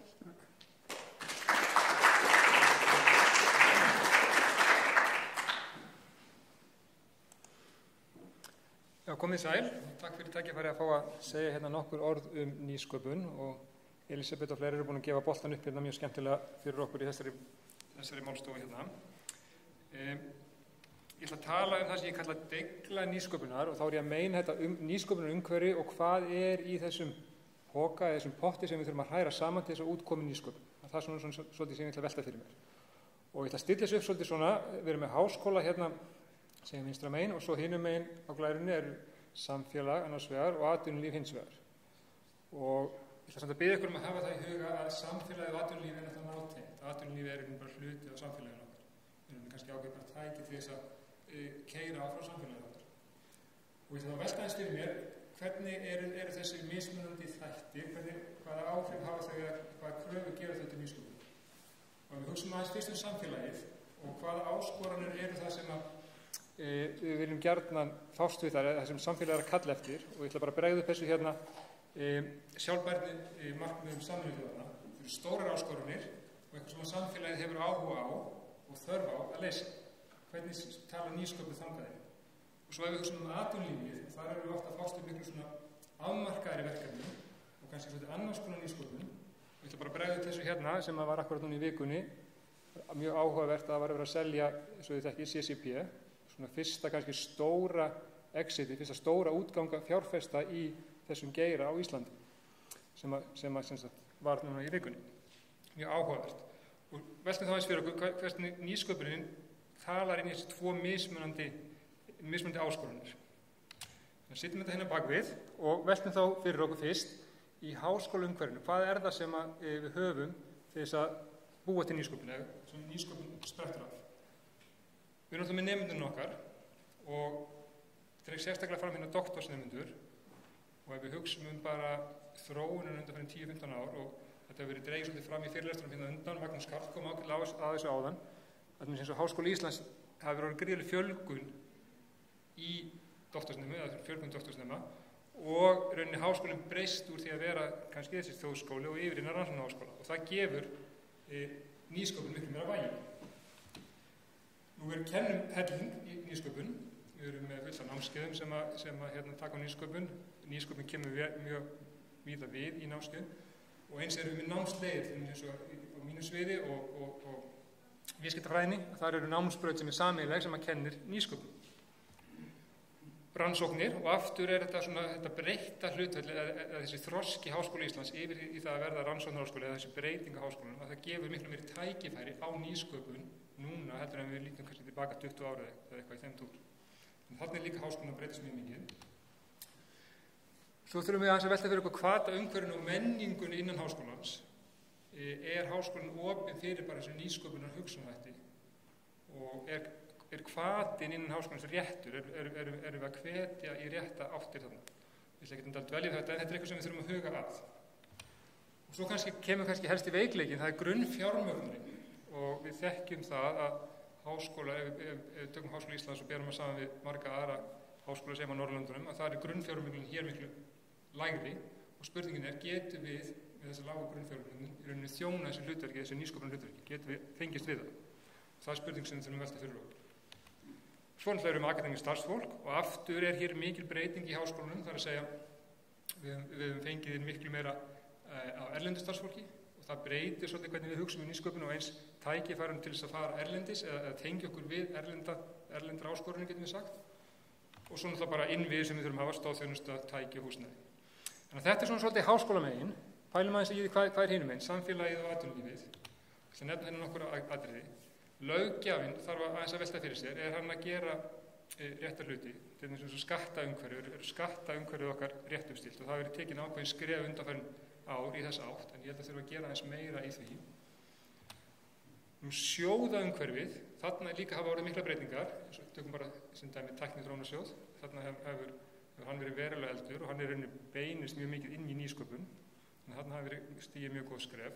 Eins aðgangur okkar að fjármagni erlendis, getum við sagt alltaf að batna eða svona verða öflur og öflur tæki hér innanlands til að sækja í sjóði erlendis.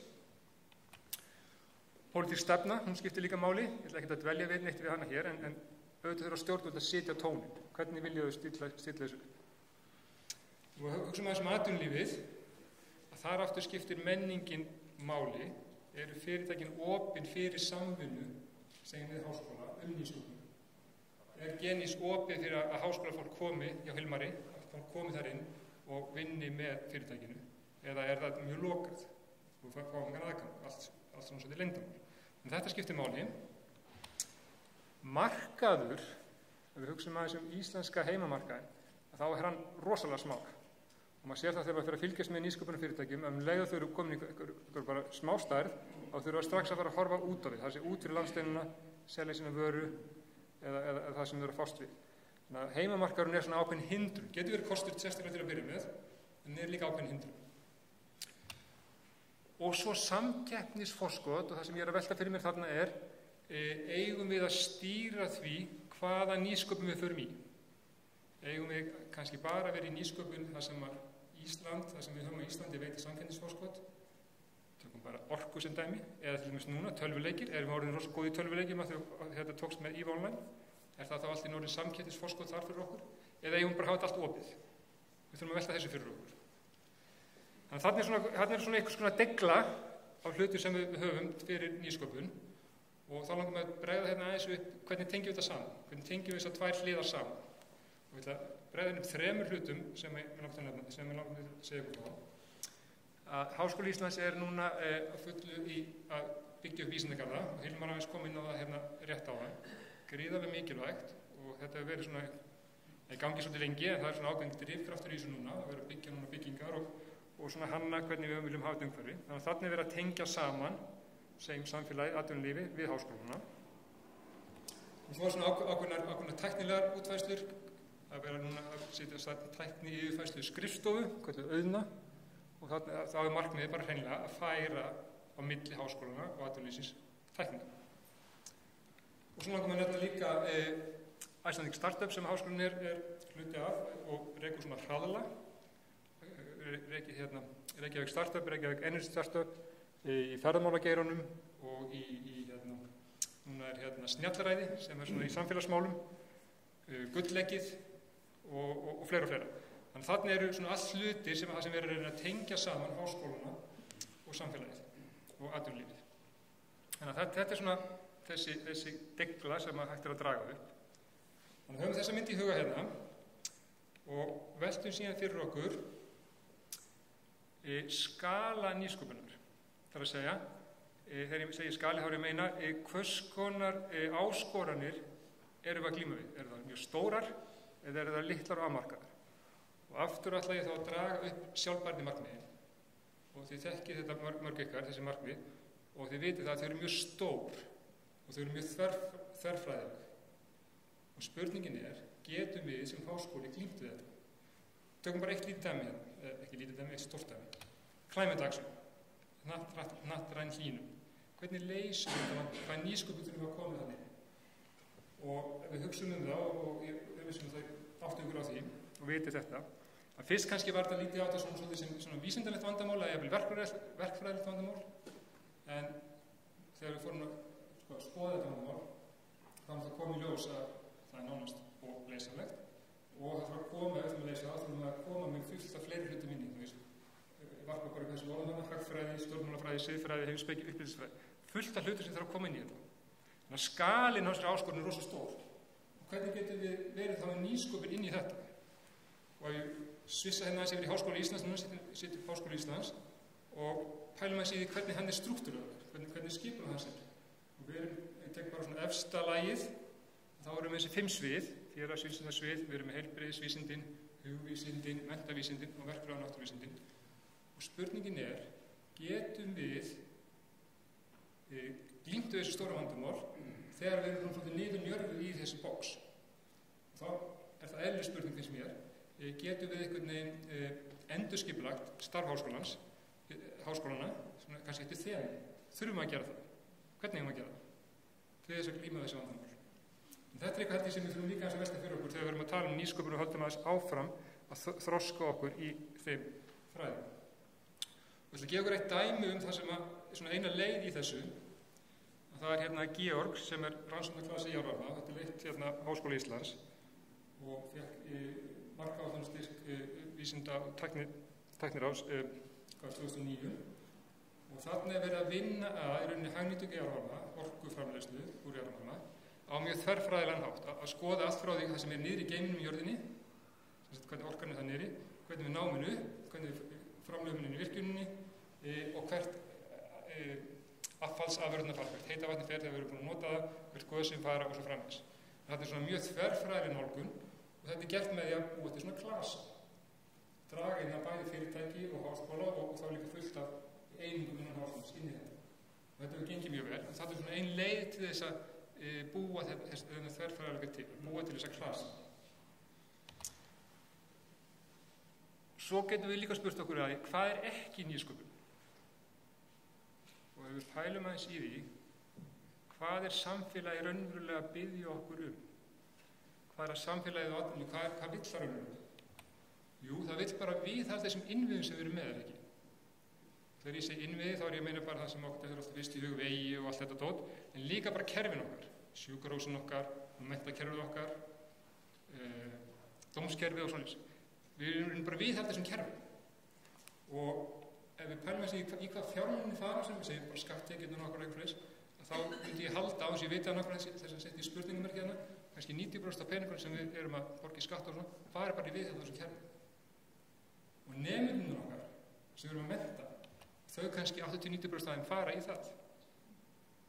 Þannig það hellingur þarna í gangi sem ekki nýsköpun eða kannski aðeins alveg hægt að segja þessi engin nýsköpun eða svona allan svona viðhalda þessum kerfum sem mjög mikilvægt. En ef við ætlum að halda áfram fyrir framþróun og bæta lífsgæðum svo leys, þá þurfum við að bæta þessi innviði, taka það áfram og það drifið áfram nýsköpun. Þannig að við þurfum bæði viðhald og nýsköpun. En það ágætt að hafa í huga að það er mjög mikil svona óbalans í því hvað mikið í hvoru fyrir sig. Og ef við dreg hérna aðeins fram svona lokum veikleikana í þessu umhverfi hérna, og þetta sammyndunni ég dróð upp á hann, og það er svona þrennt sem mér langar til að draga fram, að það er grunnfjármögnunin, hvernig eigum að tryggja það að háskólanar okkar séu rétt fjármagnaðir til þess að þið geti glímt við þessar áskoranir, til þess að þið geti tekist á við þetta. Þess að við höfum mannskapinn, tækin, nemendurnar sem geta glímt við þessar áskoranir. Við þurfum að velta því aðeins fyrir okkur. Þetta er eitthvað sem við þurfum að halda áfram að ræða við stjórnvöldum. Síðan er því umhverfin okkar, löggjöfin, skattaumhverfið og þarna erum við svona oft á tíðum okkar samfélag svolítið íhaldssamt. Við erum svolítið lengi að breyta lögum, við erum lengi að ofta að taka upp hluti. Við getum séð þetta við bara í heilbrigðisgeiranum, við berum okkur saman í Svíþjóð og þá erum við langt á eftir því að taka upp alls konar nýjungar. Þarna þurfum við aðeins að velta fyrir okkur, hvernig viljum við hafa þetta. Og svo samkeppnisforskotið, hvernig eigum við að fjármagna þetta og eiga stjórnvöld að hafa ykkur skoðunar, eigum við til þess að hafa þessar markáætlanir og nú er eins og þið mörg ykkur þekki umræðum það að eigum við að setja aðra umferð í markáætlun, skilgreiningar ákveðin svið og það er kannski óbeint búin aðeins með máltækninni. Það má segja sem svona óbeint markáætlun í gangi, ríkisstjórnin búin að setja ákveðin mikla peningi í það. Hversu mikið eigum að stýra þessu, eða hversu mikið á ríkið að stýra þessu? En þetta er líka eitthvað svona, getur styrkleiki, getur líka verið veikleiki, hvernig við stýrum svona mál.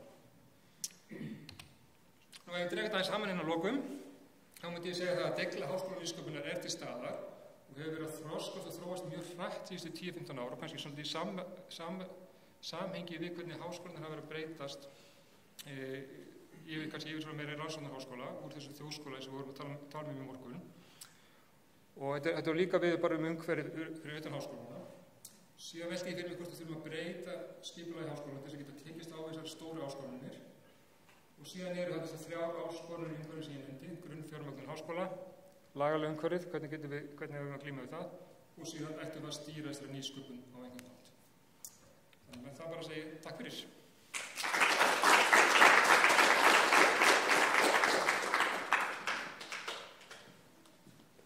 Já, þá var það Svanborg Rannveig Jónsdóttir.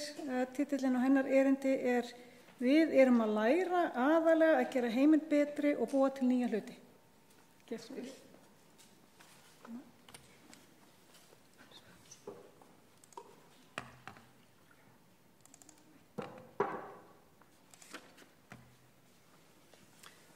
Já, komið sæl. Ég ætla í mínu erindi að fjalla að rækta hæfni til nýsköpunar og framtakssemi á öllum skólastigum. Þegar við erum að tala nýsköpun þá erum við gjarnan, orðræðan gjarnan þetta tækni og vísindi og núna á seinni árum kannski stjórnunarstörf og listir og menningu. En skilgreiningi sem ég geng út frá að nýsköpun að hugsa eitthvað nýtt, finna lausn á einhverju vandamáli eða þörf og gera eitthvað með það, birta það á einhvern hátt í samfélaginu eða framkvæma. Og þetta getur verið söluvara, eins og margir kannski telja nýsköpun eigi að vera, en þetta getur líka verið félagsleg lausn eða lausn á umhverfisvanda. Þetta eitthvað sem að bætir heiminn og hefur ekki sést í nærumhverfi eða í heiminum, semst annarkvort nýtt undir þaki eða nýtt undir sólu eða eitthvað þar á milli. Og við sem hér erum, ég held að við hljótum að vera sammála þörfina fyrir nýsköpun.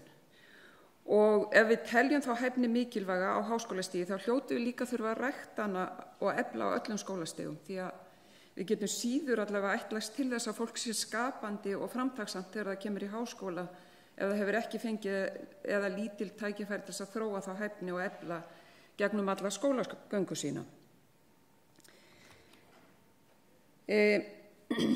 Við getum ræktað þessa færni til nýsköpunar og við eigum menntun sem kallast nýsköpunarmennt eða nýsköpunar- og frumkvælamennt og þetta fyrirfinnst á öllum skólastigum. Nýsköpunarmennt þjálfun í aðferðum sem notaðir eru í verk- og tæknifræði og viðskiptafræði og hönnun og listum á háskólastigi. Og nýsköpunarmennt eða frumkvælamennt eins og það gjarnan notað yfir framhaldsskólastigið, að það til í námskrá á framhaldsskóla, en það mjög lítill hluti nemenda sem að nýtur slíkra menntunar eða áfanga.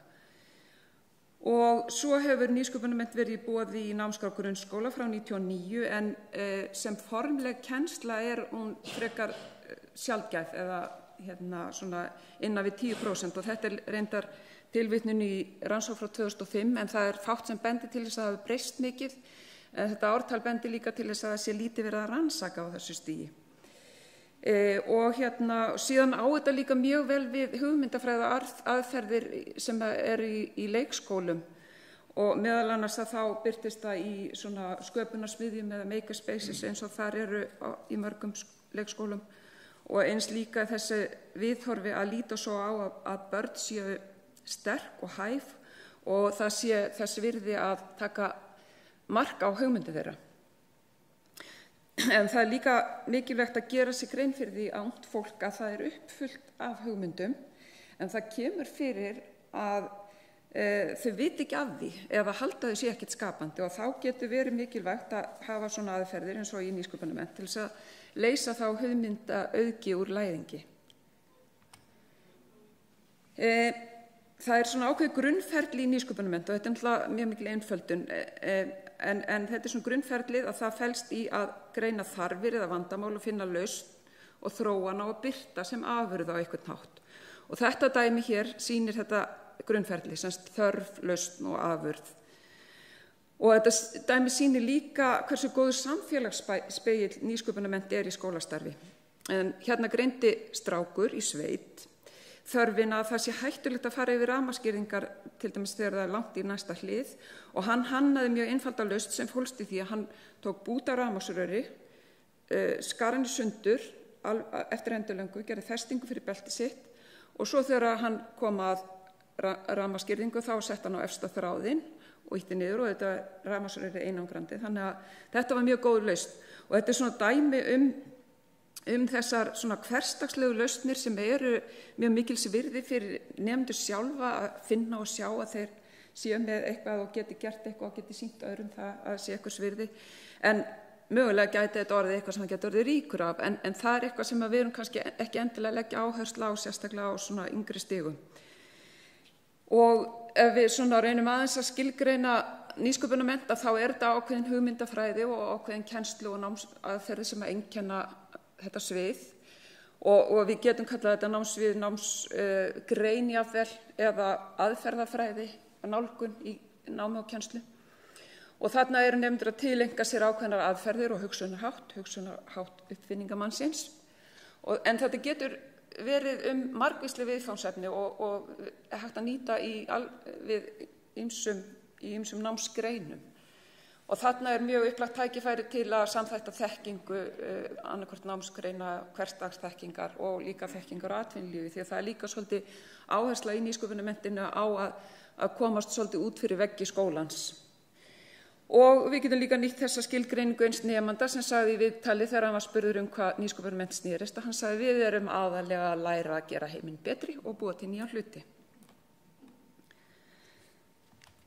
Mér langar að segja ykkur frá þessu módeli sem ég og Alison McDonald, samstarfskona mín, skilgreindum nýsköpunarmennt á þann hátt að þetta væri námsvið sem að næri yfir allan grunnmenntun og við köllum þetta þá gjarnan nýsköpunar- og frumkvöðlamennt þar sem að það lýsir þessum tveimur hliðum á sama peningi.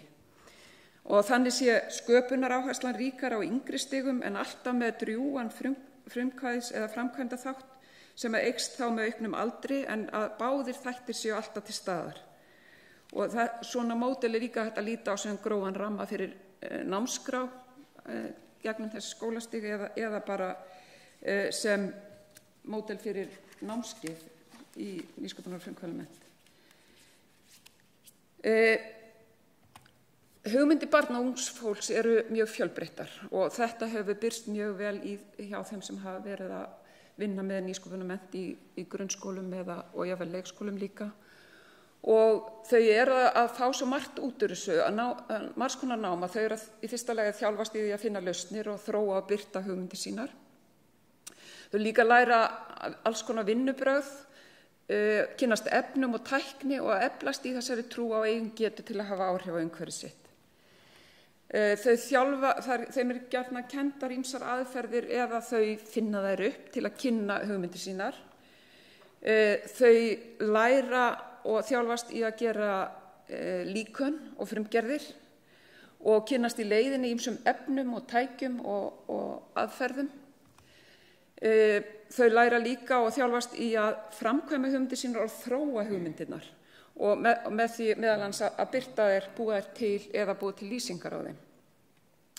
En það sem er líka svo mikilvægt og er mikil áhersla á í nýsköpunarmennt og það er þetta með að þau segi frá og þau þjálfist í að átta sig á því hvað það er sem skiptir máli og hverju þau þurfa að greina frá til þess að sannfæra að rauma hugmyndið þeirra sé gerleg og gagnleg. Og þar fá þau þessa tilfinningu fyrir því að þau skipti ykkur máli þeirra hugmyndir og að þær séu komnar út í heiminn og sjáist. Og hérna sjáum við til dæmis þessar 2 strákar sem eru að kynna hugmyndir sínar á verðlauna afhendingu nýsköpunarkeppni í grunnskóla en sú keppni hefur reynst vera mjög svona dýrmætur þáttur í að viðhalda nýsköpunarmennt og kannski áhuga á slíkri menntun. Ég ætla aðeins að segja ykkur frá því líka að í doktorsrannsóknum minni þá greindi ég kennslahætti 13 kennara sem voru að vinna með nýsköpunarmennt í grunnskólum og þá uppeldis- og kennslufræði sem að nýsköpunarmennt byggir á. Og það sem að kom í ljós meðal annars var að þessi 13 kennarar höfðu misjöfn tök á þessum kennslaháttum, en nýsköpunarmennti byggir á og stefnir á það að nemandi læri að verða og fái sem mest sjálfstæði með stuðningi kennarans. Og það þessi kennslufræði sem ég skilgreindi sem eflandi kennslufræði og sumir þessara kennarar voru dálítið þar, en hins vegar þá það oft þannig, og kannski mætti nýta þetta módel til þess að skoða kennsluhætti við háskólan hérna á ýmsum sviðum, þá það kannski oft þannig að við kannski byrjum með einhverja innlögn og þá getum við sagt að við séum í stýrandi formi eða stýrandi hlutverki kennarans. En gjarnan þá fóru þessi kennarar sem ég fylgdist með og ræddi við yfir í það að vera í þessu sem kallað framsæknir eða framsækin kennslufræði, og þá fékk nemandinn meira val, og svo alveg yfir í þetta þar sem að ég kallaði eflandi kennslufræði, þar sem að hlutverk kennara og nemanda skaraðist, og stundum var það þannig að nemandinn var sérfræðingur í sinni hugmynd til dæmis. En það var samt líka svolítið merkilegt að sjá það að það voru nokkrir kennara sem að héldu sér dálítið fast í þessu stýrandi formi, svona viðtöku formi. En það kom líka í ljós að þessi kennsluhættir, þeir gera ákveðna kröfur til kennara sem eru kannski svolítið þvert á það sem við getum kallað hefðbundið hlutverk kennara.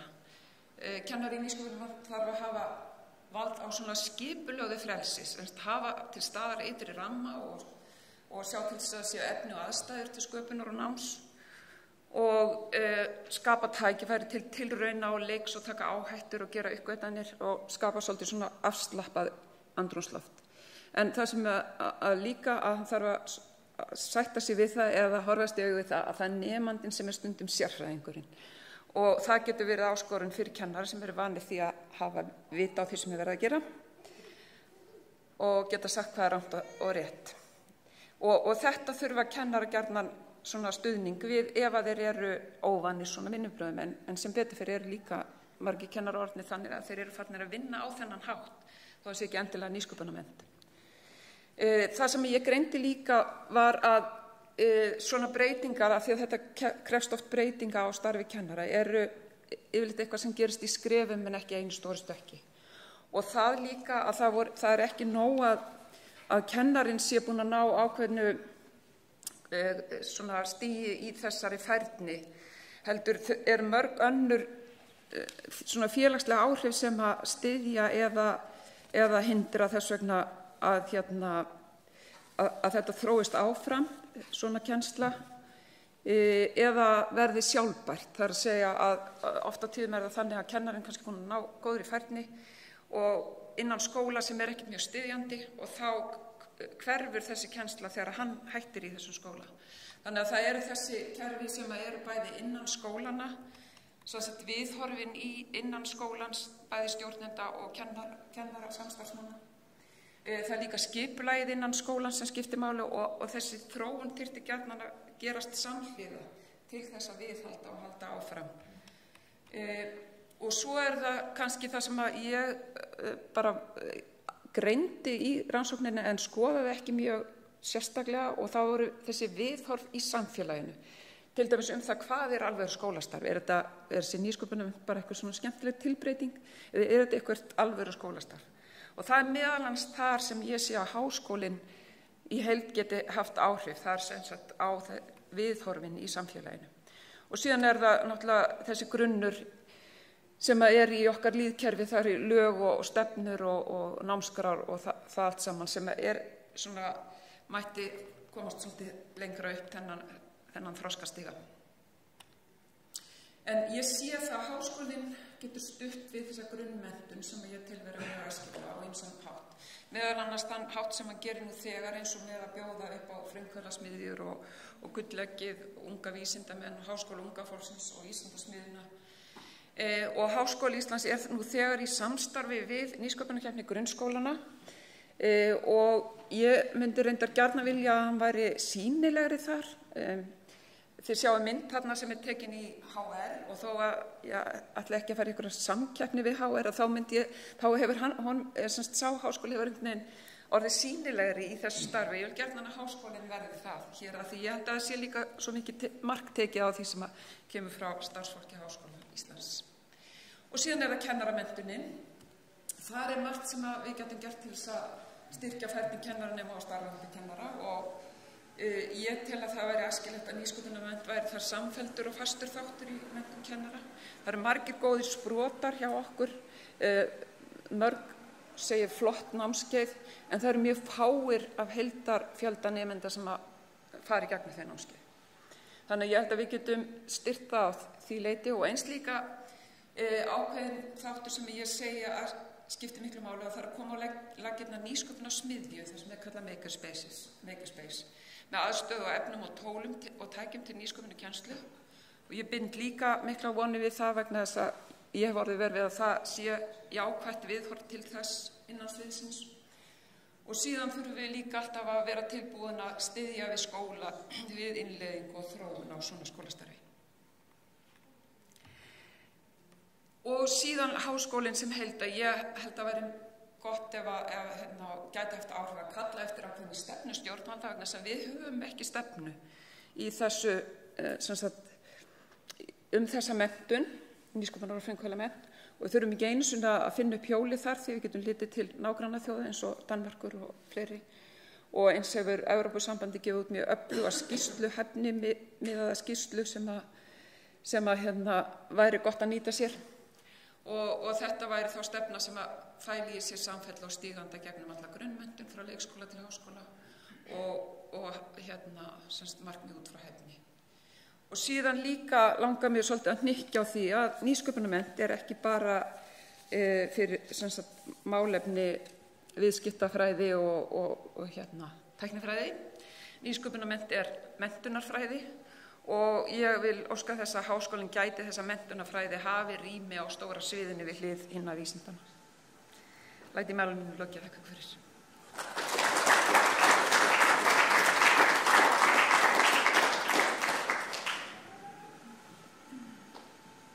Já, þá næstur á dagskrá Eiríkur Steingrímsson, prófessor við læknadeild og titillinn hans erindi hlutverk háskóla í nýsköpun vanmetið.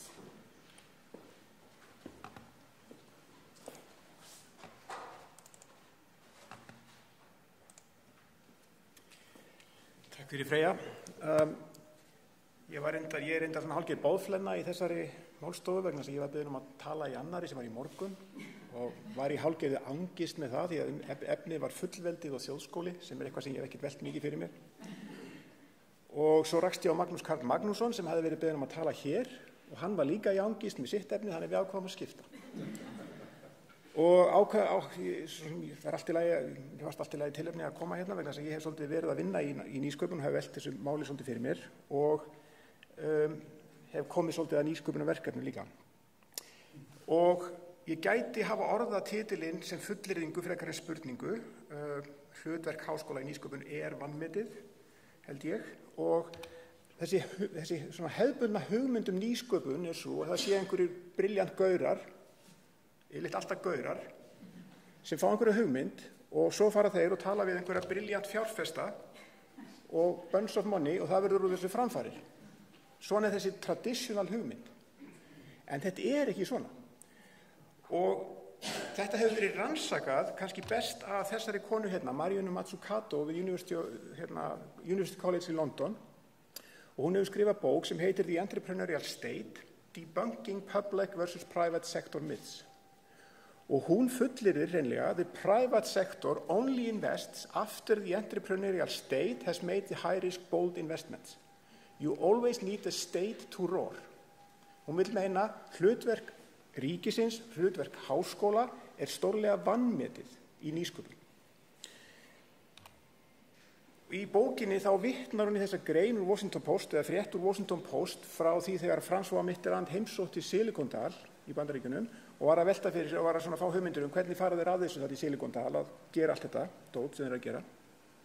Og þá predikar yfir honum Thomas Perkins sem var í þessu venture fyrirtæki sem startaði Genentech, fyrsta líftæknifyrirtæki heimsins. Þar sem hann var að dásama þessa risk-taking investors sem að fjármagna allt dótið. þá stendur upp stofnandi fyrirtækisins, Genentech, professor Paul Berg, og hann segir, hvar voru þið fyrir 1950-1960 þegar allt sem skipti máli til þessi tækni yrði til var gert. Ríkið hafði nefnilega styrkt alla þessa starfsemi.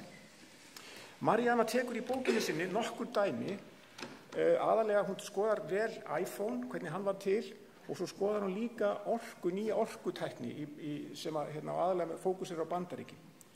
Og það sem hún kemst að þegar hún fyrir að skoða tæknina sem liggur til grundvallar iPhone símanum það að langflest af því sem fer í iPhone síman var þróað af háskólum, rannsóknarstofnunum með styrkjum frá hinu opinbera. Og hún skoðar hvert einasta atrið, hún skoðar minniskorti, GPS, snertiskjáin, Siri, interneti, batterín og fer í gegnum þetta allt saman.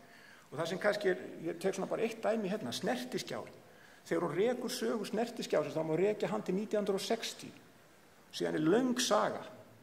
Og það multitouch skjárin sem fór í fyrsta iPhone síman, hann var þróaður af þessum náungum, Westermann og Elias, við háskólan í Delaware, sem kannski ekki frægast í háskóli í heimi, en þarna voru þeir, og þeir voru með verkefni að þróa þetta.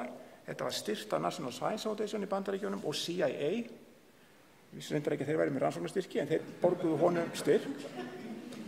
Og þegar þeir í lokin þá stofnuðu þegar hann var búið með sitt verkefni þá var til þessi flotti snertiskjár og þeir stofnuðu þetta litla fyrirtæki Fingerwork sem Apple keypti síðan 2005. Þannig þarna næstu því 50 ára saga snertiskjáin áður en að Apple kemur og notar það. Þeir vissulega tók hann og notuðu hann með skemmtilegan og flottan hátt og sett hann í tæki með öðru, en það var öll þessi vinna á undan. Hún hefur alveg gleymst. Sú saga hefur ekki verið sögð fyrir Mariana Mazzucato, segir hann. Ég ætla að segja ykkur 2 aðrar sögur sem að mér finnst alveg gríðarlega skemmtilegar og það sýna að við sjáum alltaf success sögunar, við sjáum alltaf iPhone-in, við sjáum CCP, við sjáum success sögunar þar sem einhver græðir óheimi peninga á einhverju flottu sem hann setur saman. Og ég ætla að segja ykkur 2 mjög ósexy sögur sem að reyndar enda á mjög skemmtilegan hátt. Það var þannig til að þetta eru bæði svona líftæknilega sögur eða svona líffræðilega sögur. Og önnur þeirra snýr tækni sem var fundin upp fyrir 20 árum síðan sem kallast RNA interference eða RNA inngrip á íslensku. Þannig var DNA tvíþáttasameind, þar sem koma 2 DNA þættir saman og þeir passa saman hvora móti öðru, með basapörun. En til þess að búa til prótein, til þess að taka genin og búa til starfhæf prótein, þá þurfum við millieiningu sem einþátta, sem þessi blái þráður þarna sem kemur út úr frumunni. Og hann þá einþátta. En ef við búum til samsvarandi þátt á móti, nákvæmlega eins sem við köllum antisens, þannig að rauða þarna, hugmyndin var, þarna kringu 1990, þá getum við notað svona antisens RNA til að slökkva sértækt á tilteknum genum. Búum bara til sértæka röð gegn einhver ákveðnu geni, setjum þenni í frumuna, þá verður til antisens og ekkert prótein verður til. Það var fullt af fólki að vinna með þetta, menn voru að reyna þetta virkaði, en ekki ofsalega vel. 10%, 20% slökkt á genum eitthvað svoleiðis.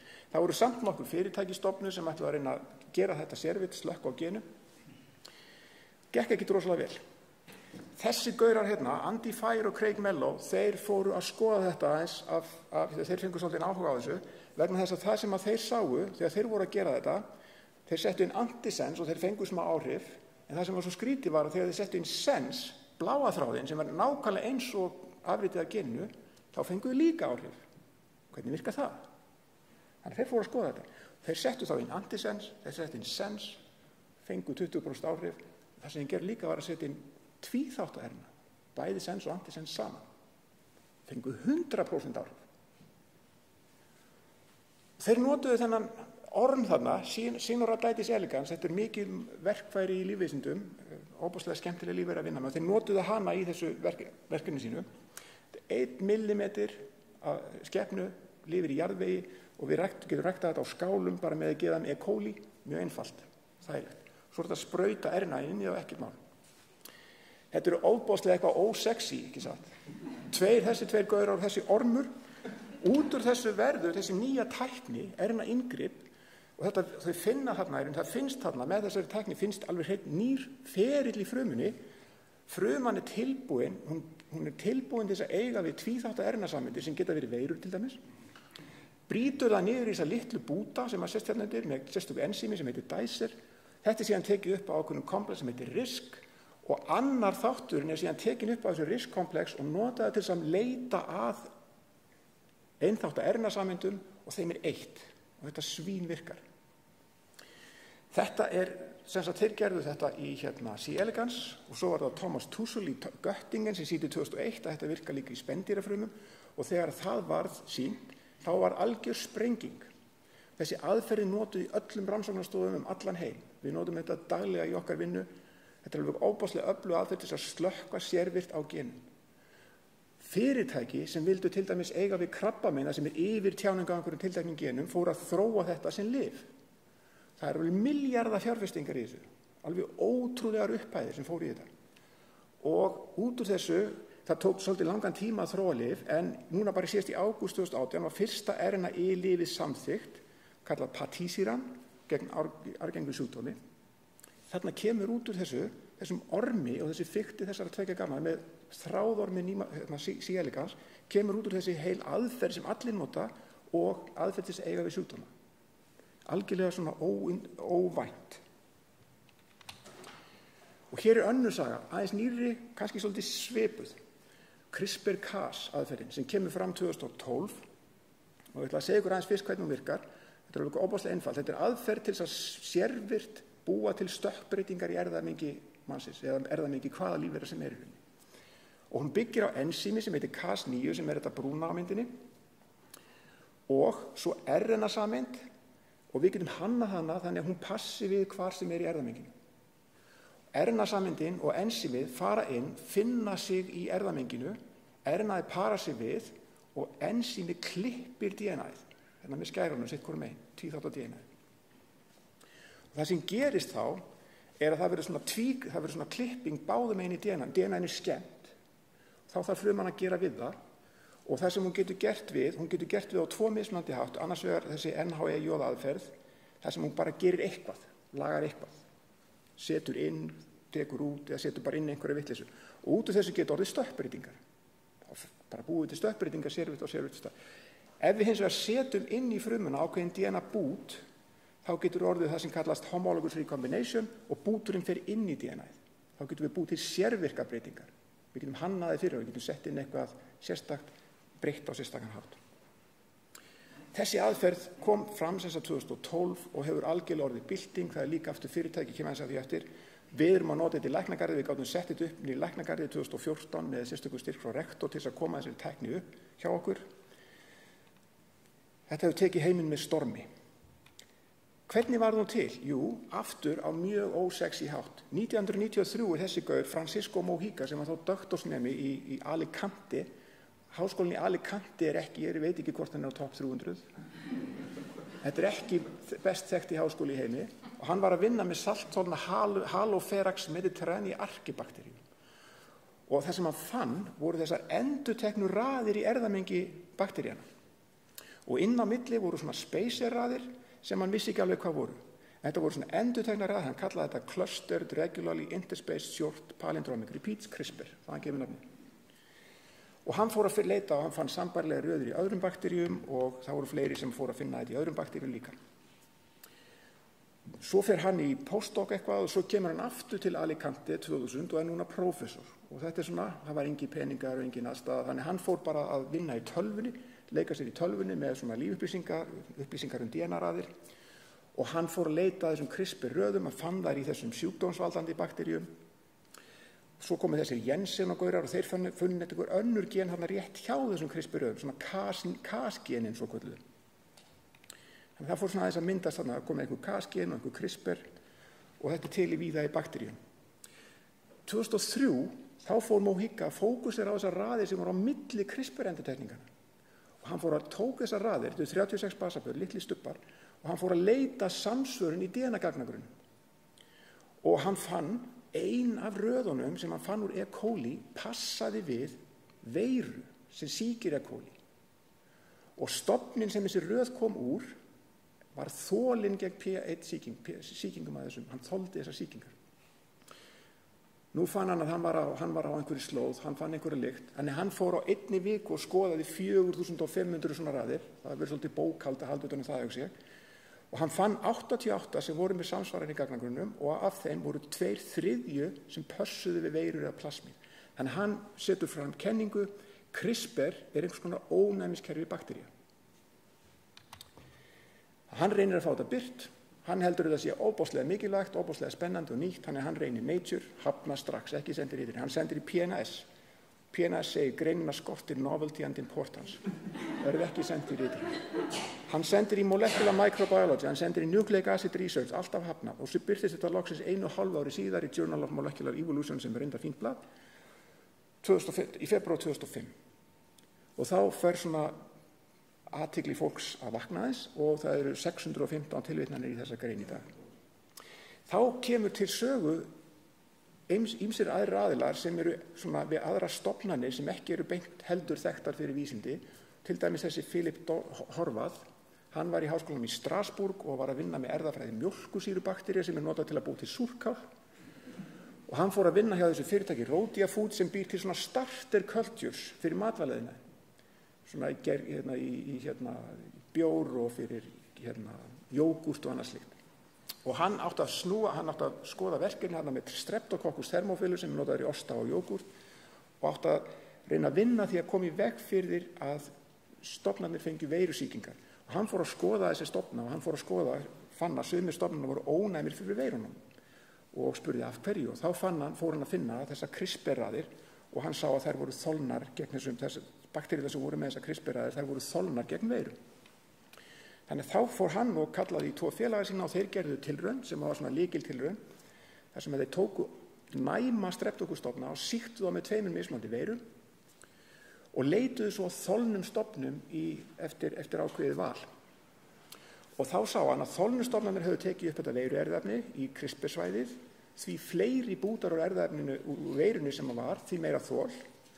Og þeir sáu og greindu það að þessi Cas-gen þarna, það voru 2 sem að skiptu máli, Cas7 og Cas9, sem að skiptu máli önnur fyrir taka upp erfðaefnið og hin var nauðsynleg fyrir þolið.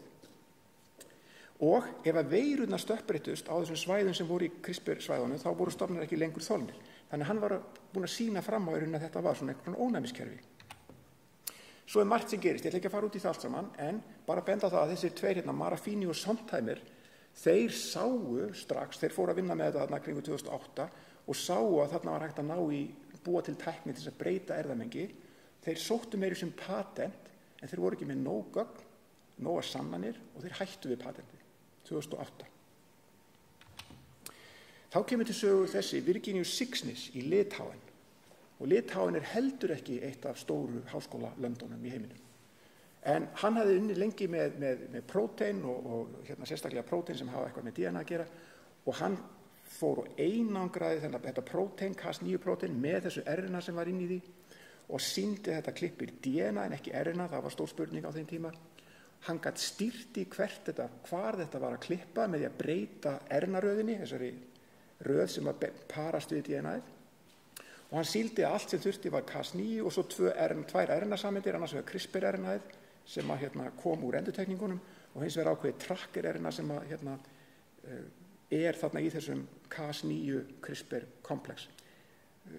Kem ekkert nánar inn á það. Hann sendi grein efnið til Cell í apríl 2012, hún var hafnað, sendi hann til PNAS og hún var samþykkt og birt 1. september. En hann var búinn að sækja patent í mars 2012. Á sama tíma eru Emmanuel Charpentier og Jennifer Doudna að gera sambærilega hluti. Charpentier var í Umeå á þessum tíma, Jennifer Doudna er mjög þekkt, hún var í Berkeley á þessum tíma, með sérfræðingur í RNA. Charpentier hafði fundið þetta tracker-RNA, þessa litlu tracker-RNA sem þarf til þess að klippa.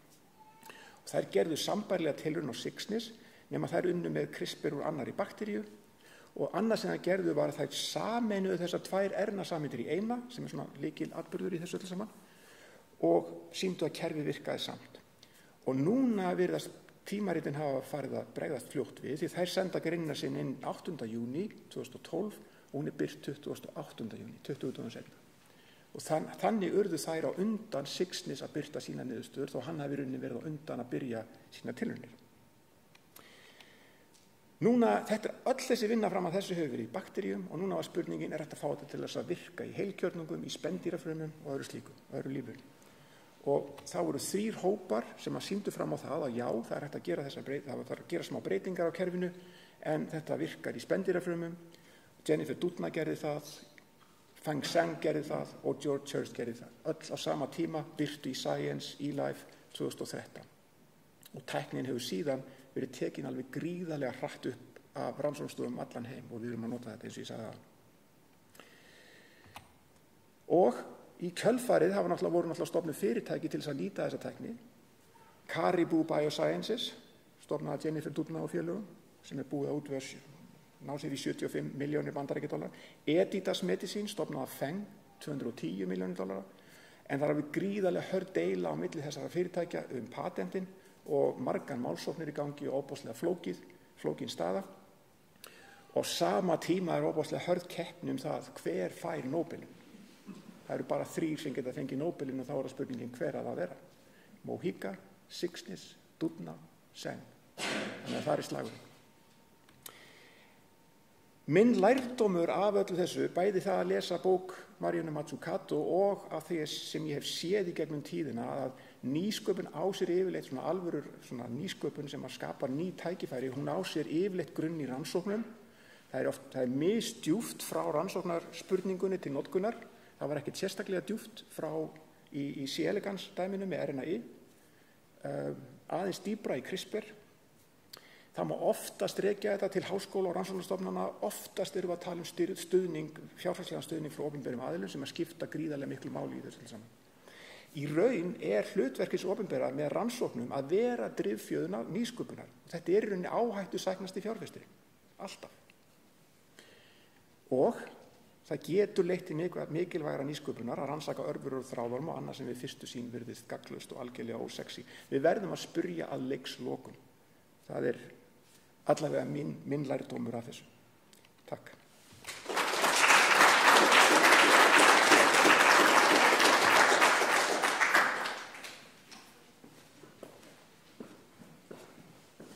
Já, þá komum við að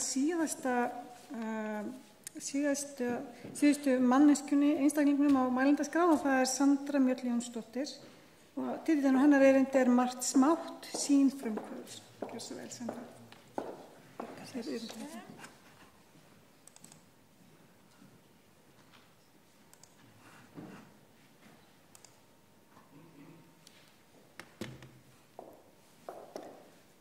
Góðan daginn allsumur. Það er mjög gleðilegt fyrir mig að fá að vera með hérna og ég hef verið að starfa í nýsköpun mikið síðustu ár og lengst að hef ég verið samhliða að vinna og læra og vera inn í háskólanum á meðan ég hef líka verið í nýsköpunni í atvinnulífi. Þannig ég hef svolítið verið að berjast við bæði á sama tíma. Og það er mjög ánægilegt að koma hérna eftir honum Eiríki.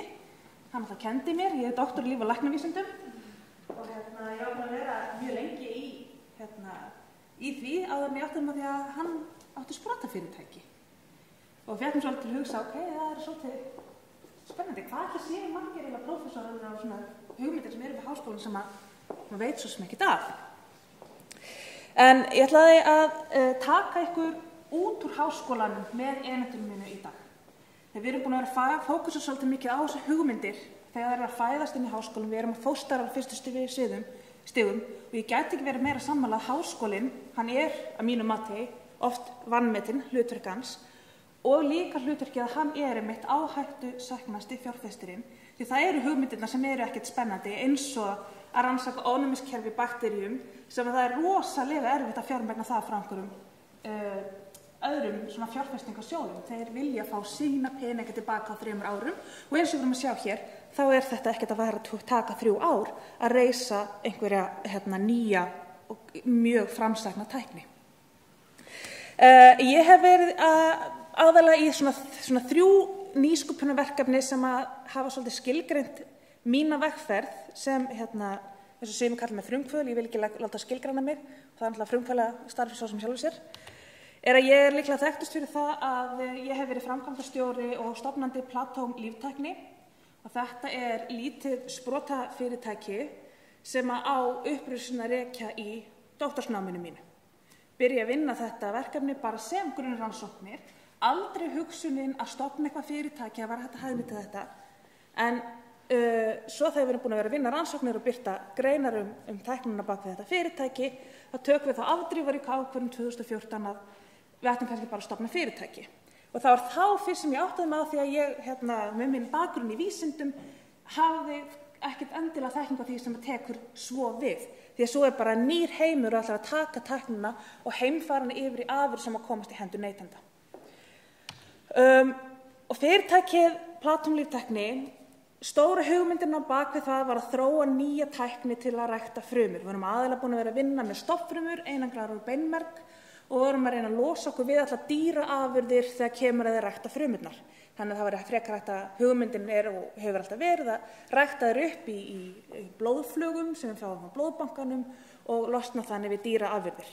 Og við höfum verið að vinna þessa tækni og búa til lausnir og reyna að selja áfram. Og þótt við höfum unnið í þessu streitulaust, þetta hefur átt hug minn og hjarta í 7 ár, þá erum við komin á staðum með það sem kallast í nýsköpun sinni MVP, minimum viable product. Það þarf rosalega mikið til að koma svona tækni í vöruform og út á markað. Jafnvel þó það fæðist með háskólans. Með mér í fyrirtækinu stofnaði með meðliðum mínum úr doktorsnáminu, honum Ólafi, og þetta eru hluti af okkar nemendum. Ég hef núna nýlega tekið stóra ákvörðun, ég stýri ekki þessu fyrirtæki lengur, ég er búin að stíga úr framkvæmdastjórastólnum, en þetta er engan síður félag sem er ennþá í rekstri og við vorum að fá styrk úr H2020 til að halda áfram, við erum að sækja stóra styrki núna, en þetta hefur verið rosalega lærdómsríka vegferð að fara í gegnum það að taka hugmyndir háskóla og reyna að heimfara yfir í vöru á markaði. Annað sem ég hef staðið í líka er svona bara nýsköpunaraktivismi sem ég hef verið að standa í. Ég hef verið forsvarsmanneskja fyrir verkefni sem kallast Biocluster Iceland eða líftækniklasi á Íslandi, þar sem ég er að reyna að skapa ásamt aðilum, háskólanum, nýsköpunarmiðstöð, Íslandsstofu og fleirum, aðeins meira samtal á milli akademískra sprotafyrirtækja á sviði líftækni við atvinnulífið.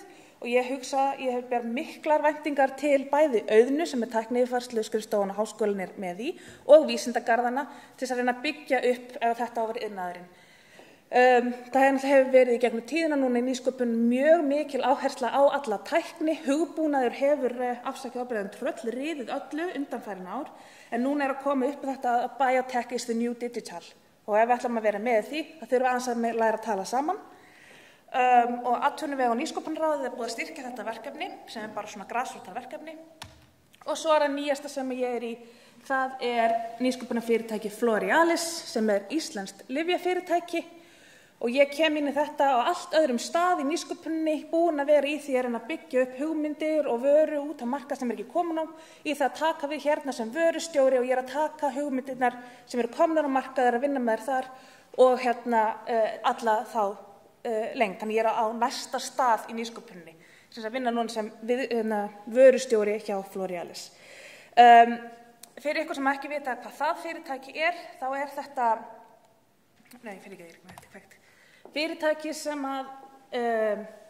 er íslenskt og nýsköpun í þessu fyrirtæki felst í því að hafa kynnt heila nýjan lyfjaflokk til landsins sem eru jurtalyf með viðurkennda virkni.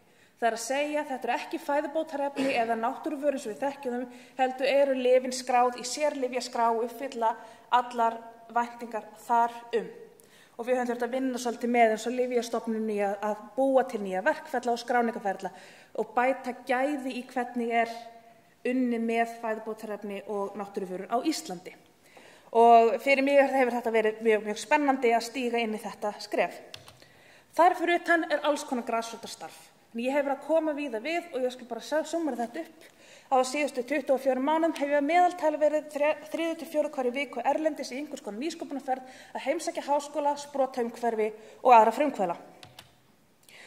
Það sem ég hef verið að læra fyrst og fremst er að háskólinn er að koma við sögu á öllum stigum. Ég skrifa hérna Háskóli Íslands af því að þegar ég er að vinna í nýsköpun á Íslandi eða er út í atvinnulífinu, þá er ég alltaf að tala við fólk sem hefur menntað sig við Háskóla Íslands, að vinna við Háskóla Íslands, eða hefur tengingu þangað inn á einn eða annan hátt, fyrirtæki sem eru í samstarfi við háskólann eða og svo framvegis. Þannig að þegar Eiríkur segir að hvort að áhrif háskólans séu vanmetin, það held ég svo vissulega sé, því að hann kemur við í svo ofboðslega víðu samhengi.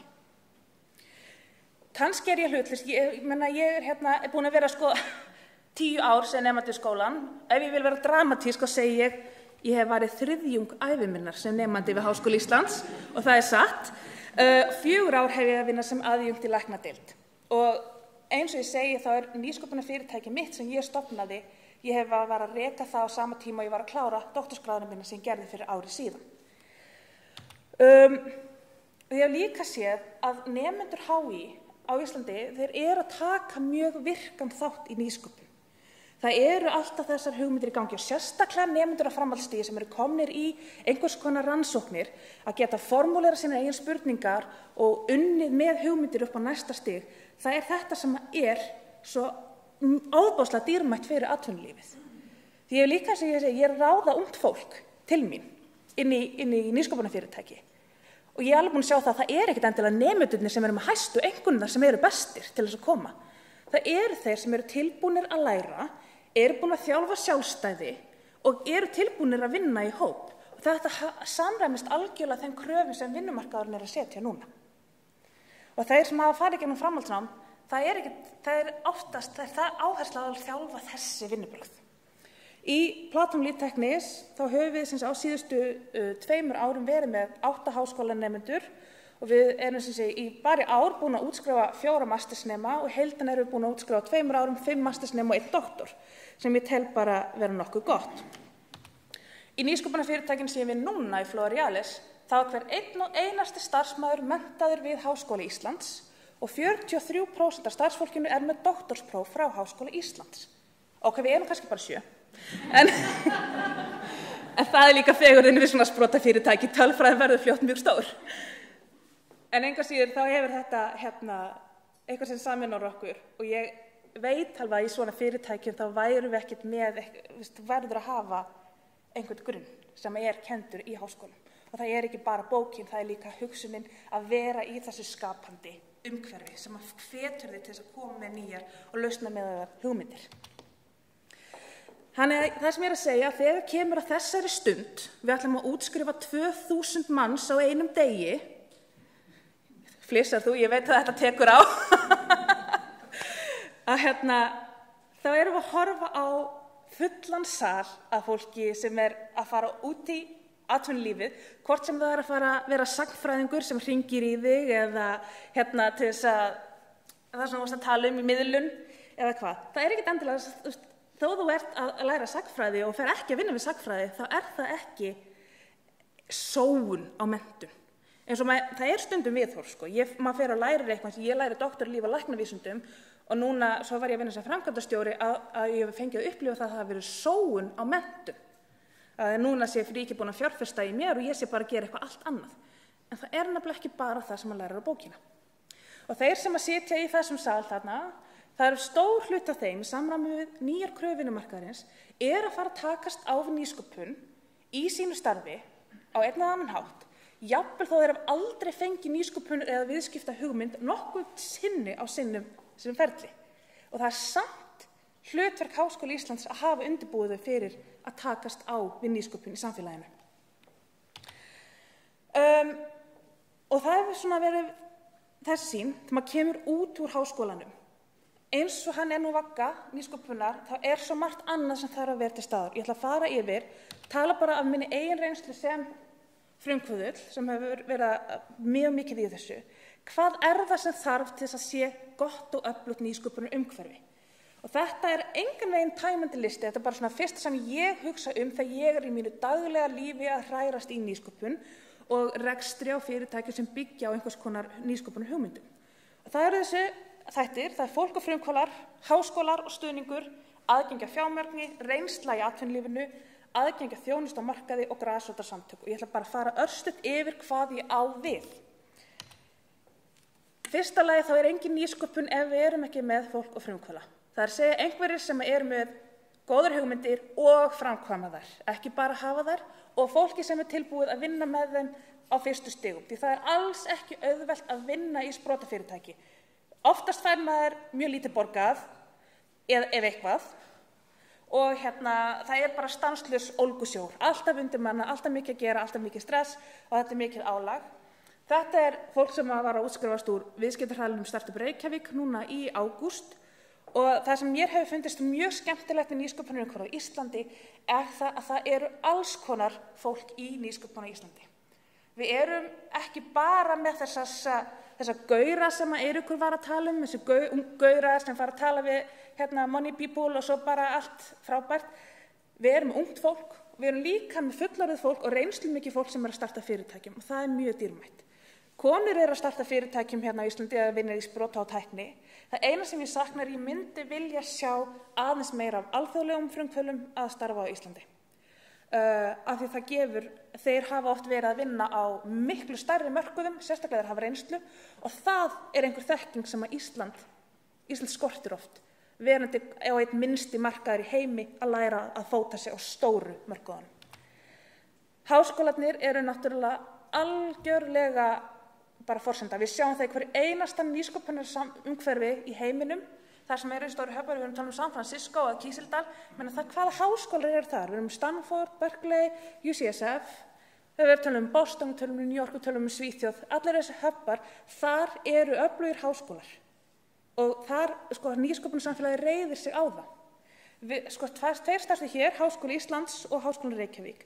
Eins og við heyrum í dag, það mikil umfjöllun þetta allt fram að þokast, en þetta lifandi ferli.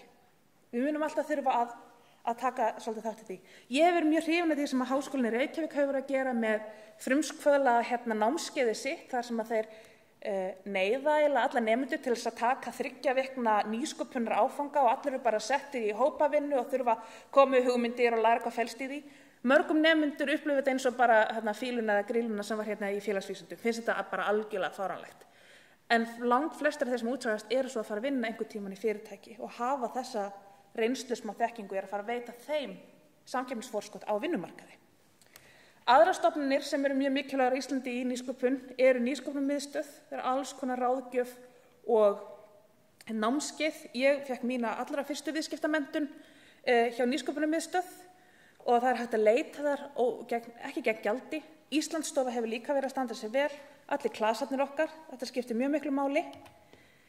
Svo aðgengið að fjármagni og hefur náttúrulega komið inn á, háskólinn, hann veitir oft þessa grind, hann veitir byrjunarfjármagn og það eru samkeppnissjóðirnir. En mig langar svolítið að benda á að það eru líka, þegar við erum að tala um nýsköpunar hugmyndir og reyna að fjármagn fjármagn, þá eru það fjárfestingarsjóðir og þeir eru það Króberg Kapital, Eiríksbrotar, Nýsköpunarsjóður Atvinnulífsins, Brunnur og Frumtak, þetta eru svona helstu sjóðirnir heima. Og mjög mikilvægir á þessu stigi. Þeir eru samt ekkert endilega fjárfesta svo mikið og það sem ég hef verið að sjá hjá íslensku sjóðunum að þeir fjárfesta mjög takmarkað í akademískum sprotafyrirtækjum því miður. Það fjárfestingar sem voru til dæmis tilkynntar í síðustu viku var Króberg Kapital tók þátt í 220 milljóna króna fjármögnun hjá leikjafyrirtæki sem heitir 1939, Trip Creator sem svona ferðavefsíða fekk $8 milljón, 800 milljónir, Guide to Iceland sem líka ferðavefsíða $20 milljón. Á síðasta ári Titan fekk 300 milljón krónur, en þetta allt svolítið svona saman á tæknigrunnum og maður sér ekki oft fjárfestingar í akademíska sprota sem mér finnst mjög miður. Og ég væri alveg til í að sjá svolítið meiri fjölbreytni í fjárfestingum á Íslandi. Ef ég á bara að vera mjög hreinskilin með það. Þið megið ekki vera ósammála mér. Og þess vegna, ég sé þetta graf frá Arion banka, sem alltaf rekur viðskiptaraðila, hann setti styrkina hér, en það vita allir að Rannís mjög mikilvæg stofnun fyrir þetta. Bæði rannsóknarstyrkirnir sem að fjárfesta þarna í einhverju sem við vitum ekki hvort að verði neitt.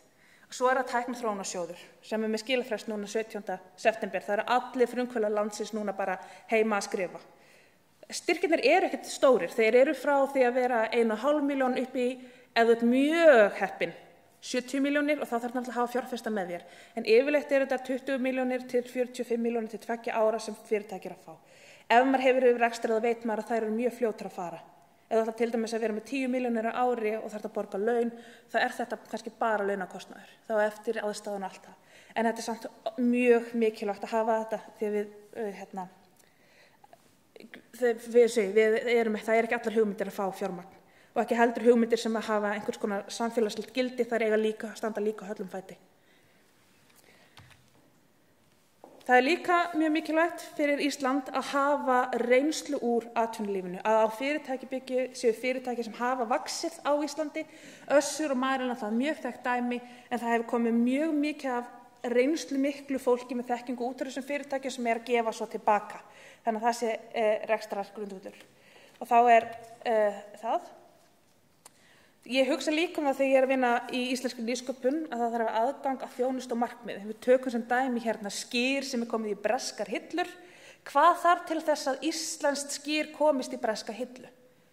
Það miklu meira en það mér dætti í huga búið til skyr í hellið í krukku og senda af stað. Það þarf alla þjónustuna við, það eitthvað sem tilbúin að gera samninga við að framleiða, hanna pakningar, dreifingaraðili, vöruhús og svo framvegis. Það rosalega löng keðja. Þessi þjónustuaðilar skipta mjög miklu máli líka, sem á aðgengi að markaði. Ísland stendur höllum fæti af því við erum langt frá mörkuðum okkar. Við erum bara eyja. En það alveg hægt að vinna með það og sem betur fyrir hefur tæknibyltingin fært markaðina nær okkur, bara í hendina. Svo það grasrótin sem vinnur mjög mikilvægt starf og þar eru Icelandic startups kannski svona fremstir. Það eru þessi 3 viðskiptahraðalar sem þeir reka. Fyrir ykkur sem ekki vita þá þetta nokkra vikna prósess þar sem nokkur fyrirtæki eða litlar sem hugmyndir eru valin inn til þá fjárfestingu og svo svona þjálfunar prógram.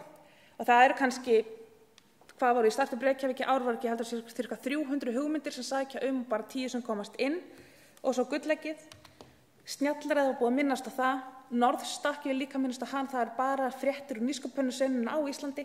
Startup Iceland, ráðstefna í Hörpu alltaf einu svona ári og núna eru farin að sækja bæði íslenskir og erlendi frumkvöðlar til þess að reyna að koma okkur aðeins inn í það og stökkpallurinn sem við viðskiptakeppni með. Og það sem að þetta rauninni þýðir að það eru mjög margir og mikilvægir aðilar sem koma að þegar við hugsum nýsköpun. Jafnvel þó að við séum í Háskóla Íslands ofta fóstraðar á fyrsta stigi að þegar við ætlum að senda þér klippa á naflastrengin að það verður líka að vera eitthvað sem að kemur við. Og það eru nemendur Háskóla Íslands sem eru að fara að byggja það upp líka. Þannig að margar hendur þurfa að vinna saman með létt verk. Og nýsköpun, mörgum finnst þetta bara vera eitthvað tísku orð og jafnvel bara svona rúlla augunum. En nýsköpun alveg komin til að vera. Þetta mjög sterkt alþjóðlegt trend sem í gangi. Þetta að aukast mjög mikið og meðal annars af því að róbótarnir ætla að fara að taka yfir.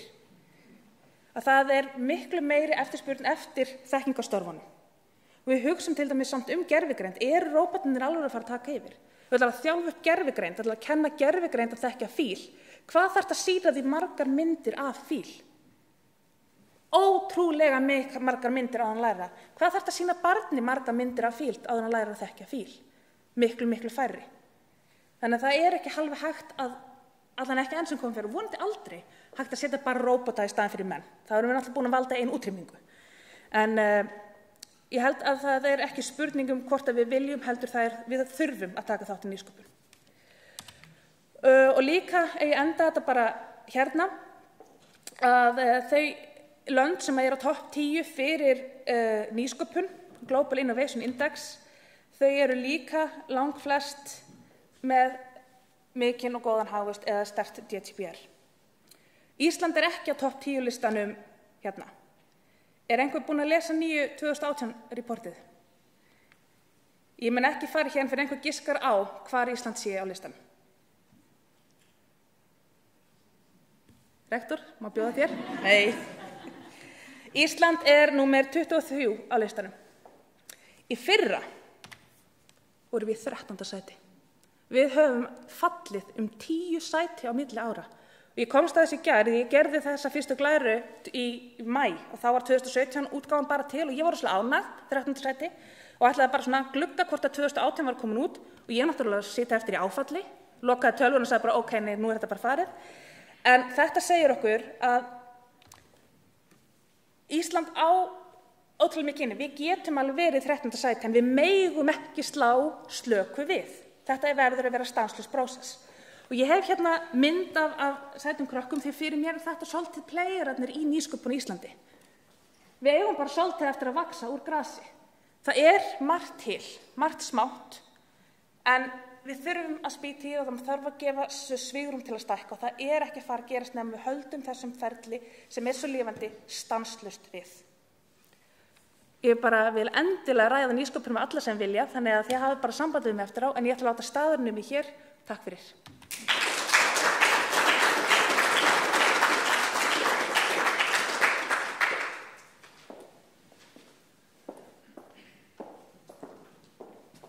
Kæra þakkir, Sandra, fyrir mjög skemmtilegt erindi og fræðandi og takk fyrir allir hinnir. Guðmundur, eða megin spurning, kaffi núna? Nei, ok. Þannig að þá það bara Jón Atli Benediktsson sem ætlar að slíta dagskránni, rektor Háskóla Íslands. Gjörðu svo vel.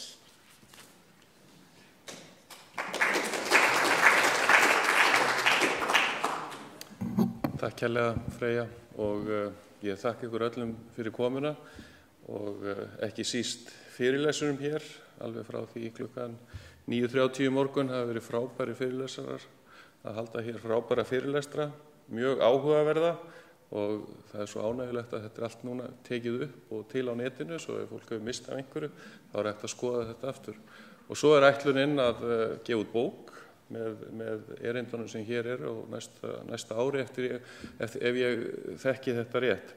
En þetta hefur verið alveg einstaklega skemmtilegt og ef við bara byrjum í gær að fá ráðherrana 2 til þess að lýsa yfir mikilvægi háskólastarfs á Íslandi og mennta- og menningarmálaráðherra einmitt að tala mikilvægi aukinnar fjármögnunar sem skiptir okkur ekki síst máli núna eins og kemur hér fram ítrekað í erindum.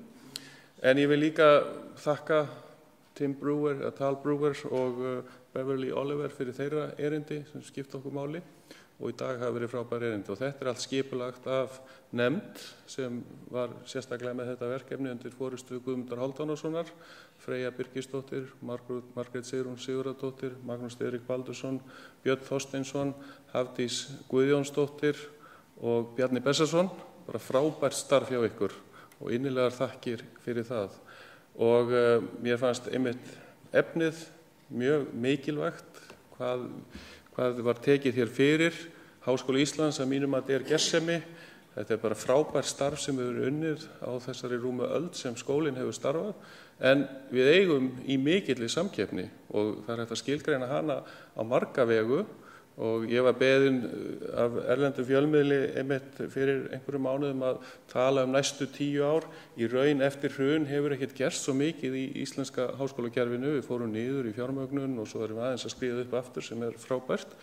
En hvert markmiðið fyrir næstu 10 ár var ég spurður og ég sagði bara stay competitive. Það ofsalega mikilvægt fyrir okkur og bara ef við tökum þessa síðustu sessjón hér að hvað við þurfum að halda áfram að efla okkur, hvað við þurfum að fá meiri stuðning. Við erum með frábæran mannauð, við þurfum náttúrulega að huga að því að mennta fólk hér þannig að það sé samkeppnishæft og vel mentað, það skiptir ofsalega miklu máli og þátttaka stúdenta gríðarlega mikilvæg. Og við til dæmis sjáum í nýsköpuninni hvernig stúdentar, nýsköpunarsjóður námsmanna, gullleggið og svo margt sem hefur komið inn og nýsköpunarkeppni grunnskólana skiptir ofsalega miklu máli og við höfum einmitt reynt að vera öflugri þar og við þurfum að halda þar áfram. En ég vil segja að stefna Háskóla Íslands þá til 2021, HÍ 21, okkar leiðarljós núna og þar erum við með mörg atriði sem hér tekið á. En til dæmis þegar ég tala hvað háskólinn hefur komið vel út, það ýmislegt sem þarf að gera betur og til dæmis meistaranámið sem sérstaklega tekið þar fyrir. Við erum með einstaklingsbundið doktorsnám og höfum náð miklum árangri þar og nýsköpunarstarfið kemur þar til dæmis mjög vel út, myndi ég segja. En meistaranámið ákveðið gat hjá okkur og til þess að vera hluti af þessu lýðveldi vísindanna, vera alþjóðlegur háskóli sem hefur sterkar skyldur við íslenskt samfélag eins og við leggjum mikla áherslu á, þá þurfum við að efla marga þætti í starfinu. Og það markmiðið og við höldum áfram. En innilega þakkir öll fyrir komuna og sérstaklega fyrirlesunum, fyrir frábæra fyrirlestra og bara njótið dagsins. Takk fyrir.